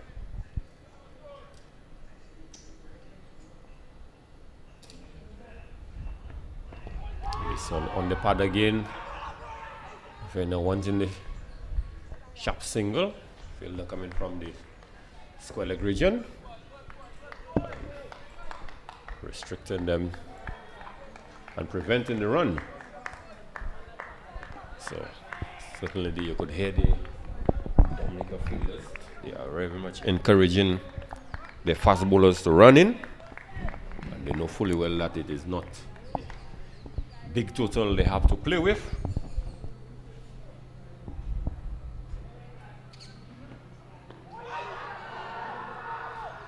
Again, this ball wrapping the pad, and the fielders are appealing to umpire Leo. Not out. Yes, Philip is generating some pace and extracting significant bounce from the surface. And he's appealing, but with that bounce on offer there, the ball clearly going over the stump. And sometimes, Greg, fielders tend to appeal to get that noise going, just to put the batsman under that extra bit of pressure, to just give us some semblance that something is going on out there.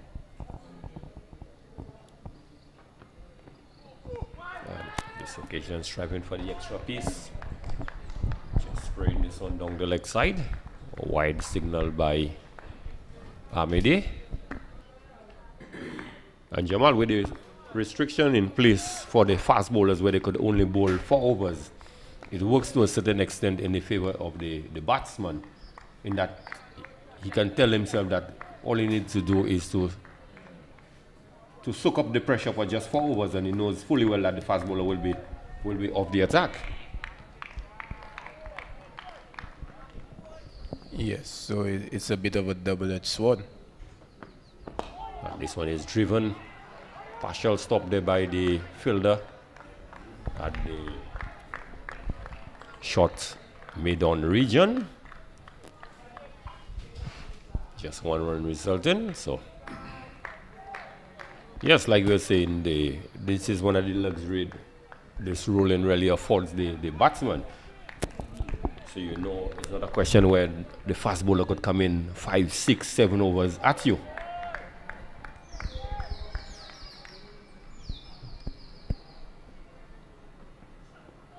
And certainly Philip generating a fair bit of pace conceding another wide. Yes, but just like the St. Lucian opening bowler, Kevin Gassi, he seems to be struggling to control the new ball from the player's pavilion end.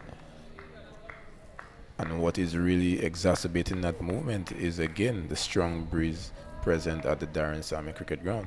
And he's opting for a change of angle going around the wicket to the left-hander. So 10 runs scored so far and 5 extras. And this one is coming back sharply. But again, quite a bit of movement. Clearly, this one is heading down the leg side. So certainly the Dominicans, they are very buoyed out in the middle. Very much encouraging the fast bowler Philip. Lots of encouragement.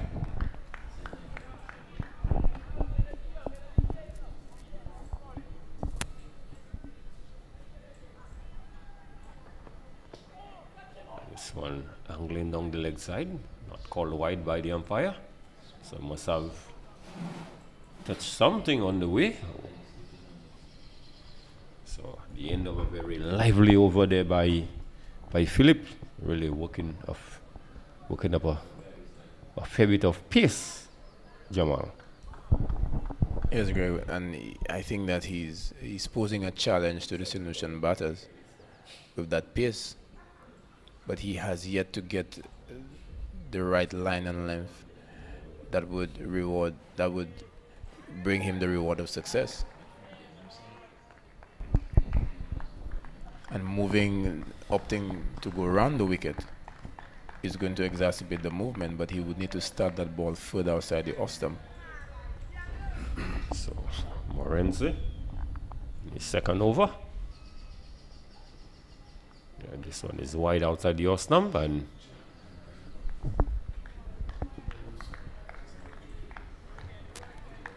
this one just within the lines there, but the batter was tempted for a moment to flash his bat after this one, so really drawn in by the length.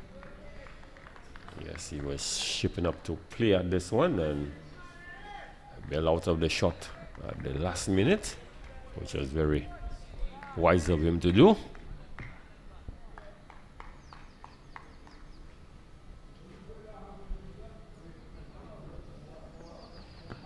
This one just angling into the pads.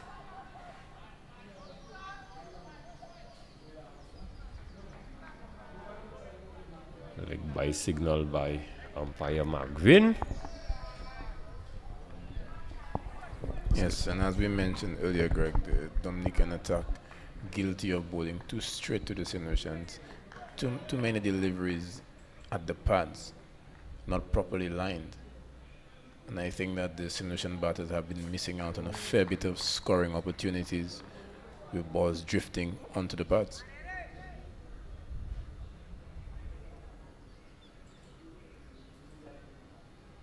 Outside the off stump. They're going for that big expansive drive. Ball through to the keeper. Yes, so I think this is the second one that the bowler has really gotten right. Drawing him in with that fuller length, that length where the fast bowlers have been successful all day. When they're not really getting too far across enough for this one here and playing this expansive drive.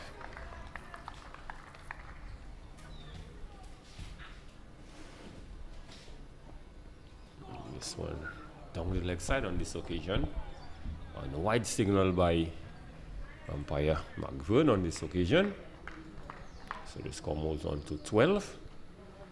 So really, Jamal, the extras really have been top score so far. 7 extras, while Vena and Khan on 2 and 3. Yes, again, Dominicans being generous, presenting extras to the St. Lucians after being bowled out for 155. This is something that they can still afford. And this is a trend that I think that they would want to discontinue. And that trend is every time a good delivery has been bowled. We saw that even with the St. Lucian bowling. After every good delivery from a fast bowler, he follows it up with a wide.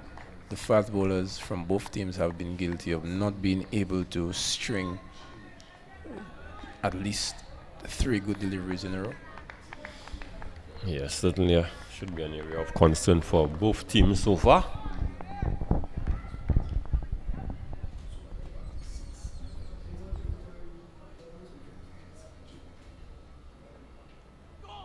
Again, this one,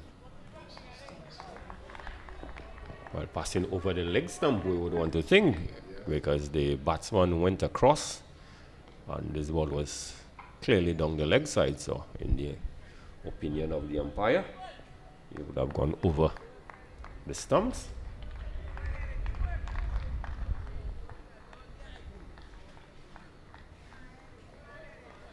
Yes, but Morancy again guilty of bowling both sides of the wicket. Unable to maintain that good line on or about the off stump. This one. Even defense. Bowler picks up in his follow throw. So at the end of over number 4. At the end of the 4th over, 12 without loss. Slow going there for the 2 openers. Then 2 after 13. And Lecoq 2 after 12. Yes, but this is the advantage of batting second. Once you know what the target is, his openers can be just as watchful as the Dominican counterparts. I'm looking for the pull shot again. This one really hurries. Elcock not in position to really play the pull shot. And this is the second time we have seen Elcock attempted that pull shot through the mid-wicket region, and the ball is onto him before he can complete the shot. So perhaps he would be best advised Jamal to just allow the ball to go through to the keeper.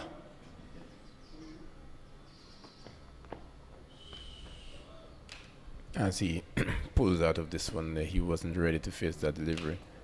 But yes, Greg, I believe that for Can Elcock, he may see the pull shot as an area of strength for him.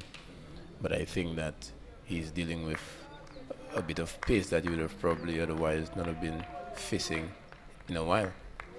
Philip is definitely cranking it up for his team. Yeah, certainly. Philip may be to date perhaps one of the quickest bowlers he would have been facing in a while. And this time around, Canis has just proven us wrong, but on this occasion, the pull shot, he has kept it along the ground, and that just sped into the mid-wicket region for 4. So certainly, Colonel Cock has had a different approach this time around. He looked to keep this one along the ground and got full value for his shot. Yes, I know that he's one of the youngsters who works extremely hard on his cricket. He would have been in the bowling machine, spent a long time there. And as alluded to previously, he would see the pull stroke as one of his favorites, one where he knows as an opening batter he can capitalize. So the score moves on to 16. Elcock takes his personal tally to 7. And Greg, it's also possible that there is this air of predictability about Philip, that the majority of the deliveries have been banged in. So Elcock just waiting on the back foot, knowing what's coming. And he's comprehensively bowled this time around. And deceived this time. He, as just mentioned, waiting on the back foot here, but again the pace of Philip surprised him this time, going full and cleaning up Elcock. Foot in no position here, and beaten for pace, beaten all ends up, and comprehensively bowled. Yes, well, certainly Elcock just hanging on the back foot. Remember the previous delivery was short and it was spun through the mid-wicket region. So he perhaps thinking that the fast bowler, the typical response of the fast bowler would be to bang one in short again, and fit going nowhere, as you alluded to, and he was comprehensively bowled. So young Theo Edward has been thrown into the fire, and he has scored heavily here in the last Windward's under 15 tournament. But certainly this is a step up for young Edward, and he would have to certainly prove what he's made of. So a good breakthrough there for Dominica. Certainly they need to make early inroads, and they need to continue taking wickets, because if St. Lucia could bat out those 50 overs, certainly they should be in winner's row. Yes, Greg, it was a matter of time before the quick bowling of Philip was rewarded. He has been doing well. He's really bowling with a tremendous amount of heart. And this time a surprising Khan Elcock with the first full delivery. He was camping on the back foot. And as you mentioned, Theo Edward being thrown into the fire. This is his debut at the under-19 level. And we see that the captain, Pascal, reinforcing the slip cordon with 3 fielders awaiting. So Theo getting shot one outside the off stump and really drawn into the shot. And we could see that the bowler Phillips certainly fired up. You could just see after that delivery to Theo Edwards, he has a few exchanges, probably telling him welcome to the big men's world. This is not under 15 cricket. Yes, Greg, but again, Philip guilty of what we've been speaking about all day. The new batsman comes in and he's being allowed to just have a sighter, just see what exactly is going on. And he's firmly struck back past the bowler. He stops it partially, and he gets one. So Theo Edward is off the mark, certainly not intimidated by the fast bowler Phillips. Short ball really putting bat to ball and hitting it straight back, flat bat at the bowler, who stopped partially, so he's up and running. Yes, Greg, the number 3 batter for St. Lucia, Theo Edward, showing that he is up to the task. The bowler opting for the short delivery, and Theo looking like he was ready to capitalize, and just swatting this one back past the bowler. So he's showing that he is going to take on the short ball. Well, certainly it looks like it's going to be a baptism by fire for Theo. And like they say, sometimes you have to fight fire with fire. And this one just going down the leg side. Wide signal by umpire Leo Hamide. So the score goes on to 18. And extras as move on to 8. Yes, Greg, and we're not sure of all the stats concerning the players, but this guy here, Philip, I think that definitely he would have come across the radar of the Windward Islands team. So quick delivery there. And if he hasn't in times past, I think with what we're seeing from him here today, the pace and the aggression, definitely he would be one to put his hand up and say that I'm ready for regional cricket. Yes, so the end of over number 5, an over in which the opening bowler Philip had Khan Elcock comprehensively bowled for 7. So Philip now has completed 3 overs, no maidens, 13 runs, 1 wicket. Yes, and now the number 3 batter, Theo Edward. He's up against Moranci, who is into his 3rd over. Yeah, Moranci into his 3rd over with one to emulate his partner, Philip, who also got a wicket in the 3rd over. So he now into his 3rd and would want to get something in the wicket column.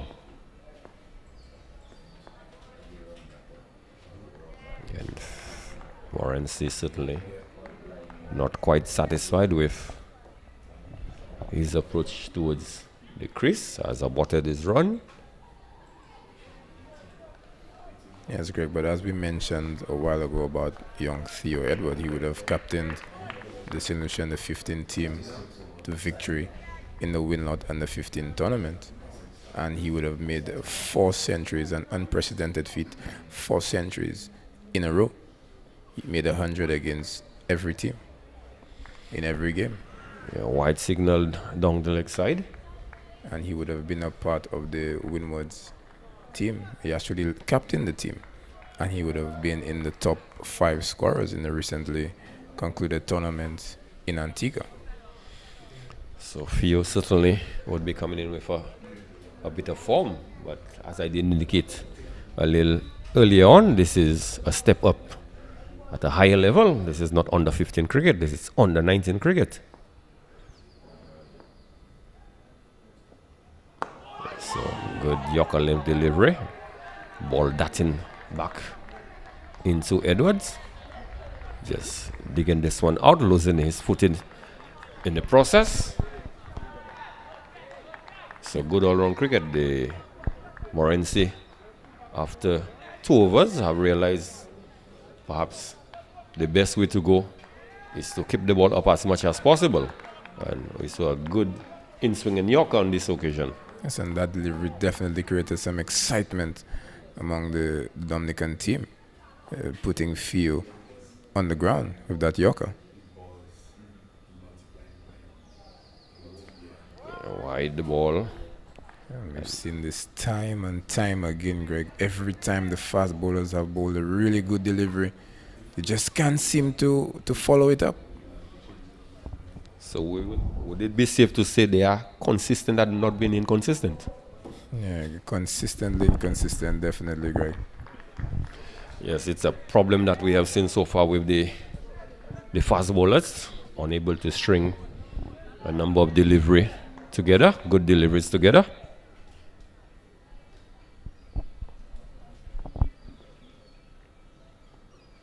And this one is played to the man at the point region. So good shot there by Edwards, but not getting no value whatsoever for that shot. Yes, but he does look elegant when he comes up on his toes to play those deliveries. For the young under 15 batter, he has some good height. And he's shown some proficiency when stroking the ball through the offside.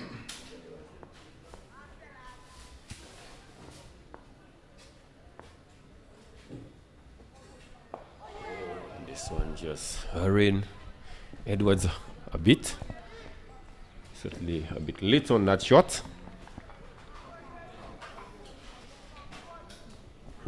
So both bowlers for opening bowlers for Dominica, Philip and Morency, they have hurried the batsman on quite a few occasions.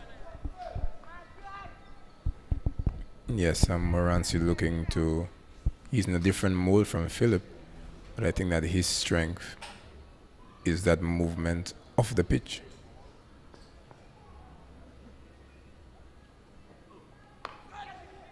And Edwards playing away from the body, not looking to get in line with this one. So perhaps young Edwards a bit concerned with the pace.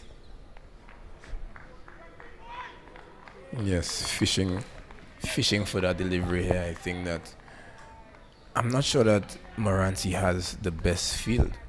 The Dominicans know that they would need to bowl out St. Lucia, because if this game goes on past 45 overs, I think that St. Lucia would have sealed victory.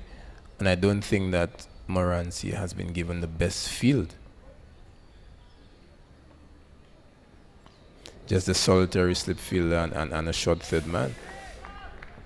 Even the fielders in the offside ring are a bit too deep for my liking.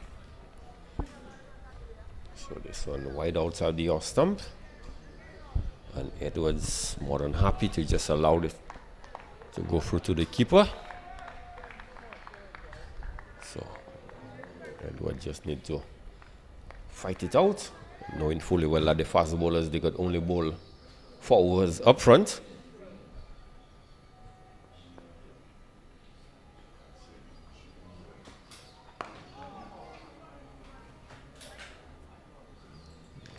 But again, starting defense, so the end of the 6th over. After 6, St. Lucia are 24-1.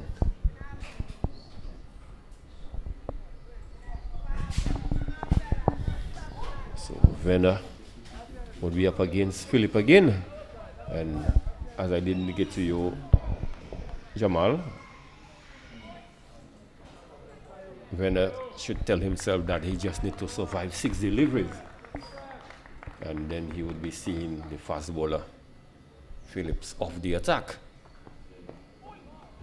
And this one outside the off stump. Pretty much adjust the line and length and just allow this one to go through to the keeper.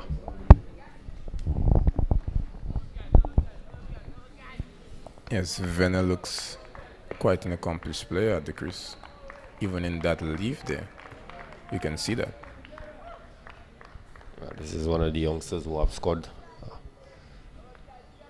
heavily in the school tournament, so he would be coming in with a bit of form. And this one, back of a length. Venner unable to get on top of this one. Yes, Greg, but form or not, when you're facing this level of quality, you're going to need a bit of luck. And luckily for him, this one did not balloon off the splice and find the hands of the fielder at second slip.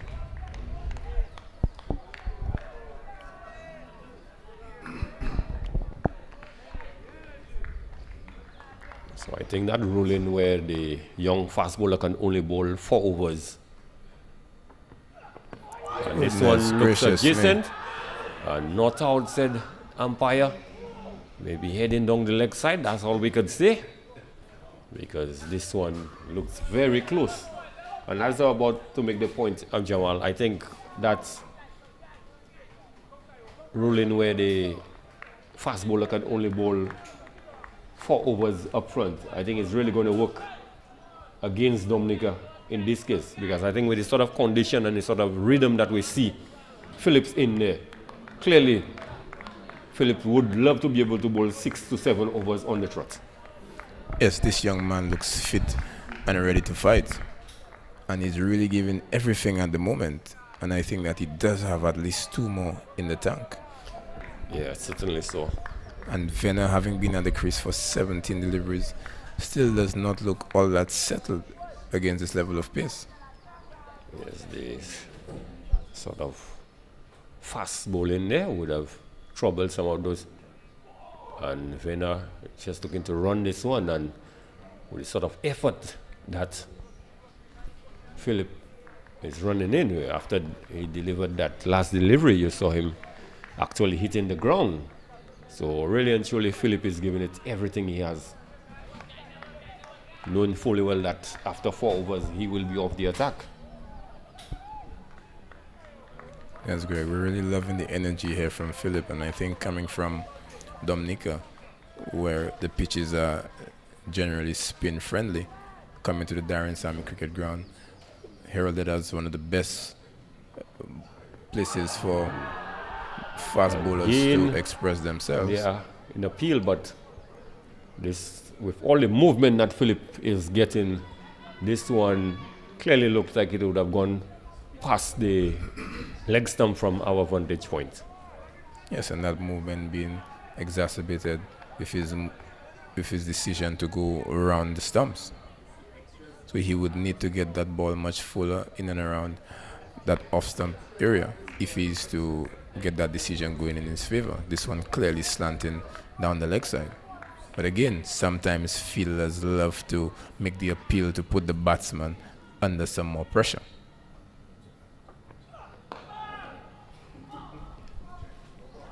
So, in the effort to strive for the extra pace, Philip has transgressed the line, and umpire Amidi has called the no ball, and Venner now has the luxury of freeing his arms and getting a chance to really break the shackle. Yes, Venner has definitely been defending well, but this time he has a chance to just throw everything at this delivery.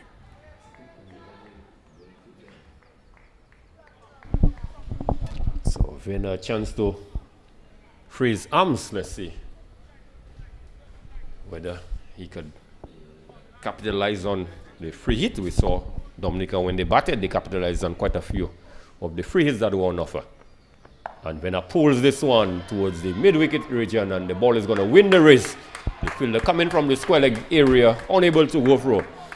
So Venner certainly has gotten 4 runs off the free hit that was on offer. That's great, but what was impressive about that delivery is that it was right in line with Venner's face. And I think that this was well directed and really shows the quality of Kieran Phillips. He put that ball exactly where he wanted to, but Venner now, I think he took his eyes slightly off this one, and the hands just took over and was able to still get that boundary for St. Lucia. So Venner, one would stick and breathe a sigh of relief that the next over, if he's still around, that Kieran Phillips will not be bowling with the 4 overs maximum that the young fast bowler can bowl in a spell. So he has to come off the attack. And Edmund Morency continues from the northern end. So Theo Edward likewise can tell himself that if he can only survive those 6 deliveries, he will see Morency off the attack.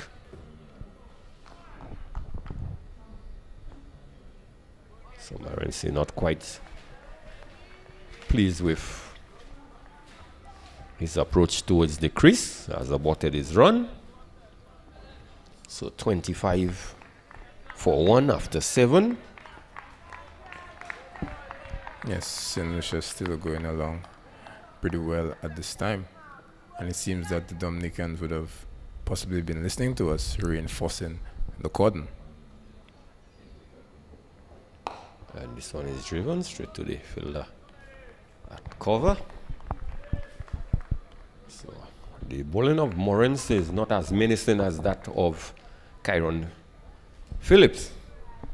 Phillips was really bustling in and really gave it all he had, knowing fully well that his spell would just be 4 overs.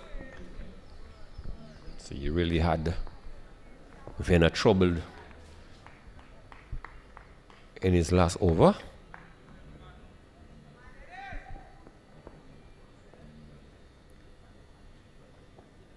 And this one is wide down the leg side. It's a good tumbling stop there by the wicket keeper. Had this one gone through, it certainly would have gone through to the boundary for 4. Definitely with the fielder behind the keeper positioned at a deep backward square. And the keeper did well to get across to this one, saving a certain boundary. So we've seen it again, time and time again. Bowlers bowling from this end, Greg, struggling with the appreciable movement of the wind. So looking to compensate, has gone wide outside the off stump. Theo Edwards more than happy to just allow the delivery to go through to the keeper. So as I did indicate, Theo Edwards should be telling himself, just need to survive this over, and then we'd have seen the back of Morency as well.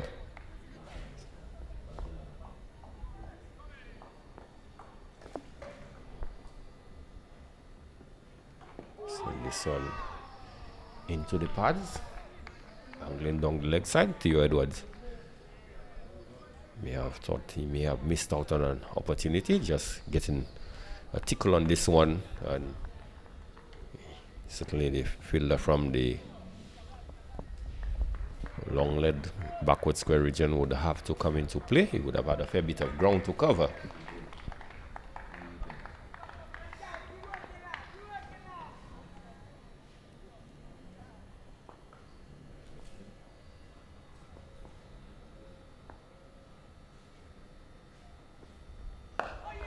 So this one coming back sharply there, but Theo Edwards one would say, equal to the task.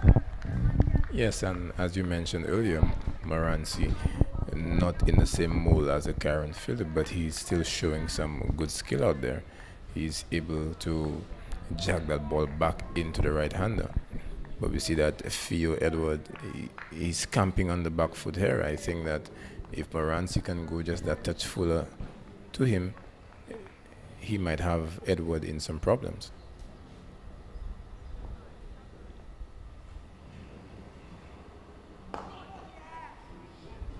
Again, on a fuller length, but still angling into the pads of Edwards, and is very much happy to just defend. So just one delivery left to complete the over, and then these two batters would have seen the two opening bowlers off.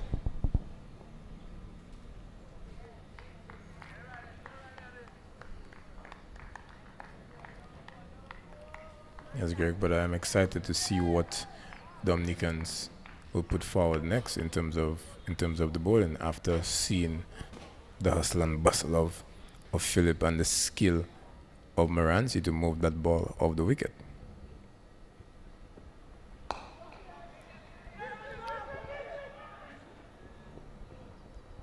Quick single there, but Venner running in, and we're not seeing him really dragging the bat.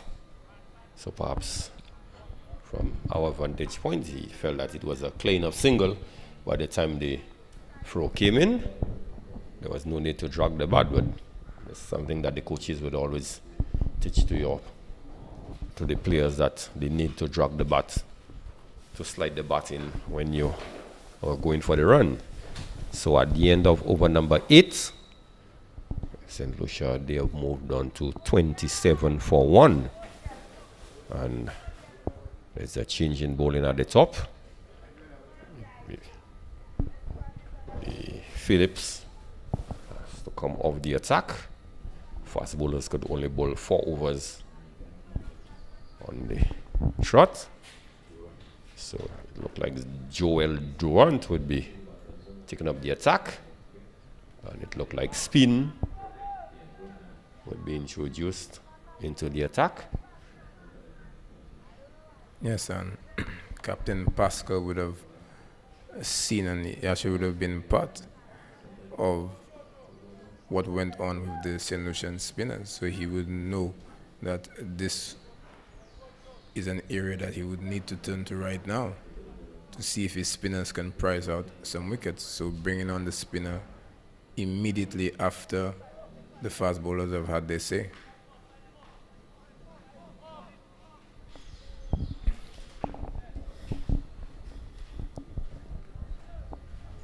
Durant into the attack. Be bowling to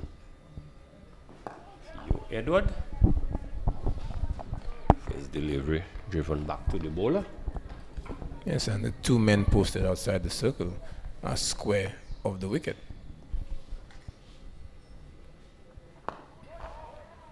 This one, Yokalem delivery. Yeah, so his 2 deliveries thus far, you can see the clear plan to just get that ball right up to the bat.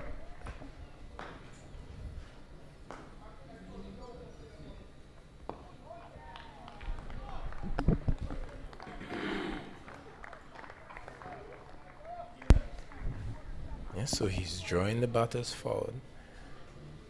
It's a good idea on this surface for the spinners. So thus far, Theo has handled the spin of Durant fairly well.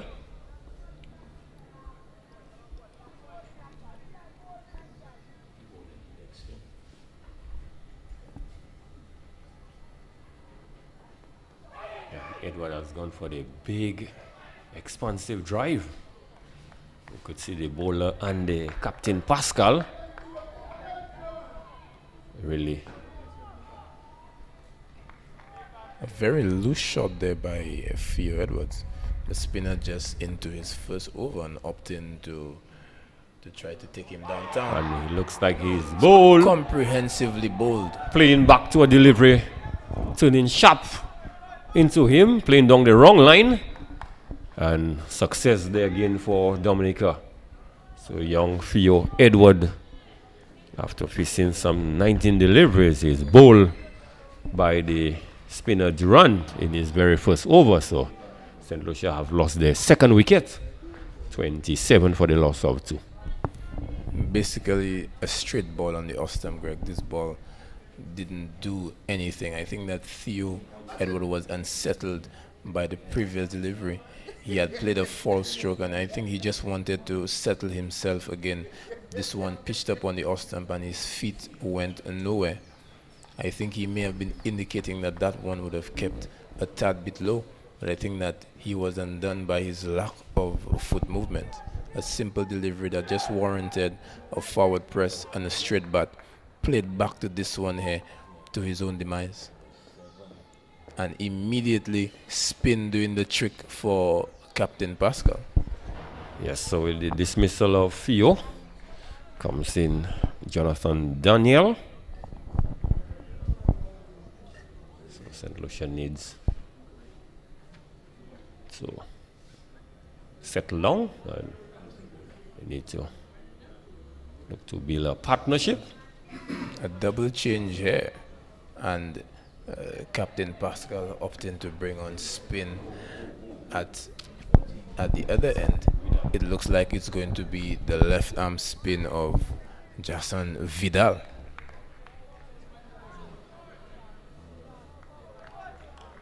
Yes, and Lucia now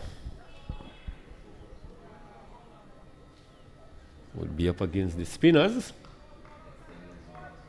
And we saw when Dominica batted, Royce Paul and Captain Tariq Edward only considered 28 runs between the two in their 10-over spell. A very good start here by the left arm spinner, drawing the batter forward, but Amari Venner looking quite good on this one. They're coming forward, they're covering up his stump and playing with the full face of the bat.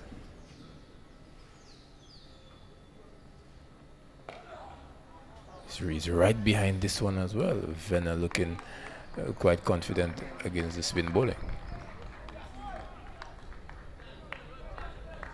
Yes, just looking at the mannerism of Vidal.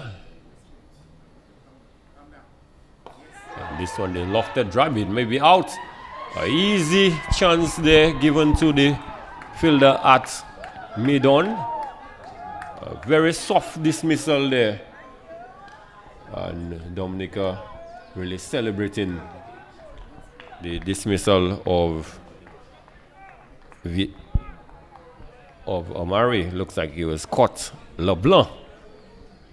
So St. Lucia losing 2 quick wickets in succession there, and one in the last over of Joel Durand, first over of spin, and now Jason Vidal into his first over, second over of spin, and Amari Venner just really gifting LeBlanc a relatively easy catch.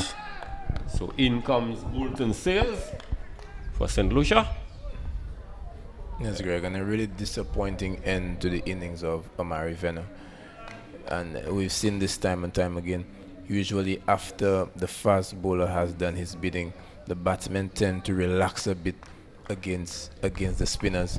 Amari feeling that as the left-handed batter, that the matchup against the left-arm spinner would have been in his favor, opting for the slog sweep. But again, the big breeze at the Darren Simon Cricket Ground meant that he was hitting this one against the breeze.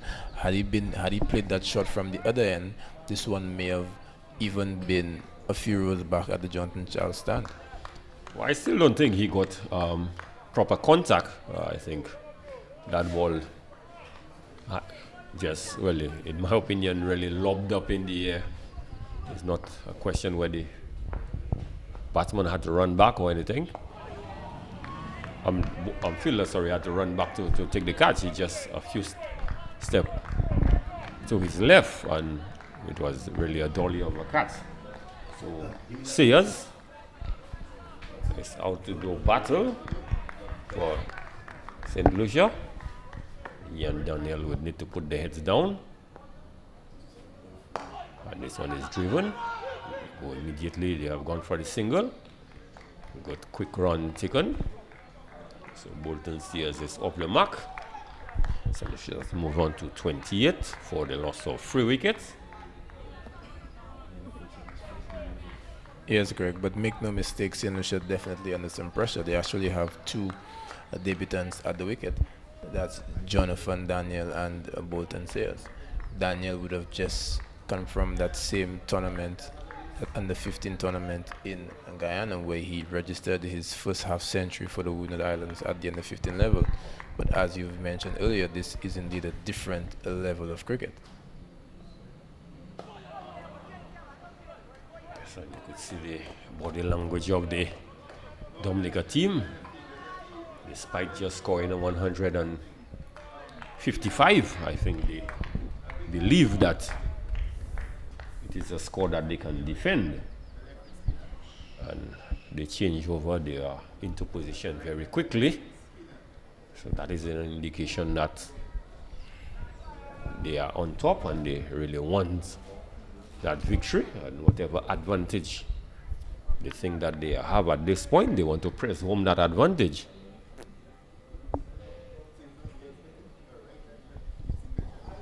So Sayers certainly an opportunity to make a name for himself. I'm certain his dad is somewhere in the stand. His dad is present at just about every game that Bolton Sayers plays at whatever level, whether it's school cricket or district level. He certainly would be around. So, and this one is driven on the onside. It's off and running again. So, yes, it's 2 from 2. Well played here by Bolton Sayers, but I think that the Dominicans are missing a trick, because these 2 debutants at this level, and they're giving the easy single to the man at long on. I think with St. Lucia under this significant pressure, they could just get the fielders moving in, get the fielders in tighter and not allowing the easy singles. And this one angling down the leg side. Daniel certainly missed out on the scoring opportunity.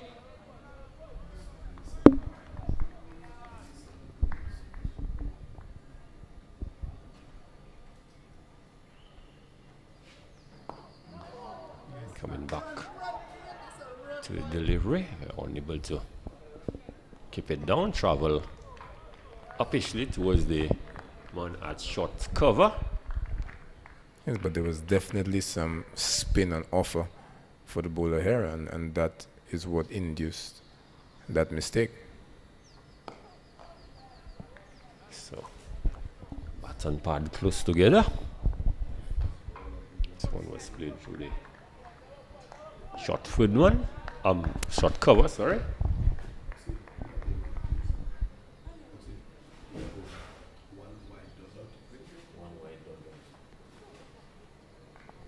Wide outside the off stump.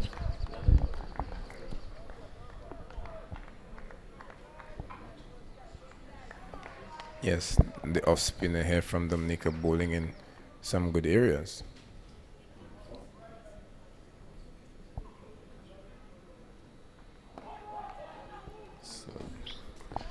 Daniel coming back to a delivery. Perhaps he should have been on the front foot. Yes, it didn't look very comfortable against this one here. This one looked like it was bowled with a bit more pace,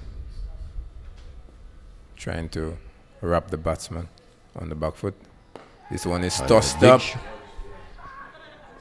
And just falling out of the grasp of the fielder at the extra cover. And again, Jamal, I would think that the strong breeze would have what that would have really helped Daniel, because the ball was always going away from the fielder.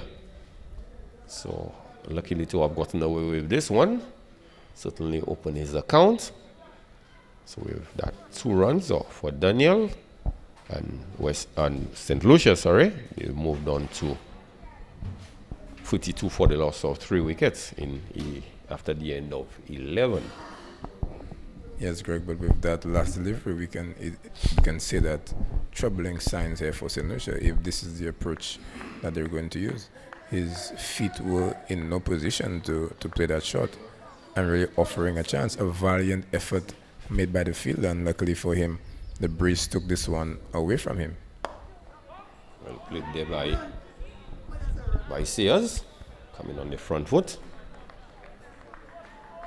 So the few deliveries we have seen from Sears, he doesn't look troubled so far. He has driven those deliveries very elegantly.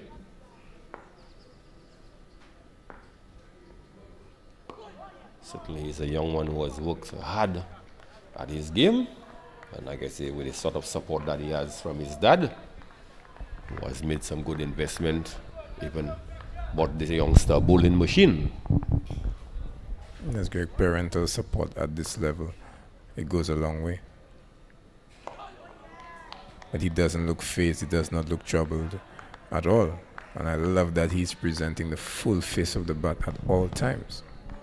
He's looking quite good. And I think that calm presence is needed for St. Lucia at this time. Yes, in the trials at Monrepo, he had a very good knock.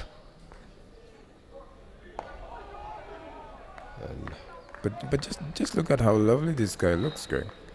And just speaking to his dad earlier on in the week, he told me how much, Bolton is looking forward to the tournament and how hungry he is to perform.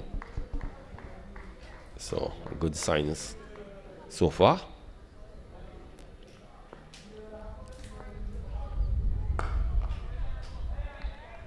Yes, with every ball that he has faced thus far, Greg, looking sure of himself, batting with good composure.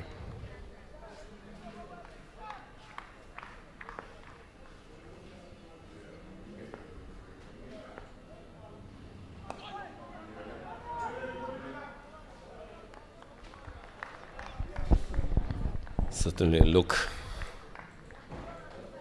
very elegant out in the middle, especially to the spinners. He has not looked trouble at all. So it's almost as if he's batting on a different surface. So it looks like there's going to be the first drinks break. And after the first hour, certainly Dominica would be the happier of the two comes. St. Lucia losing 3 wickets so far and only scored 32 runs. Let's have a quick look at the scorecard. St. Lucia opened the batting with Amari Vena and Canelcock. You had Vena, Cotler Blanc, Bull Vidal. Canelcock, he was comprehensively bowled by Philip for 7. Faced some 15 deliveries and had a boundary in there, 1-4. And Theo Edward was bowled Durant for 2 of 20 deliveries, and the not out batsman, Jonathan Daniel, is not out on 2 after 6 deliveries, and Bolton Sayers not out on 2 after 9 deliveries. And for Dominica, Kyron Phillip, who bowled very hostile, very quick. He had his 4 overs for 18 runs and picked up a wicket.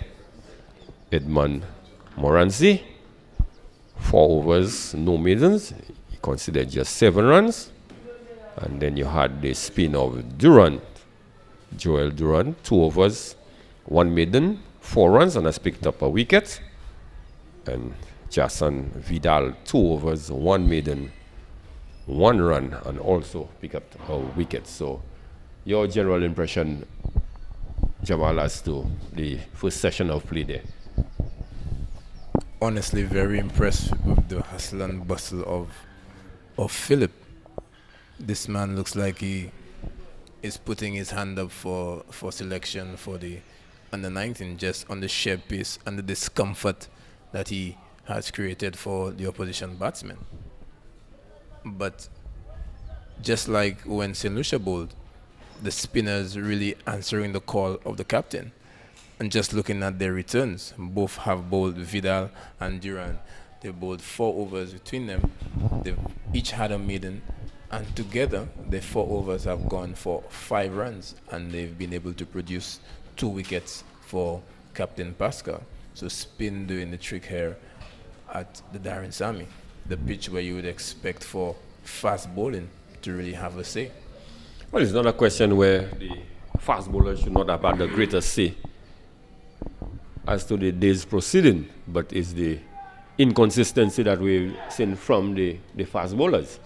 They are unable to string a number of good deliveries together. Most times when they bowl one good delivery, it's followed up by a wide, and hence the reason why extras have really dominated the scoring for both teams. But the spinners, certainly they have come into their own, and they have bowled in good areas, good line, good length, and that is why they are reaping the success that they have done so far. So just like in the innings of Dominica, after the break, the water break, we saw the fielding team really pressing home the whatever advantage that they had. We saw the first slide came from Dominica after the first water break. So they have been on top thus far. Let's see if they can really go on to press home the advantage, or if St. Lucia are able to turn the tides.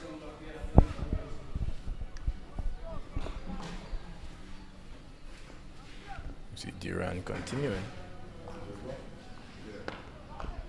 This one is short and really dug into the pitch, but the batter unable to maneuver this one for the single.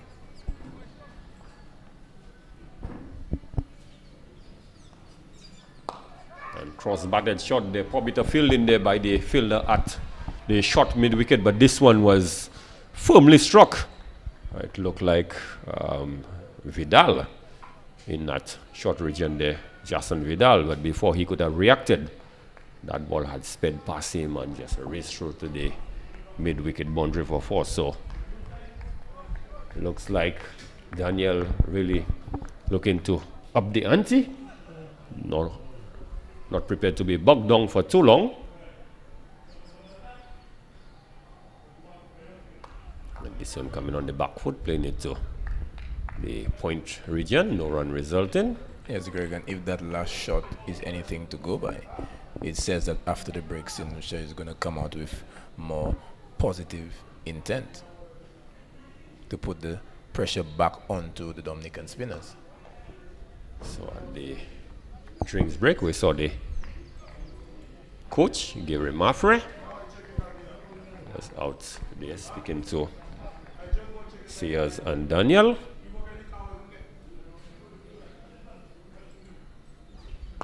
This one was full. Bob should have done a more whiff, and the possibility of a run out.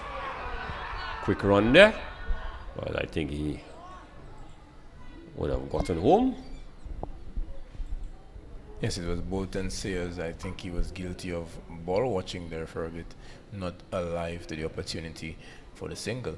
Daniel had stroked this one firmly past the bowler and was off in a flash, and Sayers was led to respond, and this one almost cost him his wicket. Yes, this one was struck there by Daniel, and certainly that would have been his call.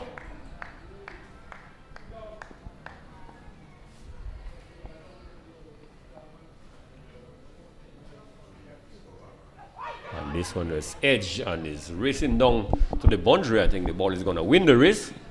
So Sayers can consider himself very lucky. This one went through between the slip and keeper and raced to the boundary for 4. So 4 more runs added to the total. St. Lucia now, they've moved on to 41. Yes, Greg, and we saw this even when St. Lucia was bowling, that Captain Tariq was guilty of this mistake as well, that when the off spinner is bowling, the fielder at first slip is positioned way too wide. There is that massive gap between keeper and the slip, and a very good delivery produced by Duran, and should have been rewarded with the wicket of Sayers, but based on that error, it actually cost him 4 runs. Yeah, certainly. A lot of what happened in the St. Lucia inning when the ball is happening whilst Dominica is bowling, and he has gone over the top. Good, straight, powerful shot there over the fielder at the mid-off region, and it has gone one bounce into the fence for 4. So good positive intent show there from Daniel. So after the drinks break, Jamal, we've seen 2 aggressive shot played by Daniel, and both have resulted in 4s. Yes, this is the way that this youngster plays. He looks fully confident in his abilities, coming off his first half century for the Windward Islands in regional cricket. And he's following up this one here with some competent defense. Yes, so good positive intent being shown out there by Jonathan Daniel. And this one played on the back foot. Jason Vidal firing this one in, perhaps after that lofted drive. Not so much inclined to flight the delivery.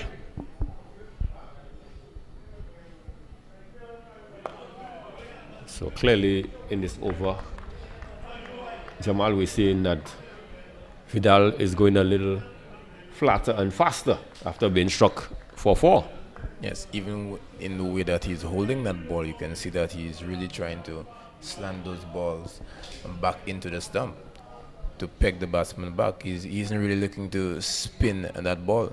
And we've been speaking about matchups the entire day with the left arm spinner bowling to the right-handed batter. He should really be looking to rip that ball, to spin it past the batter to induce false strokes. So Vidal, 5 balls bowling in his third over. So good batting there by Daniel, just coming forward, playing this one straight back to the bowler, who doesn't feel flimsy. And it's the end of the third over for Vidal. So at the end of 14, St. Lucia 45 for 3. Sayers on 6 and Daniel on 11. So these two really looking to do a bit of recovery there for St. Lucia. Small partnership of 18 so far. Yes, Greg, and definitely after the break we're seeing that Daniel is revealing himself to be a no-nonsense player, really prepared to take the attack to the Dominican spinners. We were alluding that when St. Lucia was bowling, that the Dominicans were batting themselves into a hole when they were facing the spin duo of Tariq Edward and Royce Paul. Daniel showing that he's not willing to make the same mistake. Yes, certainly he has come out with a good positive intent after the last drinks break.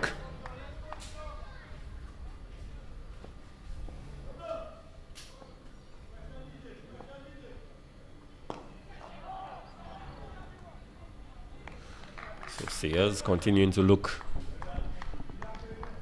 quite at ease out in the middle. Yes, but it is good captaincy by Pascal by bringing up that fielder from a long on to mid on, denying Bolton Sayers the easy single down the ground. Yes, certainly there are quite a few close-in fielders. No easy single on offer. They are making the St. Lucia batsmen work hard for the runs, and that's good to see.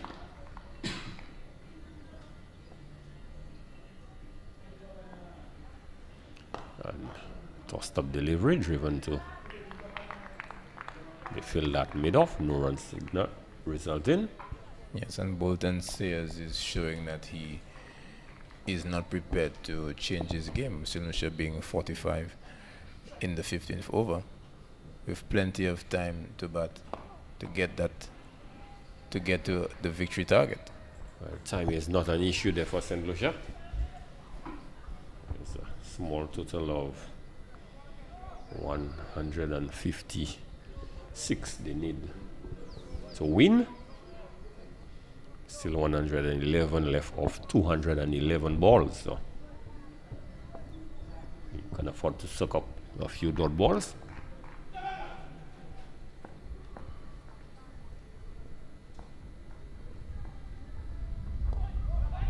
This one is tucked into the onside, and immediately they have taken off for a single. So good response there by Daniel. So at the end of over number 15, St. Lucia 46 for 3. So good sensible batting there by Sayers and Daniel. Yes, just what the doctor would have ordered for St. Lucia, having lost those 3 quick wickets. 2 batsmen prepared to soak up some pressure and to take the attack to the spinners. They're definitely batting in a good partnership, where you see one of them is proficient in defense and the other prepared to really go after the bowling. So Vidal will be continuing from the media center end. And in defense again is Daniel.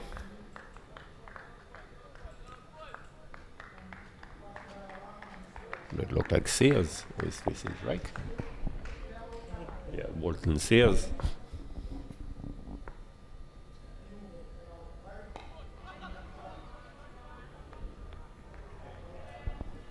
So just looking to work this one on the onside. No run resulting.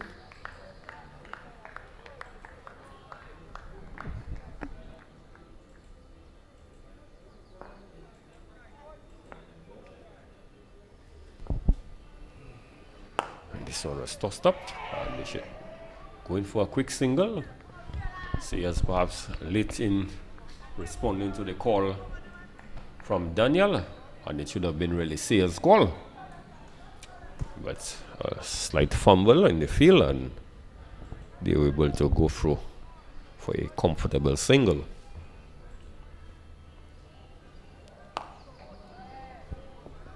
Yes, Greg, but just look at the way that ball is pinging off the bat of Daniel. It definitely has that positive intent, and if I could go so far, he has that look of hunger in his eyes. It certainly looks a very confident young man out in the middle. And this one pushed through a little faster, and there was certainly a bit of turn as well. Ball coming from the inner half of the bat and went down to the short backward square region.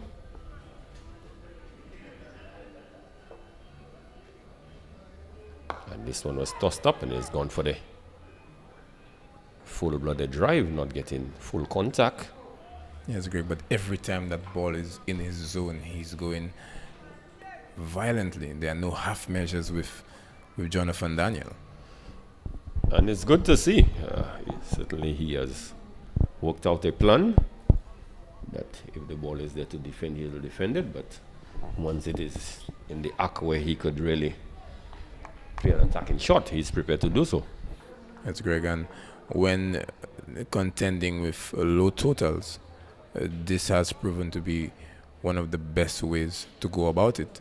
Someone needs to take the initiative and go after the bowling. And after 16 overs, St. Lucia 48 for 3, as we see a change in the bowling. Introduced into the attack. So I would want to think it would be more spin. So St. Lucia certainly will be fed a diet of spin this afternoon. so far, one could see both Sayers and Daniel, they have handled themselves admirably against the spinners. Before the break, they look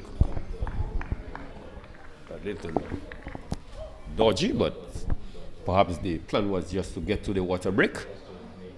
And after his pep talk with the coach, we've seen a different approach. So the first ball, short ball, we see Daniel looking to. Yes, Greg, he played across the line of this one, and this one was, had he missed that delivery, he should have just turned around, just headed to the pavilion. Quite a risky shot there. Well, there's the saying, fortune favors the brave. Yes, Greg, but surely when a new bowler is on, it would be wise to just have a look at what this he's one bowling. is slapped. Loose delivery there, past the fielder at the short cover region. And the man on the long off boundary moves to his left, resulting in just one run. And Jelani Joseph looks to be a leg spin bowler. We're seeing that from his first two deliveries, he's dropping that ball from the side of the hand. Yes, so this one getting the outer edge. Goes through to the point region. Good bowling there, Greg. Slowing this one up on the line of the off stump, forcing the batsman to come forward. Well, over the years, Dominica have produced quite a few top-class spinners. And well played there by Sayers, just getting back to one that was slightly back of a length.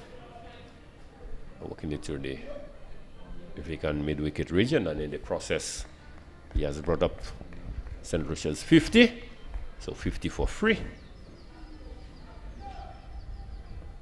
And this one is short and is into position quickly. As it is through the mid-wicket, they've gone for one.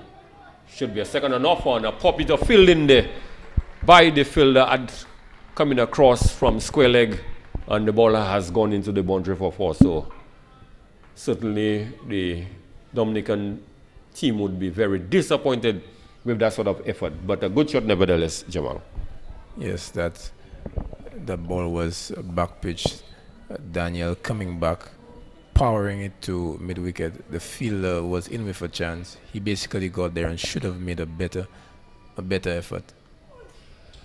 And what a beautiful ball here, yes, this by one Jelani Joseph. Bongs and just span away from the batsman Daniel, but a bit of credit has to go to Daniel as well. He was beaten in flight, but did not really look to follow the ball.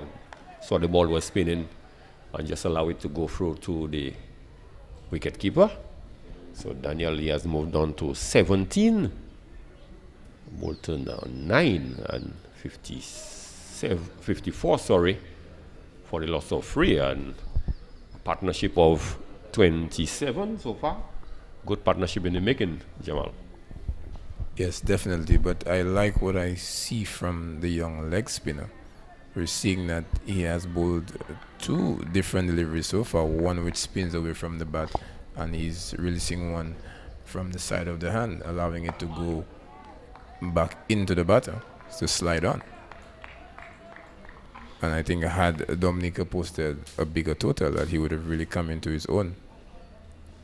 But there is still a chance here. We're still show 102 runs adrift. This one is worked off the legs there. Fielder the square leg region. Moves across to his left. So good batting there by Wilton Sayers. He brings the aggressive Jonathan Daniel into strike. Defends this one back to the bowler.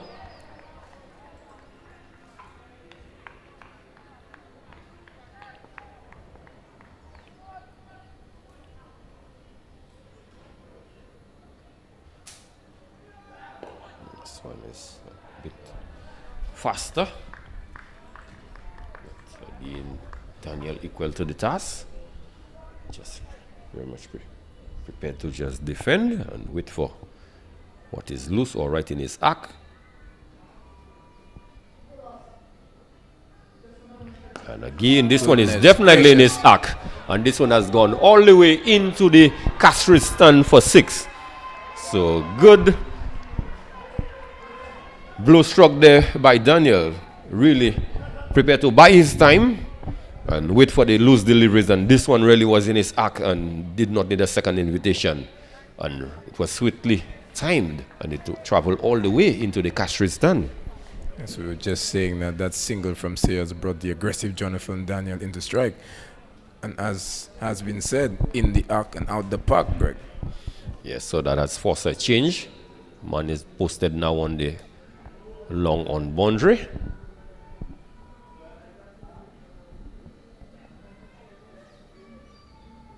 So this one, again, smart cricket, just drives this one to the long off region, resulting in 1 run. So a productive over for St. Lucia, an over in which they got some 8 runs. And the score now has moved on to 62 for 3 of 18. So good, sensible batting there from Sayers and Daniel. Yes, Greg, good batsmanship shown by these two. But the aggressive intent of Jonathan Daniel really putting the Dominican spinners under significant pressure. And I would remember when watching guys like Viv Richards, one of the things that they would have said is that they feel offended that when spinners are bowling to them that you have mid-on and mid-off up inside of the circle. So with the spinners having bowled 4 overs, I think it looks like Philip, it's number 11, it's Jaden Joseph. Yes, Greg, I feel that the spinners, especially Duran, could have been given a few more overs, but the aggressive intent shown by Jonathan Daniel really changing the plans of Captain Pascal, prompting the introduction of a new bowler in the form of Jaden Joseph. Yes, they have reverted to Seamer at the top. We saw what the opening fast bowler Phillips was able to do with the new ball. And Joseph. And this one is wide outside the off stump and signal wide by umpire Leo Amide. So not the sort of start that the captain would have wanted from his bowler Joseph. And again, extras healthy contribution. Extras second top score right now.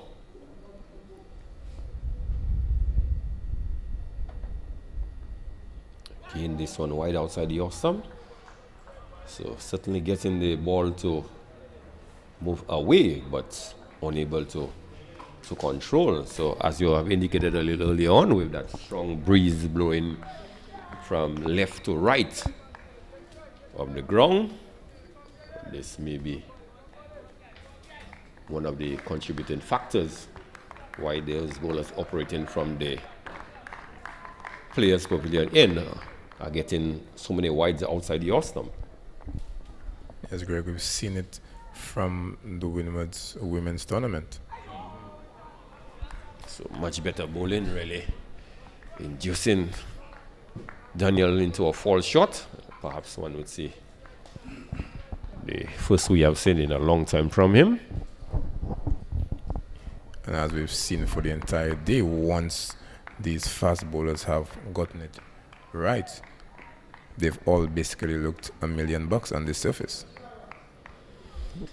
So it's the level of inconsistency that is the problem for the faster bowlers. So this one, Daniel was drawn into the shot. Left leg went across. Was about to play a shot, but he realized the ball was wide and kept going wider. So he bailed out at the last moment.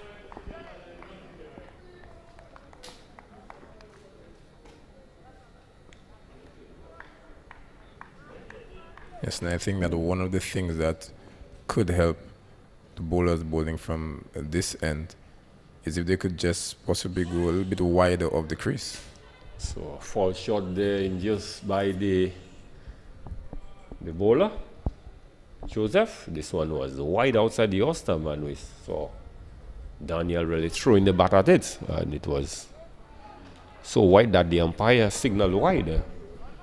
Yes, but Daniel is in that punishing frame of mind that he actually saw that ball as a free hit with just one fielder posted deep on the offside. He recognized this as a free hit. But he may very well be in the attacking mode, but St. Lucia still in a spot of bother. Again, he's just funning at this one. So really, Daniel in this over, one would say, safely say, perhaps has lost his concentration, Jamal, because deliveries that clearly he should have just allowed to go through to the keeper, we see he looking to fun at, and then he realizing that he perhaps should have allowed it to go through to the keeper. So perhaps he just needs to perhaps take a quick walk, regarding his composure. And this one really angling in. Yes, Greg, but these things come with experience, and over time I know that he will learn it, but he definitely has the makings of a good player. But I think that he may have been unsettled because having dealt with spin from both ends and seeing the reintroduction of the pace, that may have just thrown him off a bit. So good move by Captain Pascal. This one slow, he's worked off the pad into the backward square region. They've gone for one, that's all it's going to be. So Daniel moves on to 25, St. Lucia 66. For a loss of 3.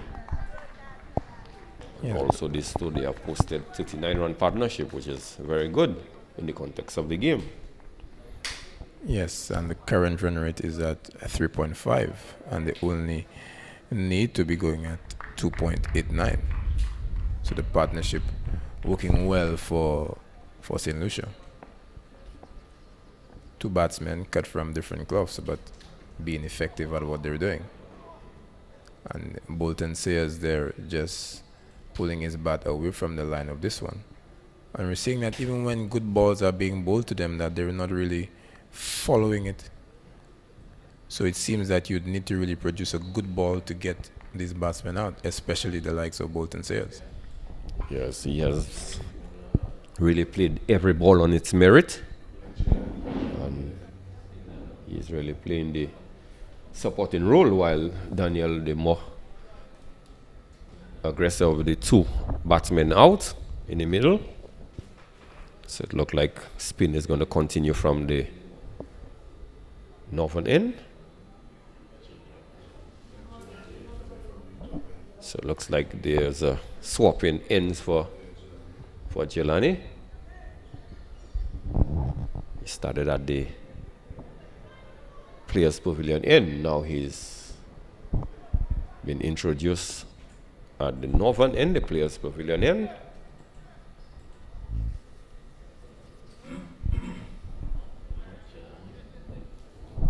Yeah, so that's the leg spinner. So Captain and Pascal would want for the batter to be playing across the line, looking for that big shot with the breeze, but against the turn. This one is driven powerfully. Fielder comes off the long on boundary. Just 1 run resulting. Yeah, starts off this new spell with a full toss.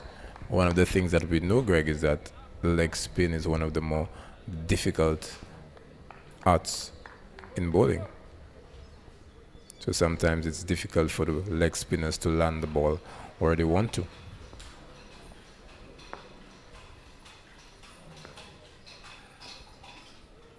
Shot and wide down the leg side. On this occasion, Sayers, one would say, really missing out. Because had he gotten any bat onto this one, there's a strong possibility he could have gone for 4. Shot outside the off stump, coming back. And yes, that was indeed a beautiful delivery there by the leg spinner, getting this one here to jog back in sharply to the batsman. And Jonathan Daniel was alive to that single there, really pushing Sayers to get on strike.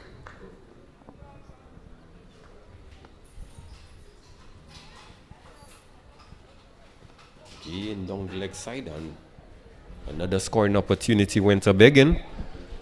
Perhaps looking to hit this one a little too hard, just lapped, just getting a bit of bat onto this, and certainly that ball would race down towards the players' pavilion or towards the St. Lucia dugout.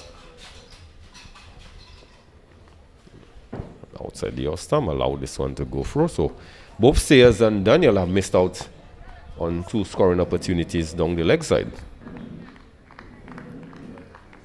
Yes, but needing just under 3 runs for over, they've already gotten a 4. So they wouldn't be kicking themselves too much. Yeah, but sometimes small scores can be tricky scores. The faster you can knock them off, sometimes it's in the team's best interest.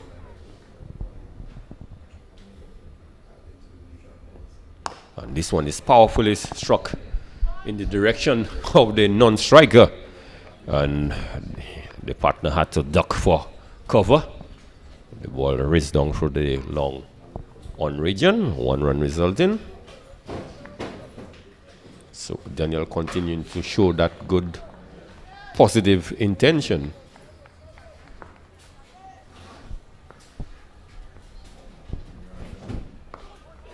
Sayers coming forward.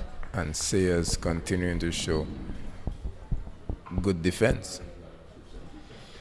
Yes, there's good batting between these two. So after 20, St. Lucia 71 for the loss of 3. So some 30 overs still left in the day's play. St. Lucia required an additional 85 runs. So 85 of 180 deliveries. So the ball is really not a factor. It's basically the occupation of the crease. And once they could continue occupying the crease, so St. Lucia almost certain to come out in winner's row. So Greg, would you say that the match now stands in St. Lucia's favor? Well, with 85 runs remaining, it's still a bit of runs left, but with 7 wickets in hand and the way that they are bowling, they're really not looking phased out there. So if they could continue batting along those lines, yes, certainly St. Lucia can pull off a relatively comfortable victory.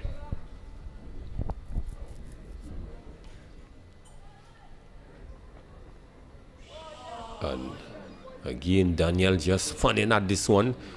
So Daniel really has not looked too comfortable with the reintroduction of the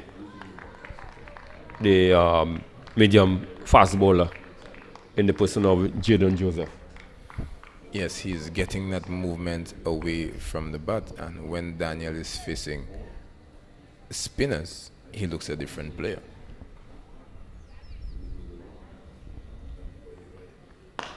This one is driven. He gone for 1. Quick runs then.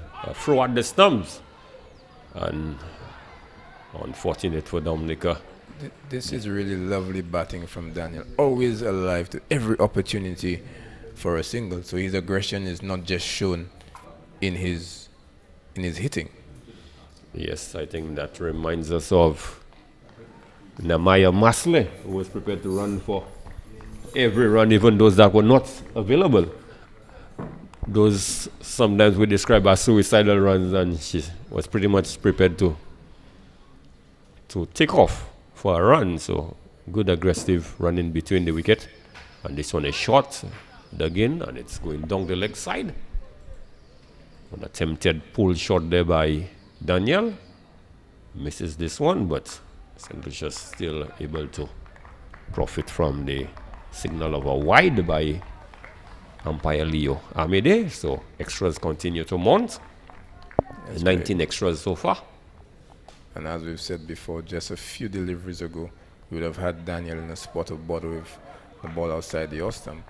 And a few deliveries later, he's unable to bowl a similar line of length and even graciously giving St. Lucia extra runs.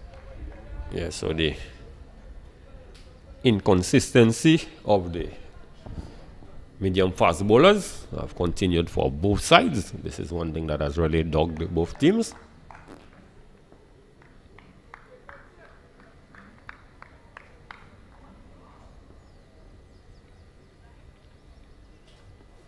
And full delivery.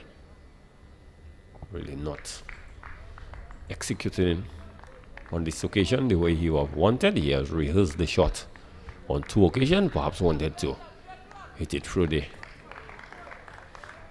extra cover or the cover point region.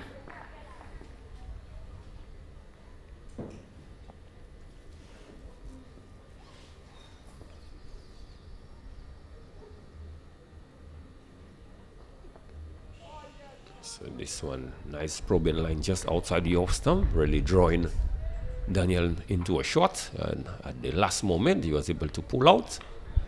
So good bowling there by Jaden Joseph. Yes, and the question is, can he follow it up with another good delivery? Only time will tell.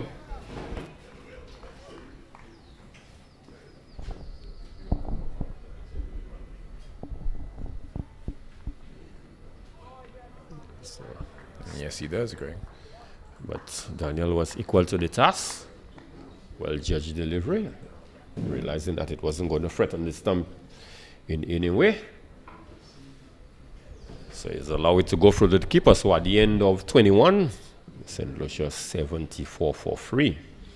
So a partnership of some 47 runs between Sayers and Daniel.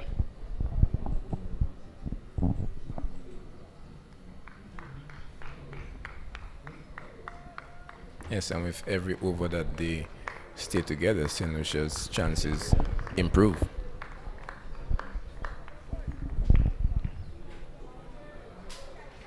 So it's an all Joseph attack. Jelani Joseph and Jaden Joseph.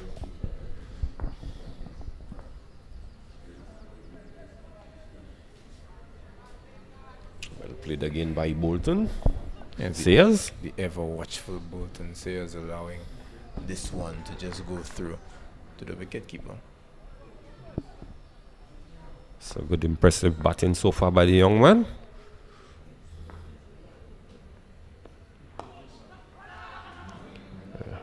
Good single. And Daniel again just really putting pressure on those fielders. Yes, certainly. Daniel quick between wickets and always willing to take the run, put pressure on the fielders whenever you see the opportunity has presented itself.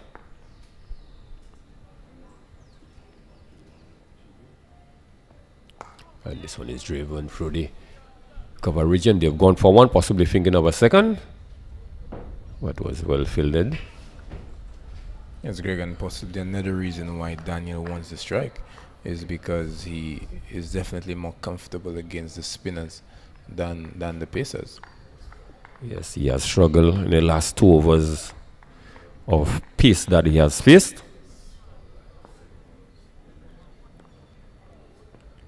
And this one is worked off the legs by Sayers, but no run resulting. And with that previous stroke, Jonathan Daniel enters the 30s. Yes, he has moved on to 30.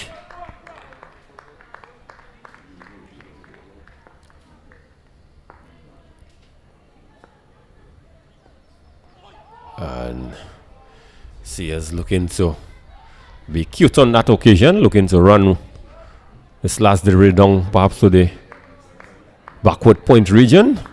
The ball really spinning a little too close for that shot. So perhaps the first false shot that we have seen from Bolton Sayers. And this one is back to his usual self, driving through the play at short cover, and this one went right through him, what should not have been a single. So perhaps a lapse in concentration there by Durand. Yeah, certainly. I just feel that Captain Pascal is missing a trick here. I think that he could even bring the field in a little bit closer for Sayers, and even remove one of those boundary riders. He has yet to play one stroke in anger, just looking to play each ball on the merit and just content to be defensive.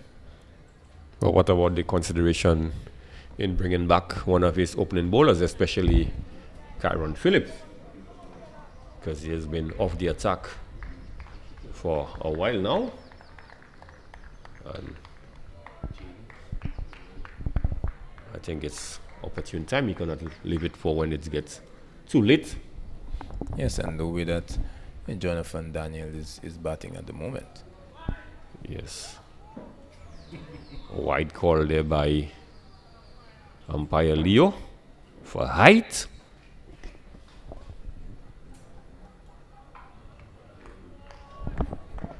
So 78, and also Jason Jamal, we witnessed St. Lucia also, the two batters, they have gone past 50. They have totally now, they have put on a 51-run partnership. So the 50 partnership came up and we had not even realized that. And this one to Sears, perhaps too much in a defensive frame of mind. This one should have been struck a little with more purpose. That's a full delivery just outside the awesome, and he just caressed this one into the hands of the man at the short cover region. Definitely should have done more with that full toss. So this one is played uppishly, and he has just taken off, and a chance for a run out. Bolton Sayers certainly has lost his concentration out there.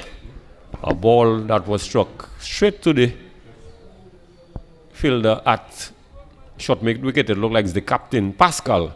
And he just took off and he was stranded mid-pitch. And Pascal took an aim at the stump and missed, and Bolton was given a life. So Bolton Sayers lives to fight another day.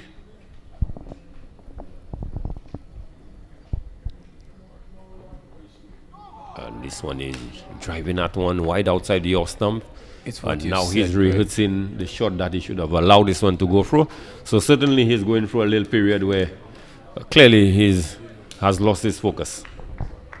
Definitely, Greg. But many a batsman would have been guilty of that. Sometimes you time a ball so sweetly that you just believe it deserves a single, and he was off there hitting the ball straight to the fielder and could have lost his wicket. And has not settled down since then, still flirting with danger with deliveries outside the off stump. And slower ball there by Jaden Joseph. So it's a good bag of tricks here from Jaden Joseph. Yes, but clearly it was spotted very early by the batsman Sayers. So clearly he has taken the walk and he's talking to himself. You could see the sort of gestures that he's making out there. He's certainly reminding himself of the basics of what he should be doing, what he should not be doing. And this is good signs. Let's hope that he could get this sort of concentration that he had early on.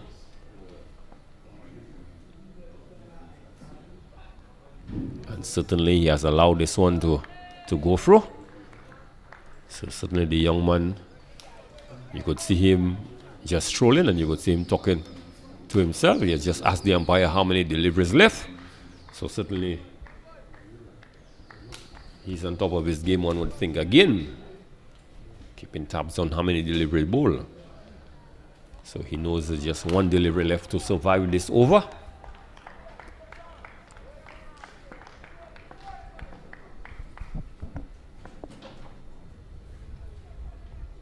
And full delivery with heights and no ball called by umpire Leo. So no ball called for height. And Daniel, who's on 30, would have an opportunity to really free his arms. Yes, sir. We see that Jaden Joseph striving for that extra bit of pace here. And this one just did not come out right. And now the aggressive Jonathan Daniel has an opportunity to be even more aggressive. He has a chance to deposit this one over the ropes without much consequence. So a change in the field, because the full delivery was bowled to Sears and they took a single. So we could see now the long on, long off, mid wicket, backward square. These are the four fielders out and everyone is at the edge of the 40-yard circle.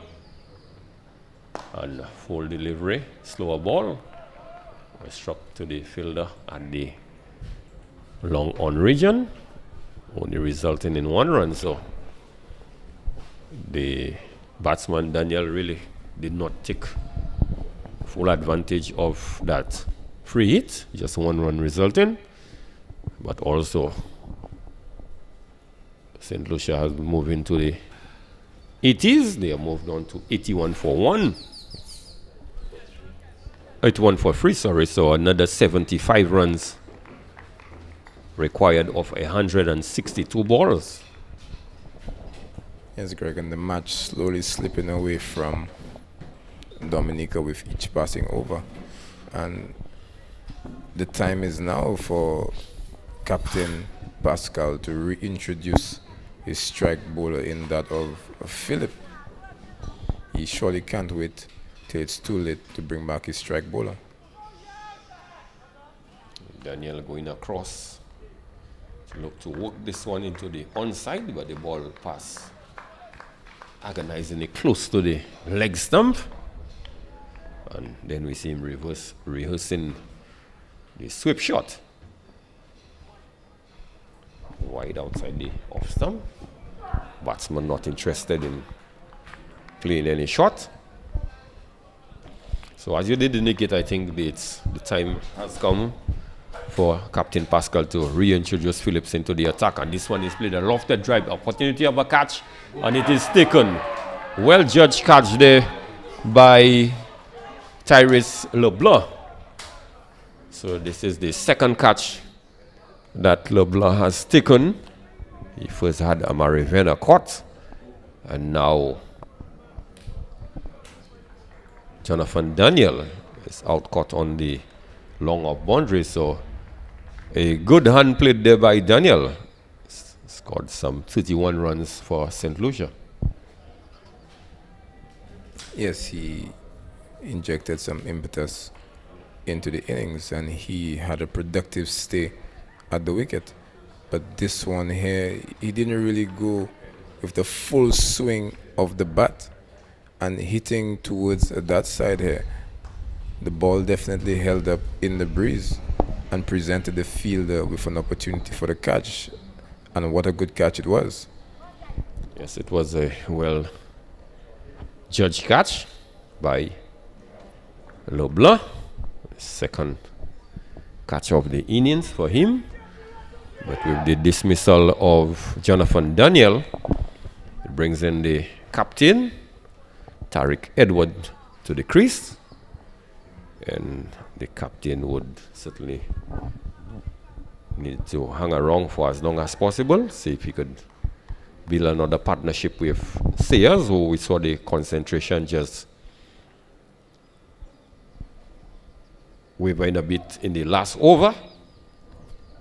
But these two, if they could at least get St. Lucia over the 100-run mark for the first, and then see if they could take the team home to victory. Yes, and Captain Tariq definitely has the credentials to do so. Remember, in the previously concluded West Indies Under-19 Championship, he was a judge, the leading all-rounder, played some crucial knocks for the Windward Islands Under-19 team. I think he would have gotten at least 2 half-centuries in the tournament. So this one, he comes back and punches this one into the extra cover region for an easy single, and he has opened up his account. Yes, and I think that while he is at the crease, the type of batter that he is, he's a no-nonsense player, so anything that is slightly loose, he will look to capitalize. This one is firmly driven past the short cover fielder. 1 run resulting. Fielder comes across from the long off region. So at the end of a successful over, an over in which we saw the dismissal of Jonathan Daniel. Cote LeBlanc bowled Jelani Joseph for 31. He faced 48 deliveries, 3 fours, and a huge 6, which he deposited in the Castries stand.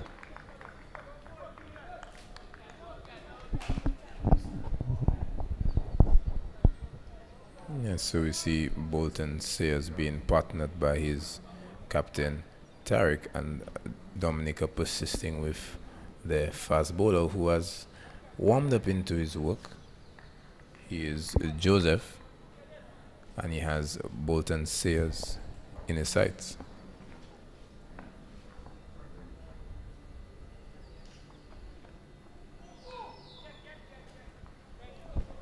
So shot outside the off stump, not threatening the wicket. Sayers very much contented in just allowing the ball to go through to the keeper. So certainly time is still on the side of the St. Lucia team. 73 more runs required of 155 balls. Shot outside the off stump, and this time he strikes this one towards the extra cover region. Fielder comes across and restrict them to just 1 run.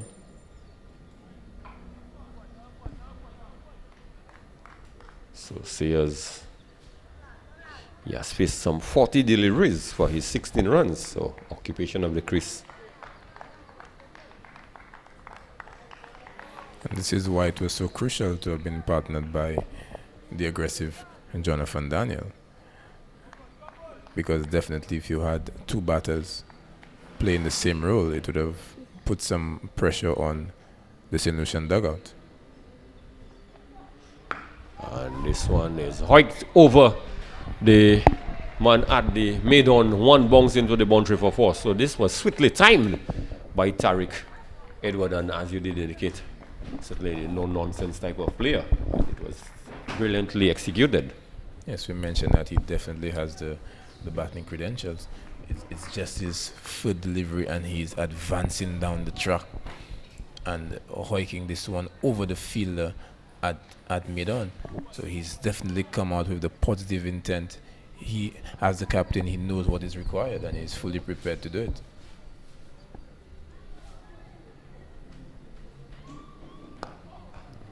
Good response there by Jaden Joseph, pitching this one up. But Edwards equal to the task. So very good intention there by Edwards, prepared to mix the positive aggression with sound defense.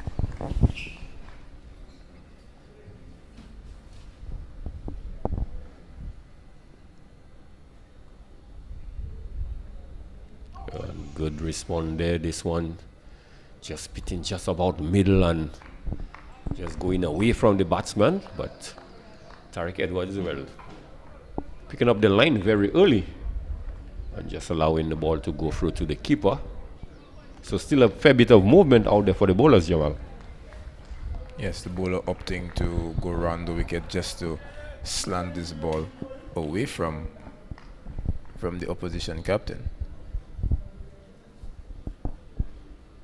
What I like about him is that his first thought is always attack. And he's clean bowled. Bowled neck and crop there. And you could see the Dominicans are celebrating the dismissal of the St. Lucian captain Tariq Edwards' brief stint at the wicket. He just faced some 6 deliveries. He got 5 runs, 1-4 included. But he was comprehensively bowled, so Dominica back in it. One would say perhaps even Steven at this point in time, Jamal James. A bit casual there from Captain Tariq. This ball was pitched up and didn't really get the foot out. And I think he played across this one slightly. He could have just jammed the bat down on this one with the straight bat. But looking to push out this one, and this one almost Yorker length going through the gate. A bit too casual from the captain. And in walks the wicket keeper. And the Windward Islands and the 19th wicket keeper, that is Noel Leo. Yes, Noel Leo. Another no-nonsense player on his day. But what is required at this point in time is cool heads. Certainly still need to keep a positive frame of mind, but 68 runs more required. Still gonna take a bit of batting to get there. Like I said, importantly, you need to at least get to that psychological mark of 100. Yes, Greg, and with the prospect of the return of a Phillips, this makes this contest even more mouth-watering, with a possible 6 overs left in the piece, and the captain Tariq Edwards, the MVP of the Under-19 tournament, sitting back in the dugout. So real pressure on the St. Lucians towards the back end of this innings. Yeah, so a lot would be resting on the shoulders of these two, Sayers and Noel Leo. Yes, but we're still seeing a bit of casualness in the play from Sayers. Surely he could have been more short in his footwork and could have gotten some bat onto this one. Yes, Sayers perhaps digging himself into a hole, so to speak. He has not really showed too many positive intents. Pretty much contented in just getting behind and pushing the ball around. But when the real scoring opportunity presents itself, he needs to take full advantage of it. Yes, and this approach from him would have worked well for St. Lucia, since he was being partnered by the aggressive Jonathan Daniel.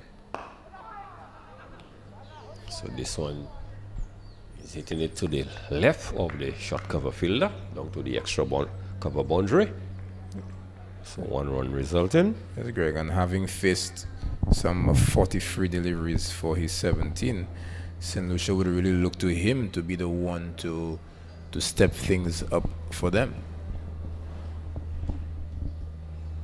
So they would require some more productivity from Bolton Sayers, while the likes of Noel Leo and the rest get in on this wicket. We've seen that for the game thus far, it's been difficult to start against the spin bowling.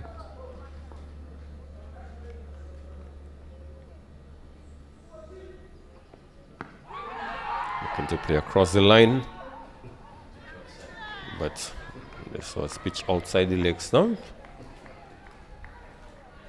Yes, and with that appeal, just putting some pressure on Noel, even though we knew that this one had no chance of being given out. Yeah, certainly, Dominica, they have found their voices again. Short ball. Getting on the back foot, playing it into the short mid-wicket area. Yes, but it seems that the Dominicans would know a bit about Noel Leo, because from his entrance we see 3 deep fielders posted on the leg side. As we mentioned earlier, he would have been the wicketkeeper for the Windward Islands under 19 team and would have played this tournament last year, so they would know of his aggressive exploits. Yes, if my memory serves him right, last year the tournament was played in, I think it was Dominica. Yes, it was played in Dominica, so certainly they would have had fond memories of Noel Leo. He made the Windward's team, so obviously he would have had something to offer. And in addition to that, Greg, with all of the Dream 11 teams going around, he was actually selected for a Dream 11 team in Dominica. So definitely the Dominican public would have known about this youngster. Yes, so at this stage, the 26 overs been bowled. St. Lucia, they are 89 for 5. We had Amari Joseph. He was Scott LeBlanc, bowled Vidal for 6. Cornel Lecoq, bowled by Philip for 7. Theo Edwards, bowled by Durant for 2. Jonathan Daniel, Scott LeBlanc, bowled Jelani Joseph for 31. Bolton Sears not out and not.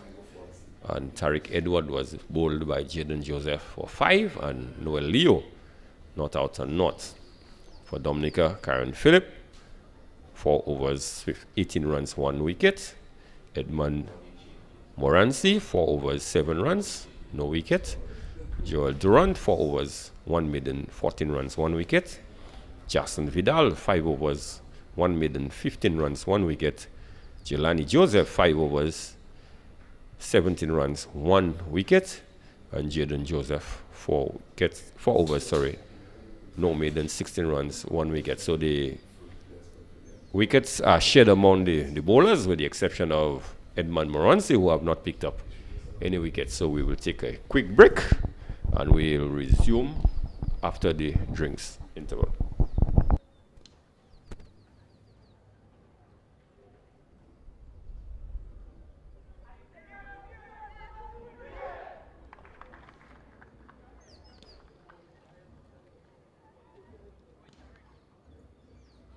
The Ministry of Health, Wellness and Elderly Affairs invites everyone to participate in the St. Lucia Moves video competition. To enter, create a 1-minute video doing exercise or any physical activity. Add the St. Lucia Moves jingle to your video. Upload the video to your social media pages on Instagram, Facebook and TikTok. Use the handle St. Lucia Moves to tag us along with 5 friends. You can also use the hashtags Ministry of Health SLU, St. Lucia Moves, Ready, Set, Move, and Love Your Body. The competition rules: group and individual recordings are allowed. The jingle can be downloaded from our social media pages. Be creative, but content must be appropriate for all ages. Prizes will be awarded for the video with the most likes. Some videos will also be featured in the St. Lucia Moves compilation video. The deadline for submission, April 28, 2023. St. Lucia, let's see you move!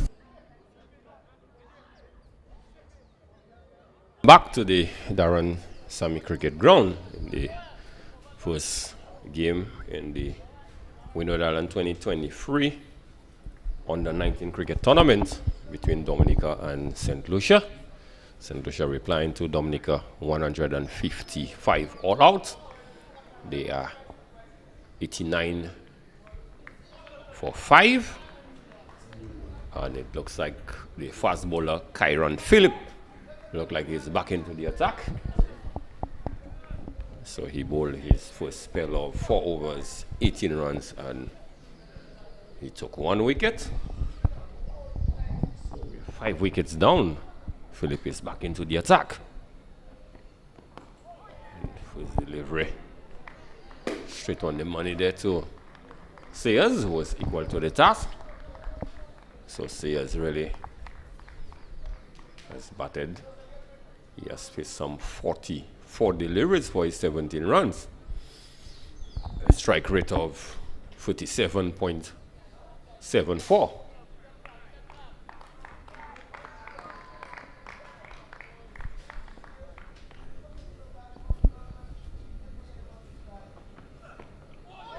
Good bowling there by Phillips. Just outside the line of the off stump. Really drawing Sayers into the shot, but last minute he was able to bail out. So the return of Kyron Phillips. Jamal, we were calling for his return, and suddenly he has come back after the drinks break, and he has bowled 2 excellent deliveries so far. On the money right away, and Bolton Sayers, who has been preferring defensive strokes, would need to bring out his best defense to see out the likes of a Kyron Phillip. Yes, so Dominica really just went through a little quiet period when Jonathan Daniel and Bolton Sayers were batting. These two put on 50-odd run partnership, and that really took the win beneath the sails of the Dominican for a short period of time. But when we saw the dismissal of Daniel, then there was really a spring in the step of the Dominican fielders and bowlers again. And this one is shot outside the off stump, really ducking away. This one did not bounce as much as perhaps Sayers would have anticipated. So certainly Sayers should expect a barrage of short bowling at him, because he has not looked too much at home against the few real quick deliveries we have seen so far from Daniel. He really looked comfortable against the spinners. It's just what is required by the Dominicans. With someone showing such proficient defense as Sayers, you basically need to blast him out. And Phillip definitely looks like he has the ability to do just that. And this one hitting the outer edge, goes down through the third man region for 1 run. But it's a bit surprising, just like the St. Lucian, when they were bowling, the premier fast bowler is on, and not a slip is given to him when Bolton clearly is not going helter-skelter out in the middle. Yes, and if there was a slip there, Bolton would have definitely been playing into his hands. But the difference when St. Lucia was bowling first is that Dominican knows that they need to take wickets, and they need to do so at a quick rate. So they need to help out this impressive fast bowling by giving him the appropriate field. And quick, sharp delivery there. This one is climbing, Phillip, yes. And certainly you would have a little exchange there with Noel. He's gone all the way down to greet Noel at the striker's end. So Phillip certainly is enjoying bowling on the surface this afternoon there at the Darren Sammy Cricket Ground. So St. Lucia now have moved into the 90.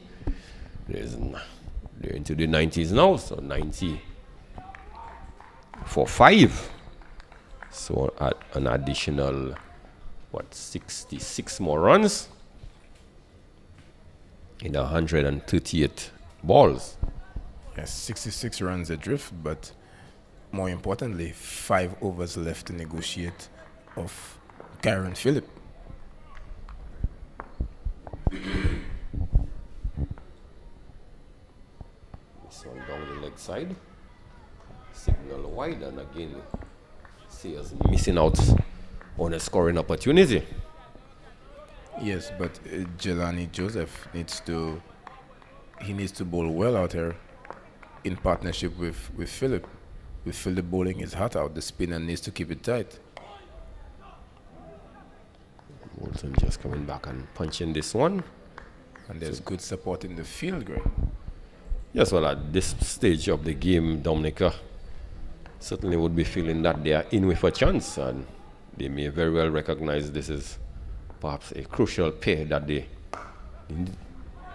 brilliant piece of fielding there with the fielder short cover. What a going wonderful full effort length. there. Wonderful effort by that fielder. Dominica definitely in it, Greg. They look hungry. Yes, they are Excellent putting in the fielding effort. by Yohani Regis at short cover. Well, certainly Dominica need to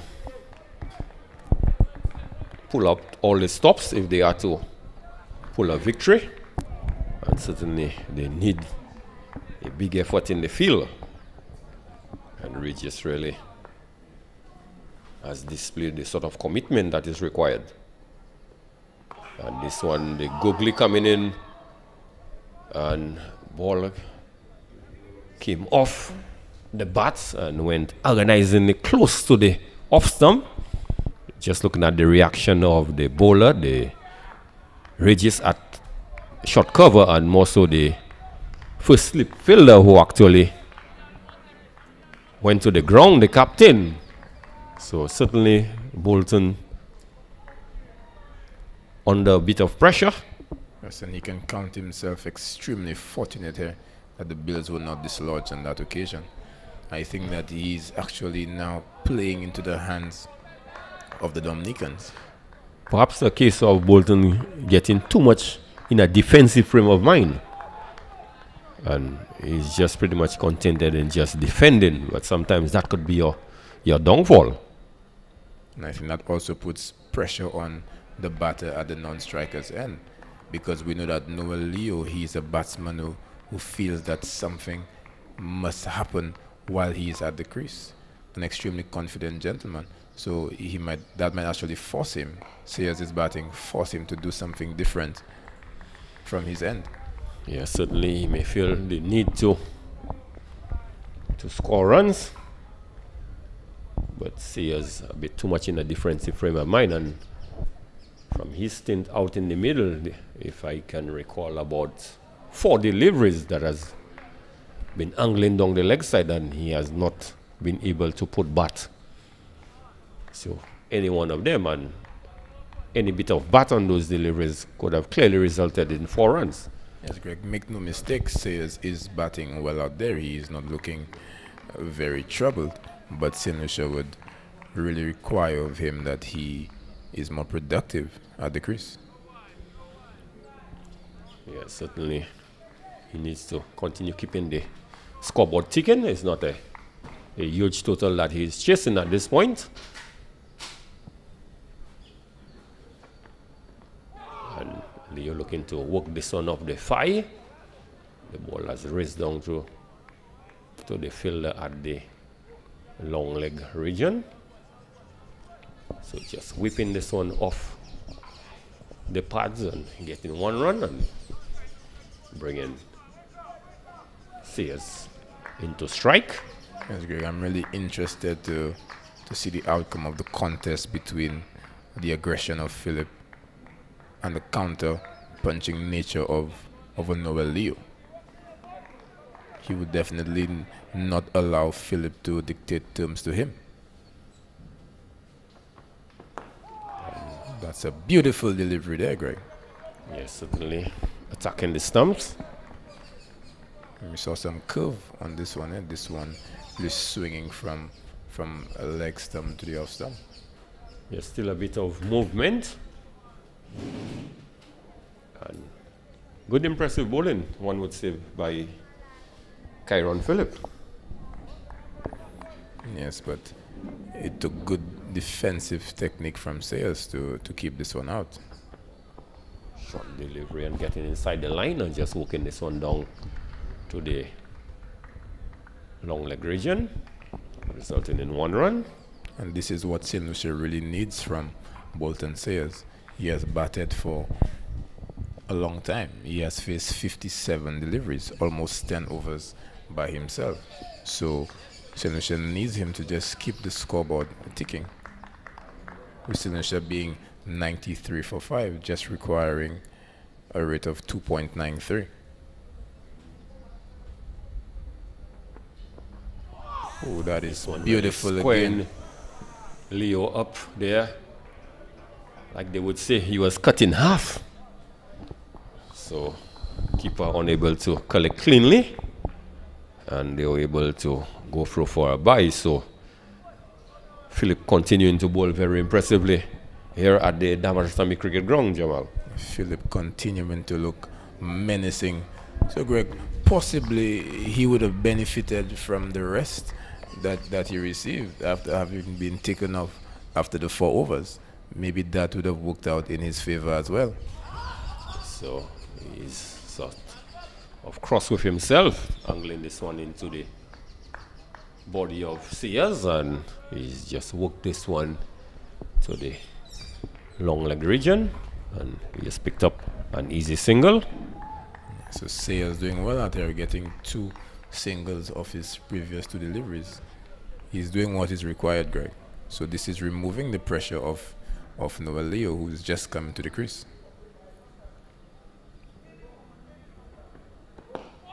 And this one is back at the bowler. They probably felt a possibility of getting a run, and a fumble, a mix-up between the 2 fielders. The fielder coming at mid-on and mid-off, and somehow the ball went right through. Either one unable to stop it, and they were able to come back for a second run. So a good productive over there, one would say, for St. Lucia. So they've moved on to 97, inching a little closer to 100. So 97 for 5, Sayers on 20, and Leo on 3. Yes, a bit of a partnership beginning to develop with Sayers and Noel Leo. Yeah, this too. If they could put on, say, a minimum 25-40 run partnership, that would go a long way for the team. And this is firmly driven by Sayers.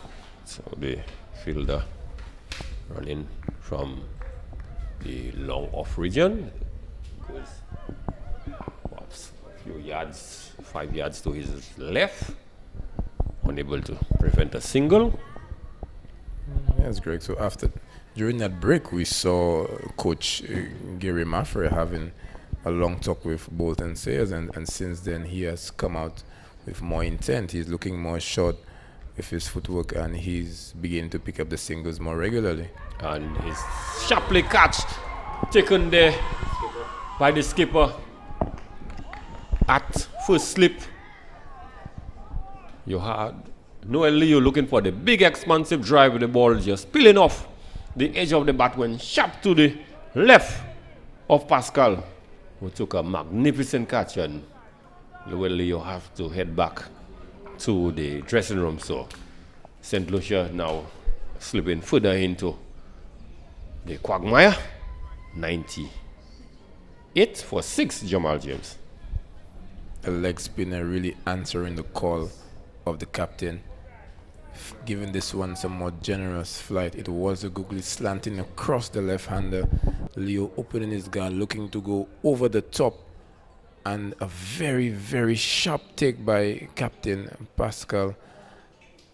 And it shows that he, while being an excellent batter, is a very good fielder in the slips. And as you said, Greg, St. Lucia slipping into some serious trouble here, as we see the entrance of Royce Paul. Yes, St. Lucia at one time looking from a position of comfort when Daniel and Sayers were batting. But since the dismissal of Daniel, sorry, he and Sayers had a partnership of 54. Since then, we have not seen any partnership of note. And really, the slide has continued.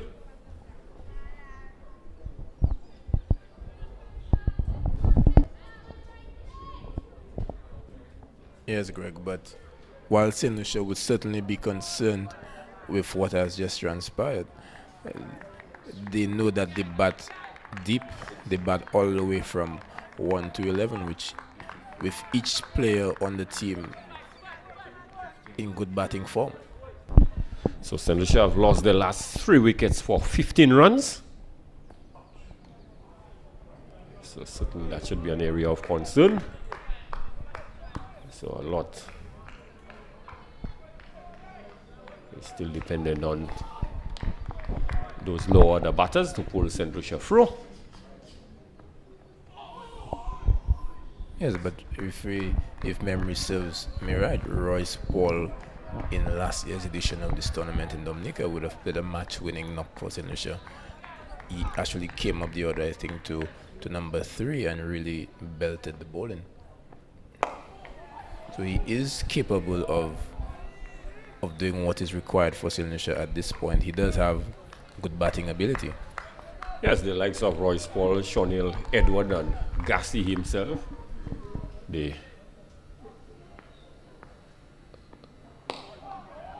are capable of handling themselves with the bat, but they up against good quality bowling out in the middle. So it will really take a lot from them to really see St. Lucia through. Short ball, and is try to get into position to pull this one into the mid-wicket region. Yes, succeeded in getting 1 run, and with that single, it has brought up St. Lucia 100.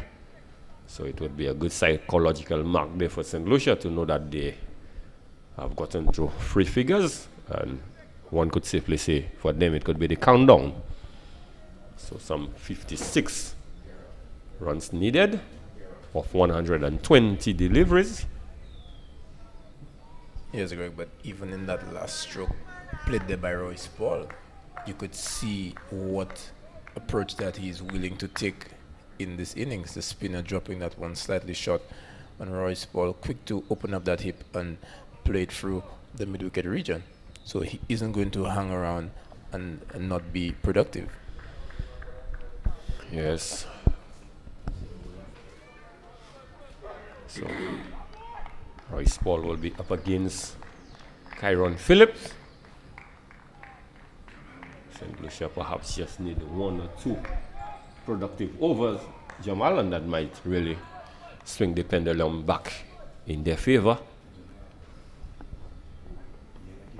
And short ball, umpire says not out.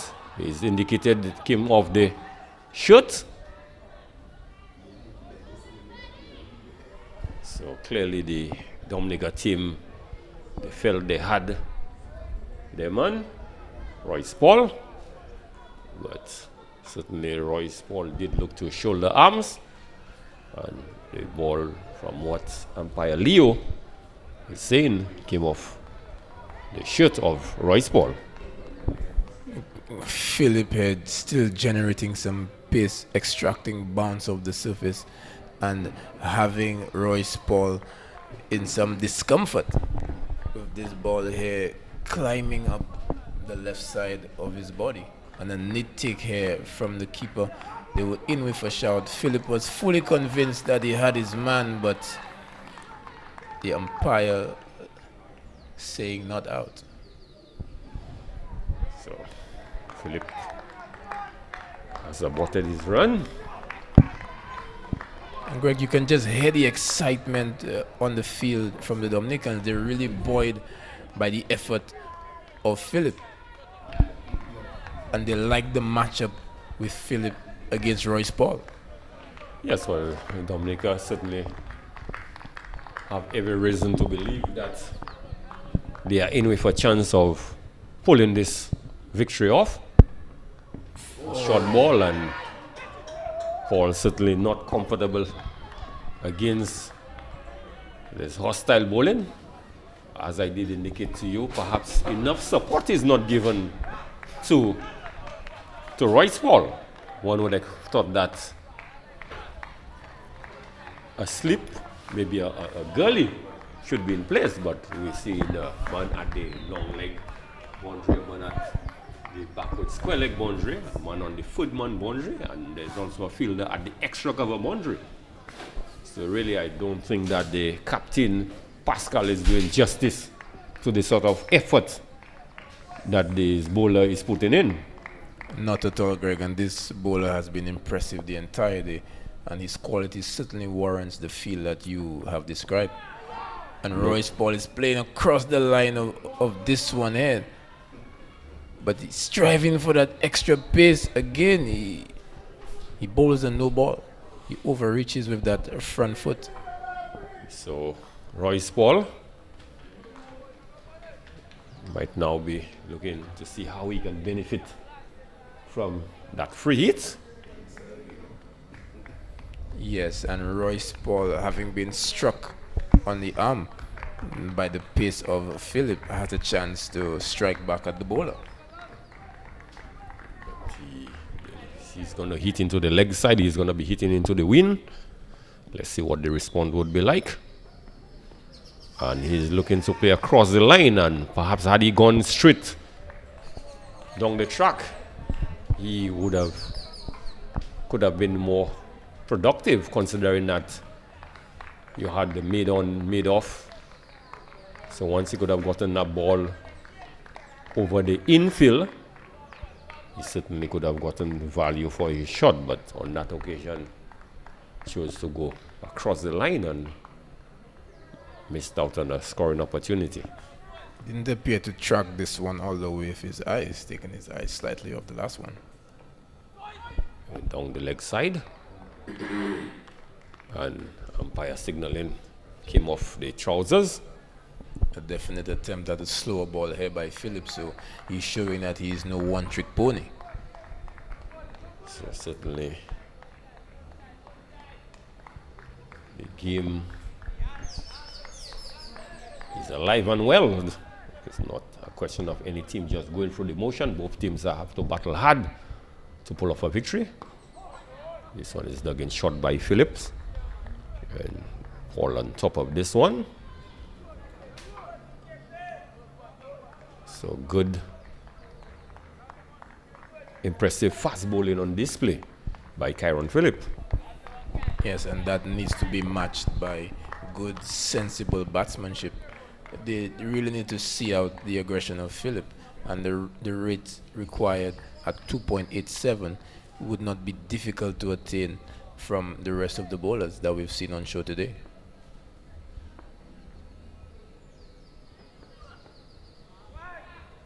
Philip really losing the plot there. This one angling down the leg side. Another attempt at a slower ball there, Greg. Yes. So he's looking to really unsettle the batsman. Batsman can't really be sure of what's coming down at them. Yeah, but why attempt so many slow ball when you can bowl fast? And especially when you have the batsman in such discomfort. Oh, and this one was full shot of authority, really get into position early, and struck this one into the square leg region, resulting in just one run. So with that last pull shot there from Royce Paul, certainly he showed that he's no work with the bat. He knows a thing or two about batting, and that should aid in his confidence, that last shot he played there, Jamal. Yes, seeing that other batsmen have had a difficult time dealing with the pace of Philip, Royce Paul will definitely be buoyed by that shot, showing that he could pull this one all along the carpet, albeit he did not find the boundary, he found the fielder with pinpoint accuracy, but definitely some confidence to be gleaned from that shot. So Jelani Joseph is into his 8th over.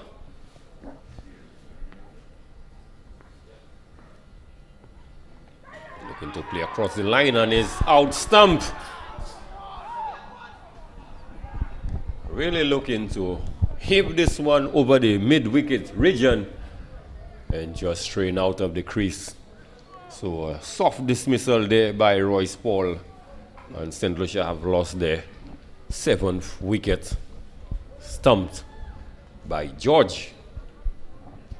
So certainly the pressure is coming to bear on the St. Lucia team.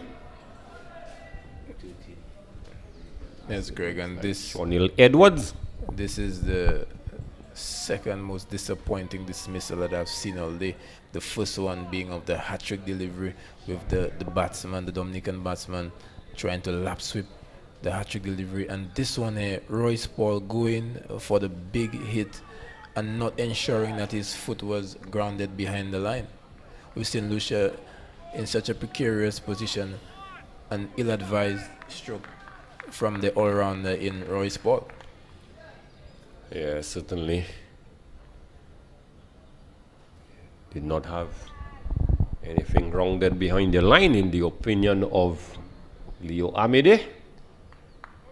We saw the dreaded finger being raised. So the Dominica team certainly they are sensing victory. And this one just angling down the leg side. It looked like it may have come off the pad, and confirmation by the umpire, McGuinn. So one more to the score. Yes, and O'Neill Edwards coming to the wicket here. We're being told that he can handle himself adequately with the bat, but a lot of work to do by himself and Bolton Sayers who's dancing down the track and pushing this one past the cover fielder for the single. Yes, St. Lucia really digging a hole for themselves that they are proving to be a bit difficult to get out of. But the important thing for St. Lucia that the required run rate is just a mere 2.74. So it's just a question of sensible batting. And this one, he goes for the big drive, getting the outside edge, then the ball has gone through between the keeper and this first slip down to the boundary for 4. So a welcome boundary for St. Lucia. Yeah, this is really, and this has been really impressive bowling by the leg spinner Joseph. Again, Captain Pascal proving not to be in the right position like he was for Noel Leo. Batsman Sean, this one tossed up above the tail ender's eye line and having a wild swing. And we see Pascal returning to the same position, so there's a massive gap between himself and the wicket keeper. Yes, certainly with that last boundary, St. Lucia now required less than 50 runs for victory, 47 runs in 108 deliveries. So really for St. Lucia, it should really be a countdown for them.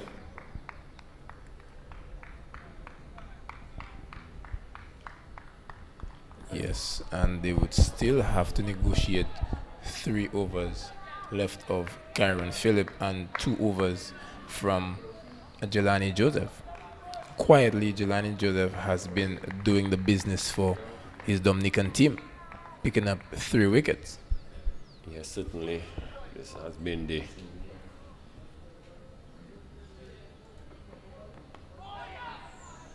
getting the thick outside edge, and this ball goes down to the white footman. But just looking at the bowling cards, Jamal, you could see clearly that a lot depends on the bowling of Jelani Joseph and Kyron Phillip. Phillip is into his 8th over, and Jelani Joseph has bowled 8 overs. So these two clearly the 2 attacking bowlers for Dominica. Yes, and with just 3 overs, with just 3 wickets to go, they would fancy their chances at the lower order of St. Lucia. And Edward completely misses this one, driving outside the off stump. Yes, definitely Dominica has to go for broke. You cannot leave it too late to have your 2 bowlers. But there were also quick question, Jamal. I know that in the first spell that the bowler Philip was permitted to bowl 4 overs, so likewise he's into his 8th over. So will he be taken off after bowling an additional 4 overs? So if that is the case, it's just a question of surviving an additional 3 balls for the batters out there. Yes, Greg, but in as much as we have talked him up, and deservedly so, he has not been the chief destroyer for St. Lucia, but the pressure that he has created at that end most likely would have forced the batsmen to search for runs at the other end. So the bowling partnership with Philip and Joseph definitely doing the trick for Dominica. But thus far, Sean Hill has shown good defense against the bowling. Yes, just this one bong, extra bongs that Sean Hill handling it quite well, getting on top of the bongs and running the ball down through to the Foodman region. So good sensible batting there by Edwards. And Sears, who has been out there for 161 balls, certainly needs to be there till the end if St. Lucia had to pull one through. That's great. But it's been a while since I've seen the bouncer being employed by Philip. I think that he could try to unsettle this lower order with his pace, especially bowling to a fellow fast bowler, the likes of Shawnee Edward. Yes, certainly he has this sort of pace to really unnerve any batsman, and more so a lower order batter.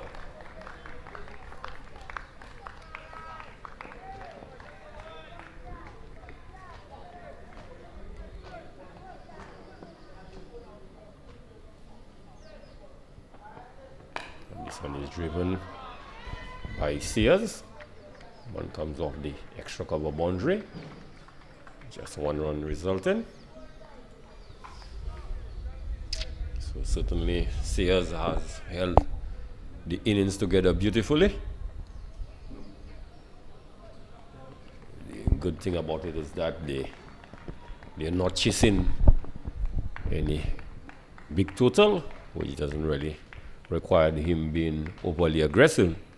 And speaking about overly aggressive, Greg, the fast bowler is opting to go around the wicket.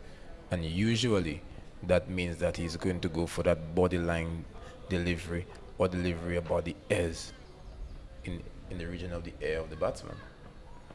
And this was not shot outside the off stump at the body of the batsman, but getting in line of this ball, looking to pull towards the backward square region. And he misses. The ball goes through to the keeper. So just as you called it, it was a short delivery at the batsman, but Edwards survives, and St. Lucia, after 33 overs, 112. So a further 44 runs required of 101 delivery. Yes, and the chief destroyer for Dominica today, Jelani Joseph, has bowled 8 overs for 26 runs and he has picked up 3 wickets. So in his remaining 2 overs, he'll definitely be looking to impact the game in Dominica's favor. They have really struggled to negotiate him today. And each time where they have looked to be overly aggressive against him, he has picked up the wicket.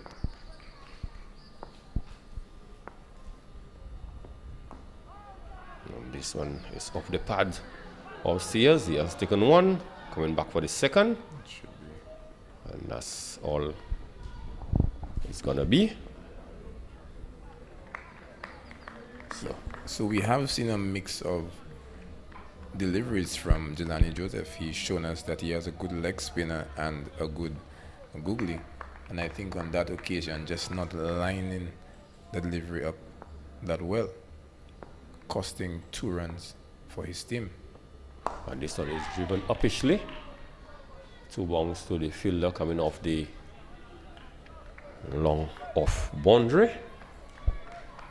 Yes, Greg, and every time that he has gotten that ball above the eye line, he has caused some indecision in the St. Lucian batters.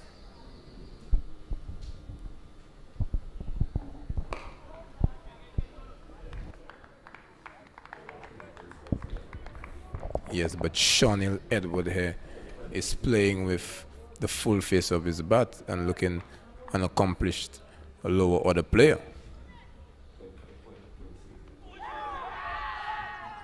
He's playing at this one wide outside of the off stump. And there is a slip fielder in Stefan Pascal waiting for a catch. We've already seen that he has taken a sharp one today.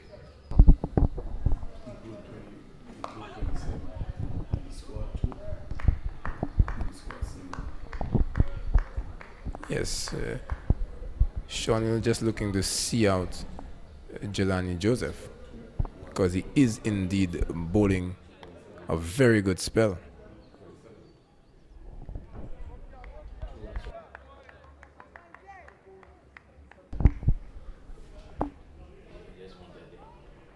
And this one is the googly, look like he's trapped LBW. And not given out there by umpire McVern. So, in the umpire's opinion, this one looked like it was going past the leg stump. Yes, Greg, I also think this one had a fair bit of bounce on it. So, Shawnil Edwards really not picking the googly from Jelani Joseph. And certainly the Dominican fielders really thought they had the wicket of Edwards, but Edwards lived to fight another day.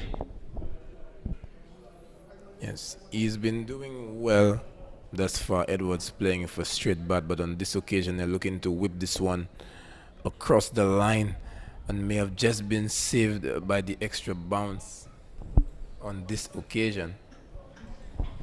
Yes, certainly a close call there for Shawnil Edwards. Lives to fight another day. And St. Lucia 115 for 7. So some 41 runs still required of 99 balls. So perhaps they need to get into the 40s now. And yes, start Greg. the countdown. But Dominica still has 5 overs of the quality of Joel Durand. And he has bowled well. He has picked up 2 wickets for 15 runs.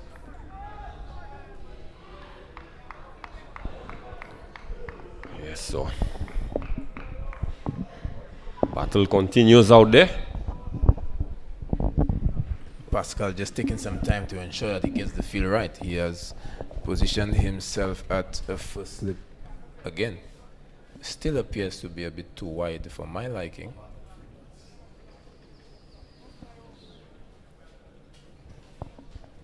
And he has employed 4 boundary riders for Bolton Sayers. The long off, long on, cow corner, and the deep extra cover. And this one he has come forward in defense.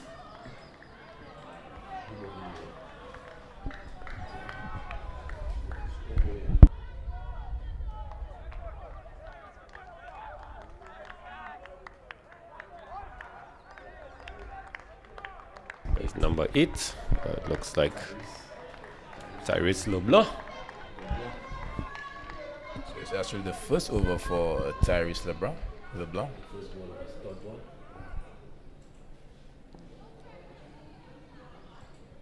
Another leg break ball introducing the attack. They've gone for 1, coming back for the second, and good aggressive run in there by Shawnil Edwards to come back for 2. So Sayers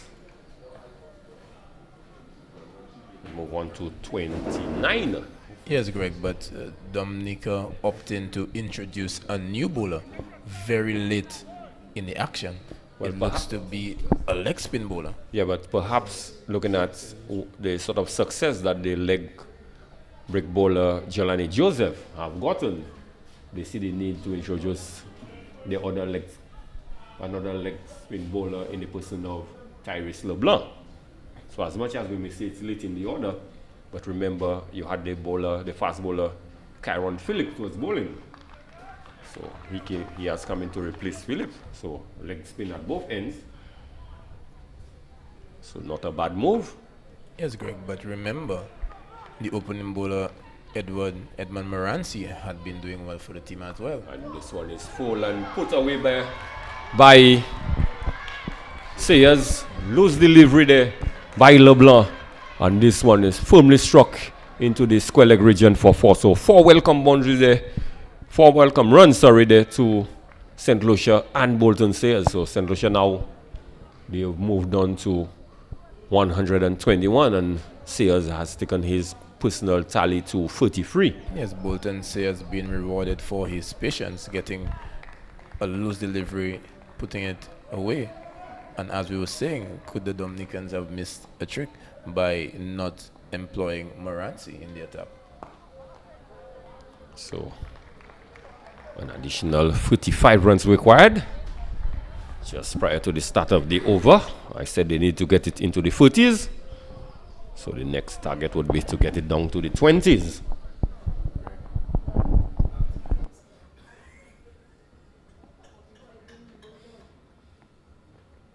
This one is cut to the point region. Fielder coming off the boundary. 1 run resulting. So in this over, we've seen Bolton Sayers really up the ante. Bolton has gotten some 7 runs of the over. Yes, he's definitely doing what is required for St. Lucia. It's up to Sean Edward to realize exactly what needs to be done, which is to just ensure that he's in. On this one, loose delivery, looking for the toss. 2 fielders under it. What appeared to be a simple chance, the fielder making a meal of it. It appeared to be a very high full toss, not being called by the umpire. Opportunity presented. Shawnee should have deposited this one into the ground stand, but instead overhitting, playing this one a bit too early. This one skied, and the fielder not accepting the opportunity. Yes, so 2 bad misses in one delivery, and that's Shawnee Edwards' golden opportunity to perhaps deposit this one into the grass bank. Perhaps looking to power this ball too much. Really getting this one high into the 30-yard circle, and the fielder really settled on the. Thought he would have taken a regulation catch, but it proved in the end to be not so. And Shawnee Edwards lived to fight another day. So 124 for 7. Yes, as we see the chief destroyer, thus far Jelani Joseph into his final over. But what do we know, Greg? I was calling for Morancy's introduction into the attack. The skipper had that idea of bringing on his part-timer, and it almost worked out for him. Yeah, certainly. And this one is firmly driven back to the bowler, unable to field cleanly. So Sayers in the last few overs, certainly looking at a different player.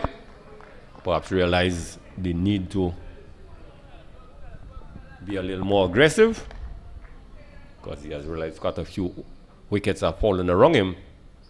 And the googly the ball there by Jelani. They've gone for 1. Well read there by Shawnee Edwards. Getting onto the back foot and really punches this one to the fielder down at the long on region. So good sensible batting by this two. Yes, but the fielder there, this one was quite close to him, not really making the valiant effort required. And I think in the last few overs, Dominica has really let St. Lucia off the hook with some subpar fielding. So this one, and a mix-up. And a non-existent single. I think if Shawnee had gone, he certainly could have been run out. So 126, an additional 30 runs required. Needs to get it down into the 20s.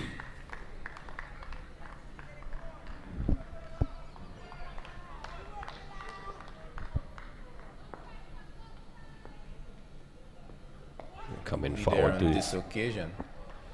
Yes, certainly he has used the googly to good effect.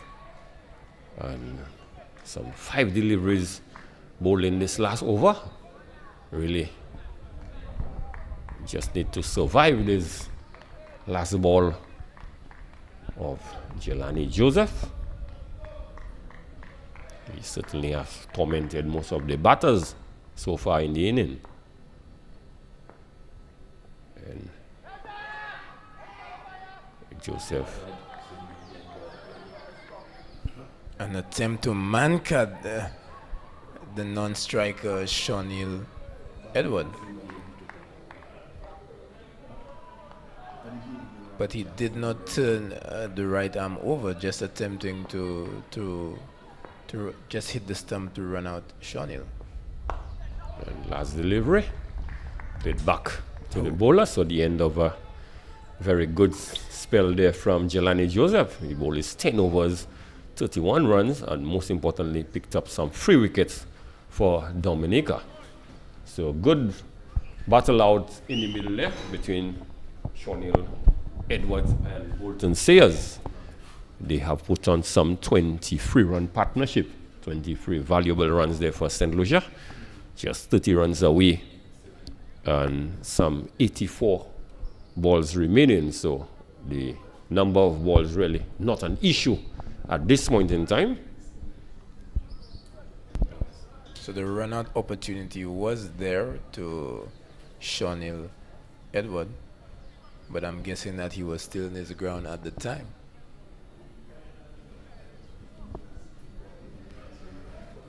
So Greg, what do you make of that? Dominicans trying to employ that mode of dismissal. What, the man card?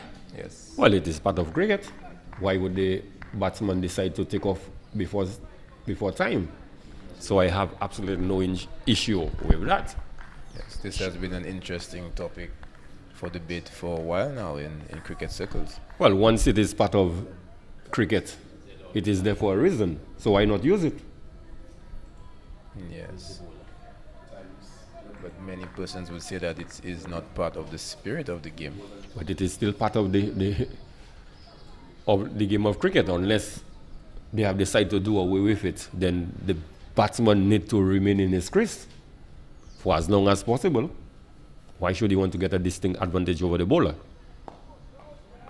Yes, and the leg spin of Tyrese LeBlanc being introduced once more, and he would be looking to toss this one above the eye line of Shawnil just to see what he's made of.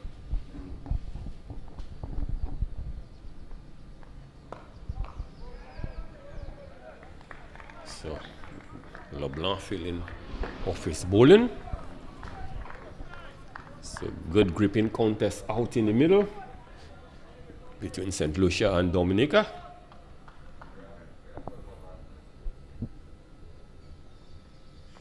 And an attempted lap shot there by Edwards. So the keeper, George, rejoicing.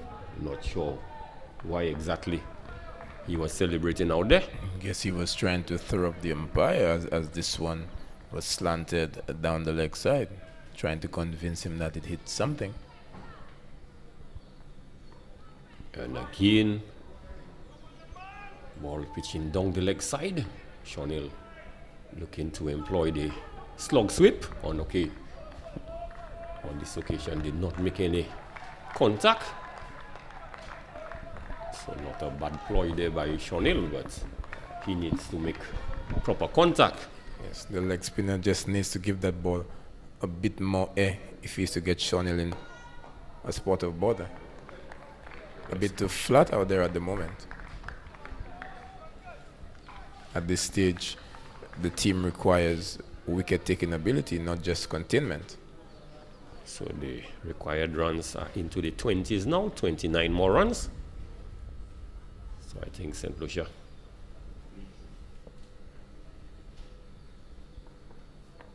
and this time around, another wide delivery, Greg. Down the leg side. Shawnil is really missing out on those sweep shots because he's getting that front foot across his stump as opposed to just planting it straight down the wicket or just opening up that front toe. So he has really missed out on 8 runs there. And this one is powerfully driven down to the long on region, 1 run resulting. But nonetheless, good batting from Sean Hill. He's showing that he's not just any typical tail ender, playing that ball with a straight bat, pushing that one quite competently down the ground.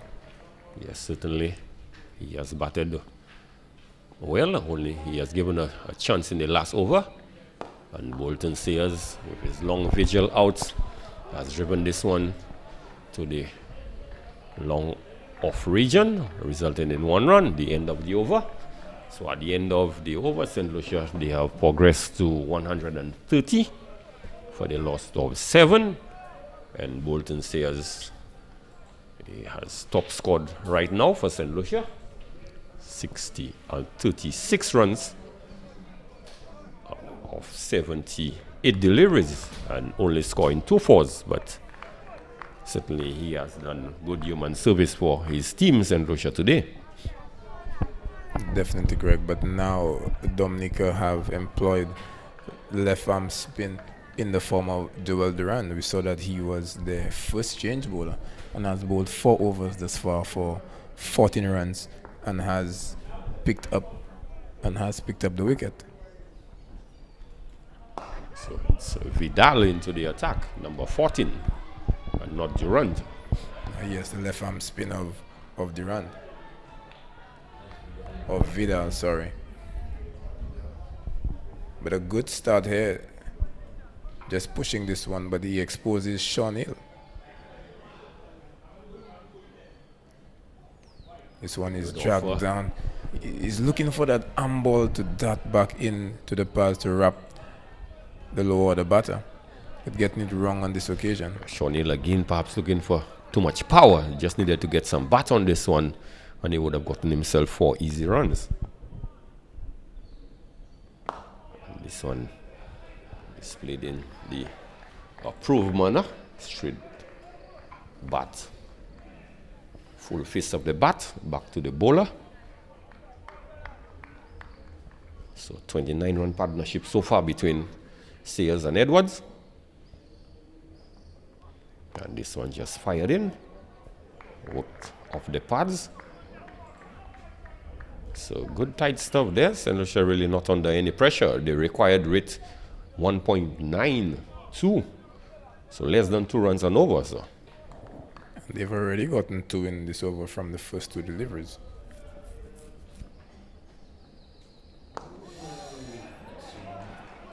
So a bit of movement in the air there for the spinner. It was well played by Sean Hill. Again presented the full face of the bat. Just pushing this one down to the long off region where the scamper through for a single. Yes, so this has been an impressive low order batting from Sean Hill as he has moved on to 10 runs and he has faced 19 deliveries.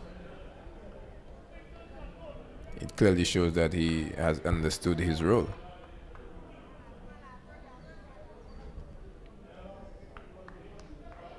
Certainly Bolton Sayers still out in the middle and certainly has played a responsible knock and he continue to be resolute in defense.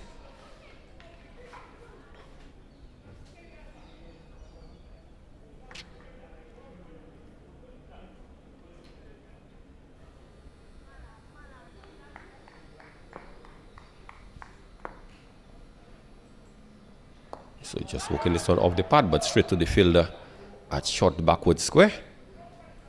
No run resulting, so at the end of a good over there by Justin Vidal. But St. Lucia really under no pressure to get runs quickly. With a required rate of less than 2. They've moved on to 133 for 7. So a 40-run partnership for the 8th wicket for St. Lucia. Definitely doing well Bolton Sayers doing his best to lead the team to a victory here. He has faced 77 deliveries for his 37 runs. He's really held the innings together. So it looked like LeBlanc continuing from the runs. Yes, the man that we were calling for a while ago, it is now the off-spin of Durand being re-employed. Had a very good first spell, cleaning up the number 3 batter, Theo Edward. He has bowled 4 overs for 14 runs and has picked up the wicket.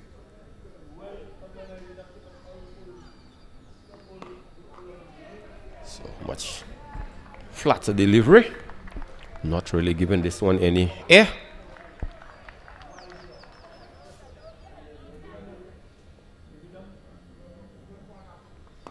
This one is flat and Sean is really looking to muscle this one and unable to get it past the short mid-wicket fielder. Yes, and Shawnee looks eager to dispatch the bowling of the off-spinner. Just looking to run this one past the slip.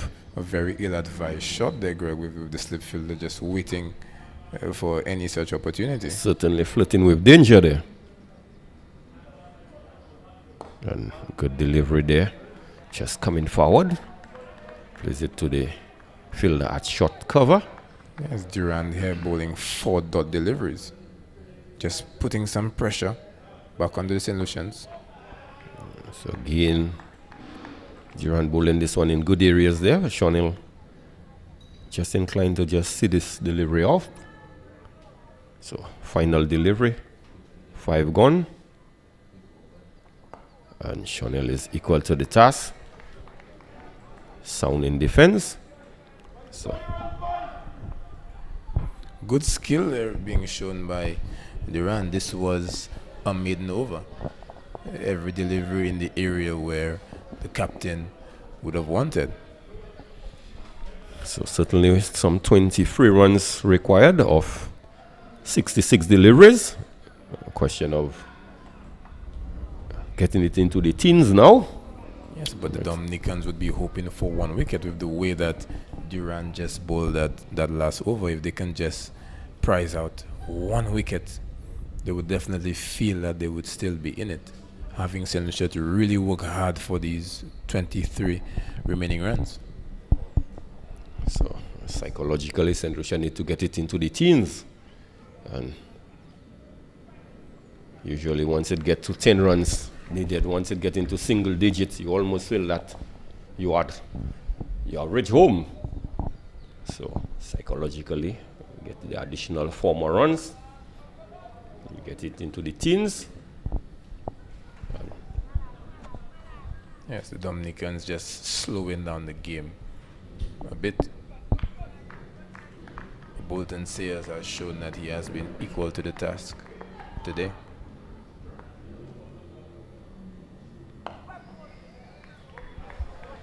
Yes, good batting there by Sayers. He really, with the exception of just 1 over we saw where he was just wavering in concentration. Other than that, he has batted resolutely, he has batted well. And this one is driven. The ball has ricocheted out from off the hands of the bowler onto the stump. And the Dominicans, they were appealing.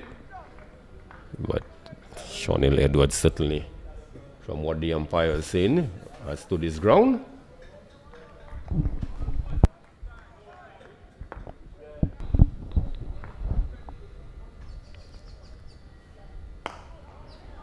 So this one is driven to the long off region. Fielder coming off the boundary. 1 run resulting. This is actually good bowling and good batting, good cricket all around here from these 2 teams at this point.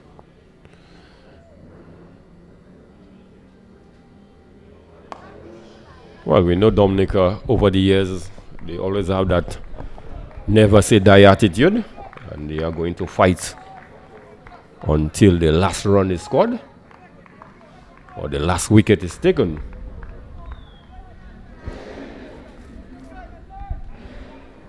Yes, but we can just see that the bowler is trying to force Sean Hill back, because when he's playing back to those deliveries, the 2 feet are seemingly stuck together and he's playing across the stump. Yes, well played there by Edward. So Edward's pace when he was bowling was definitely impressive, and he showed us that he has everything in his arsenal, but now we're seeing that he is quite competent in his defensive play.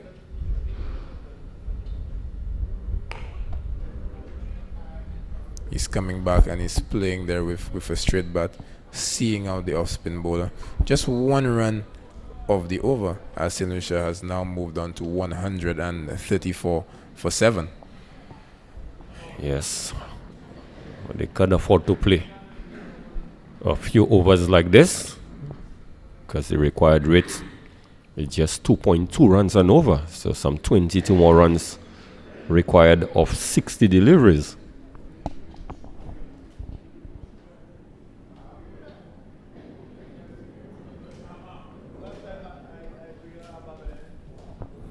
Yes, but Greg, do you think that the Dominicans are missing a trick, just employing those 4 boundary riders at this point? Should they be in saving more singles?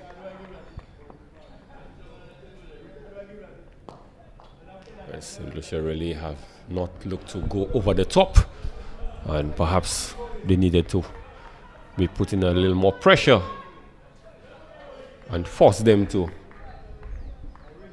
do something differently, because at this point in time, 2 runs, 3 runs in the over will certainly see St. Lucia home.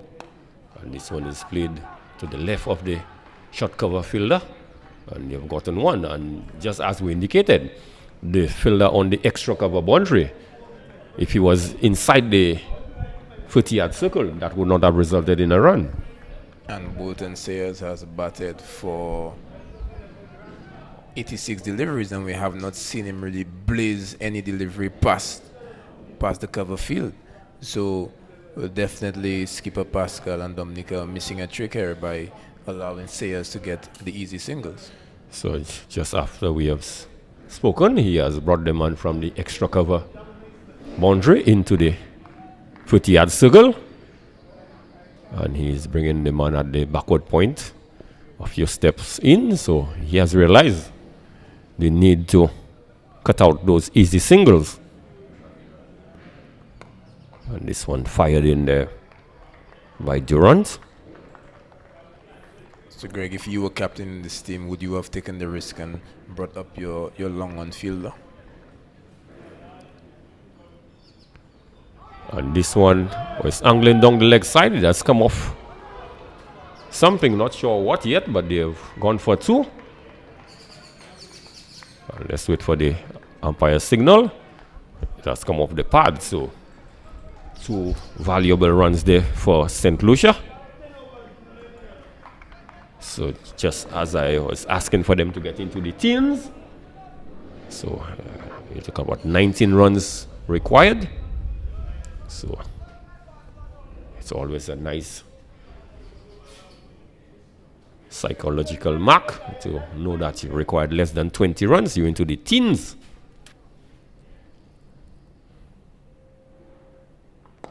This one is firmly driven, but through the legs of the fielder, they've gone for 1, and that's all there's gonna be. And there's a mix-up between the fielder and the bowler, collision. But I think Sean Edwards looked like a strong enough lad.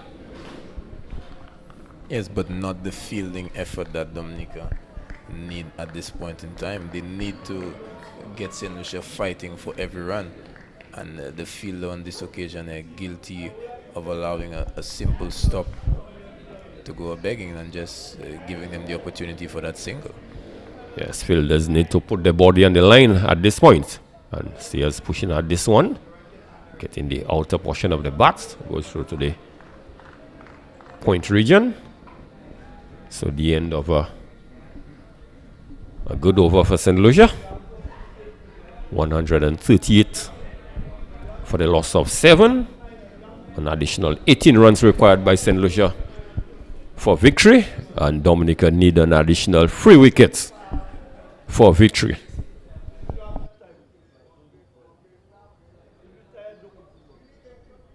So Jamal James, if you were not in the comments area and you were a betting man, and who would you have put that dollar? Thankfully, I'm not a betting man, Greg. And especially in this game of cricket that we love, we know that it is a game of glorious uncertainties and shifting fortunes. Because with 3 wickets remaining, we saw in today's game Tariq Edward taking 3 wickets in 3 balls. So I could have easily bet my money on St. Lucia, and I could have lost my money in 3 deliveries, Greg. So Roland Cox said he would have bet 50 cents on each team, playing it safe so he wouldn't lose. Yes, but definitely 1 wicket here could shift the tide of this game. Yes, certainly. And this one is firmly driven down to the long off region for 1 run. So good sensible batting there by Shonil Edwards. Yes, so while we must commend Shonil for sensible batting, Greg, I'm not quite sure about the field placing at the moment, just allowing the opportunity for those easy singles. Yes, like I did say, the captain Pascal really missing the trick. I think he should force. Well, he has removed himself from the slip region, and he has posted himself in a short cover region for those. And this one has gone through for wide, and what a time to be bowling a wide delivery down the leg side. The keeper George unable to stop this one, and it has gone all the way to the fence for 4. So 5 additional runs to the St. Lucia total. So how much is that going to hurt the Dominica team? Because right now St. Lucia just need a further 12 runs for victory. What a time to bowl 4 wides. This was the captain's nightmare, Greg. Just reinforcing the offside field, and the bowler trying to push this one into the stumps, missing his line, drifting down the leg side, and the keeper had no chance.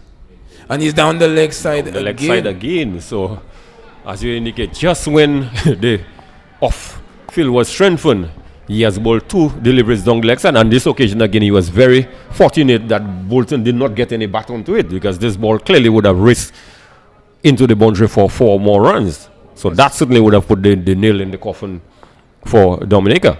And there's no protection in the deep backward square region. And this one is driven powerfully, and it has eluded the outstretched arm of the fielder at the mid-on region. So good work done by the fielder on the long off boundary to come across, but resulting in 1 run. And now St. Lucia require just 10 more runs for victory. So 1 additional run and they will be in single digit. Yes, Greg. And with that shot, Bolton Sayers enters the 40s. He's now on 40 of 88 deliveries. Yes, what a gem of an inning so far for the young man. And Sayers going for a non-existent single. So a partnership of some 43 runs between Bolton Sayers and Shonil Edwards. How valuable that partnership has been to the cause of the St. Lucia innings thus far. And Edwards goes for the big lofted drive. Is it going all the way? Yes, it has. It has gone all the way for 6. So definitely with that shot there from Shonil Edwards, this may very well have been the final nail in the coffin for Dominica. Yes, the bowler trying to get this one above the eye line.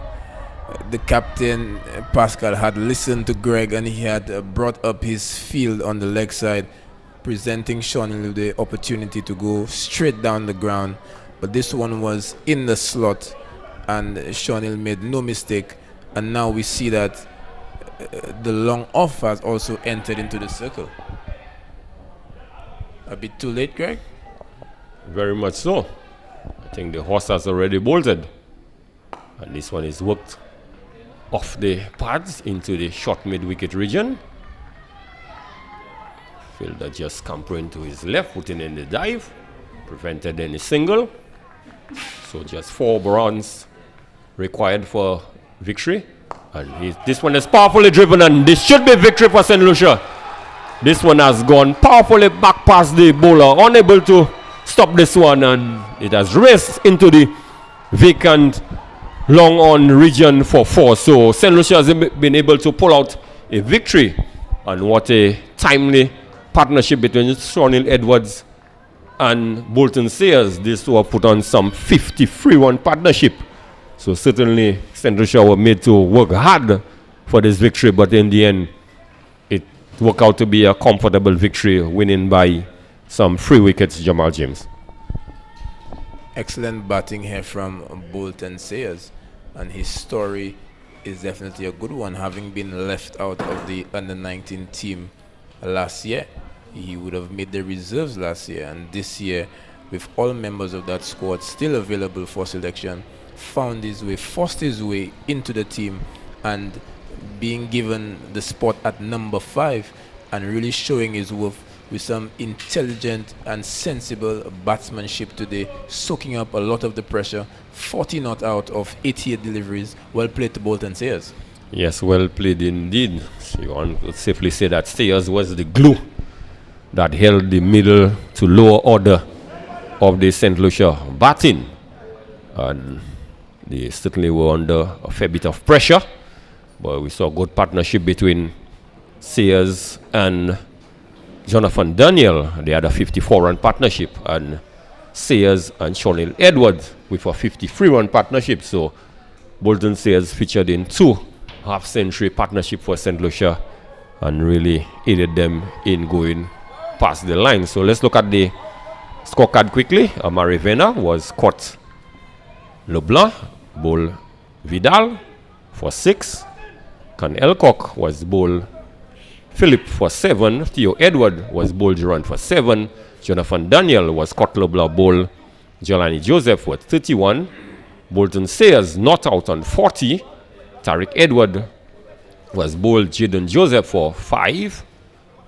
Noel Leo was caught Pascal, bowled Jelani Joseph for 3. Royce Paul was caught George, bowled Jelani Joseph for 2. And Sean Edwards not out on 22. Really did present one opportunity. It was not the easiest of opportunities, but he was there at the end. 22 not out for Dominica. You had Kyron Phillips, who bowled 8 overs, 30 runs, 1 wicket. Edmund Morancy, 4 overs, 7 runs. Joel Durant, 6 overs, 2 maidens, 16 runs, 1 wicket. Jason Vidal, he bowled 8 overs, 1 maiden, 57 runs, 1 wicket. The pick of the bowlers for Dominica was Jelani Joseph. He bowled 10 overs, no maiden, 31 runs, 3 wickets. Jaden Joseph, 4 overs, no maiden, 16 runs, 1 wicket.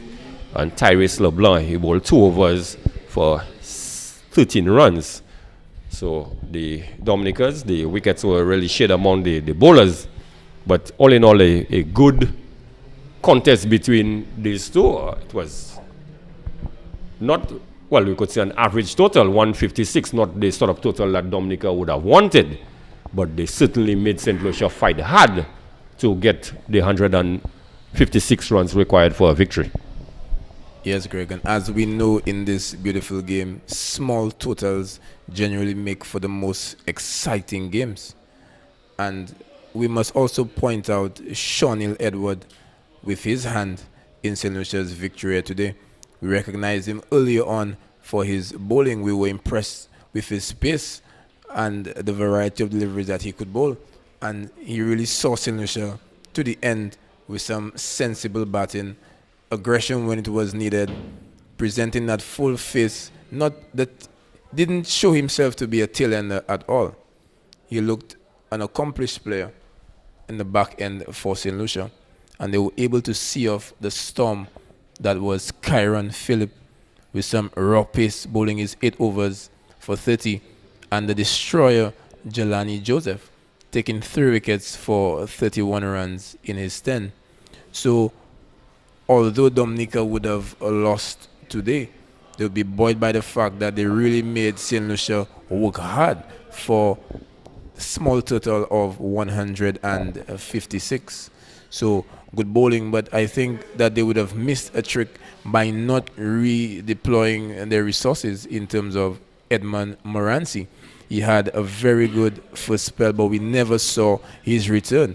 And I think that the time and the occasion was ripe to have brought him back for a second spell. Yes, Jamal, but it's all done and dusted. St. Lucia able to hold their nerves, and we're able to pull out a victory against Dominica. So let us look at tomorrow quickly. So here at the Darren Sammy cricket ground, it will be St. Lucia versus Grenada, and at the Resolute it will be St. Vincent versus Dominica. So until then, tomorrow we're asking you to join us at about 5 minutes to the start of play. That should be about 9:25, where we will resume the commentary. So on behalf of Jamal James, fellow commentator, Roland Cox, our scorer, and our technical directors, I am Greg Wilson, asking you to join us tomorrow, and good evening.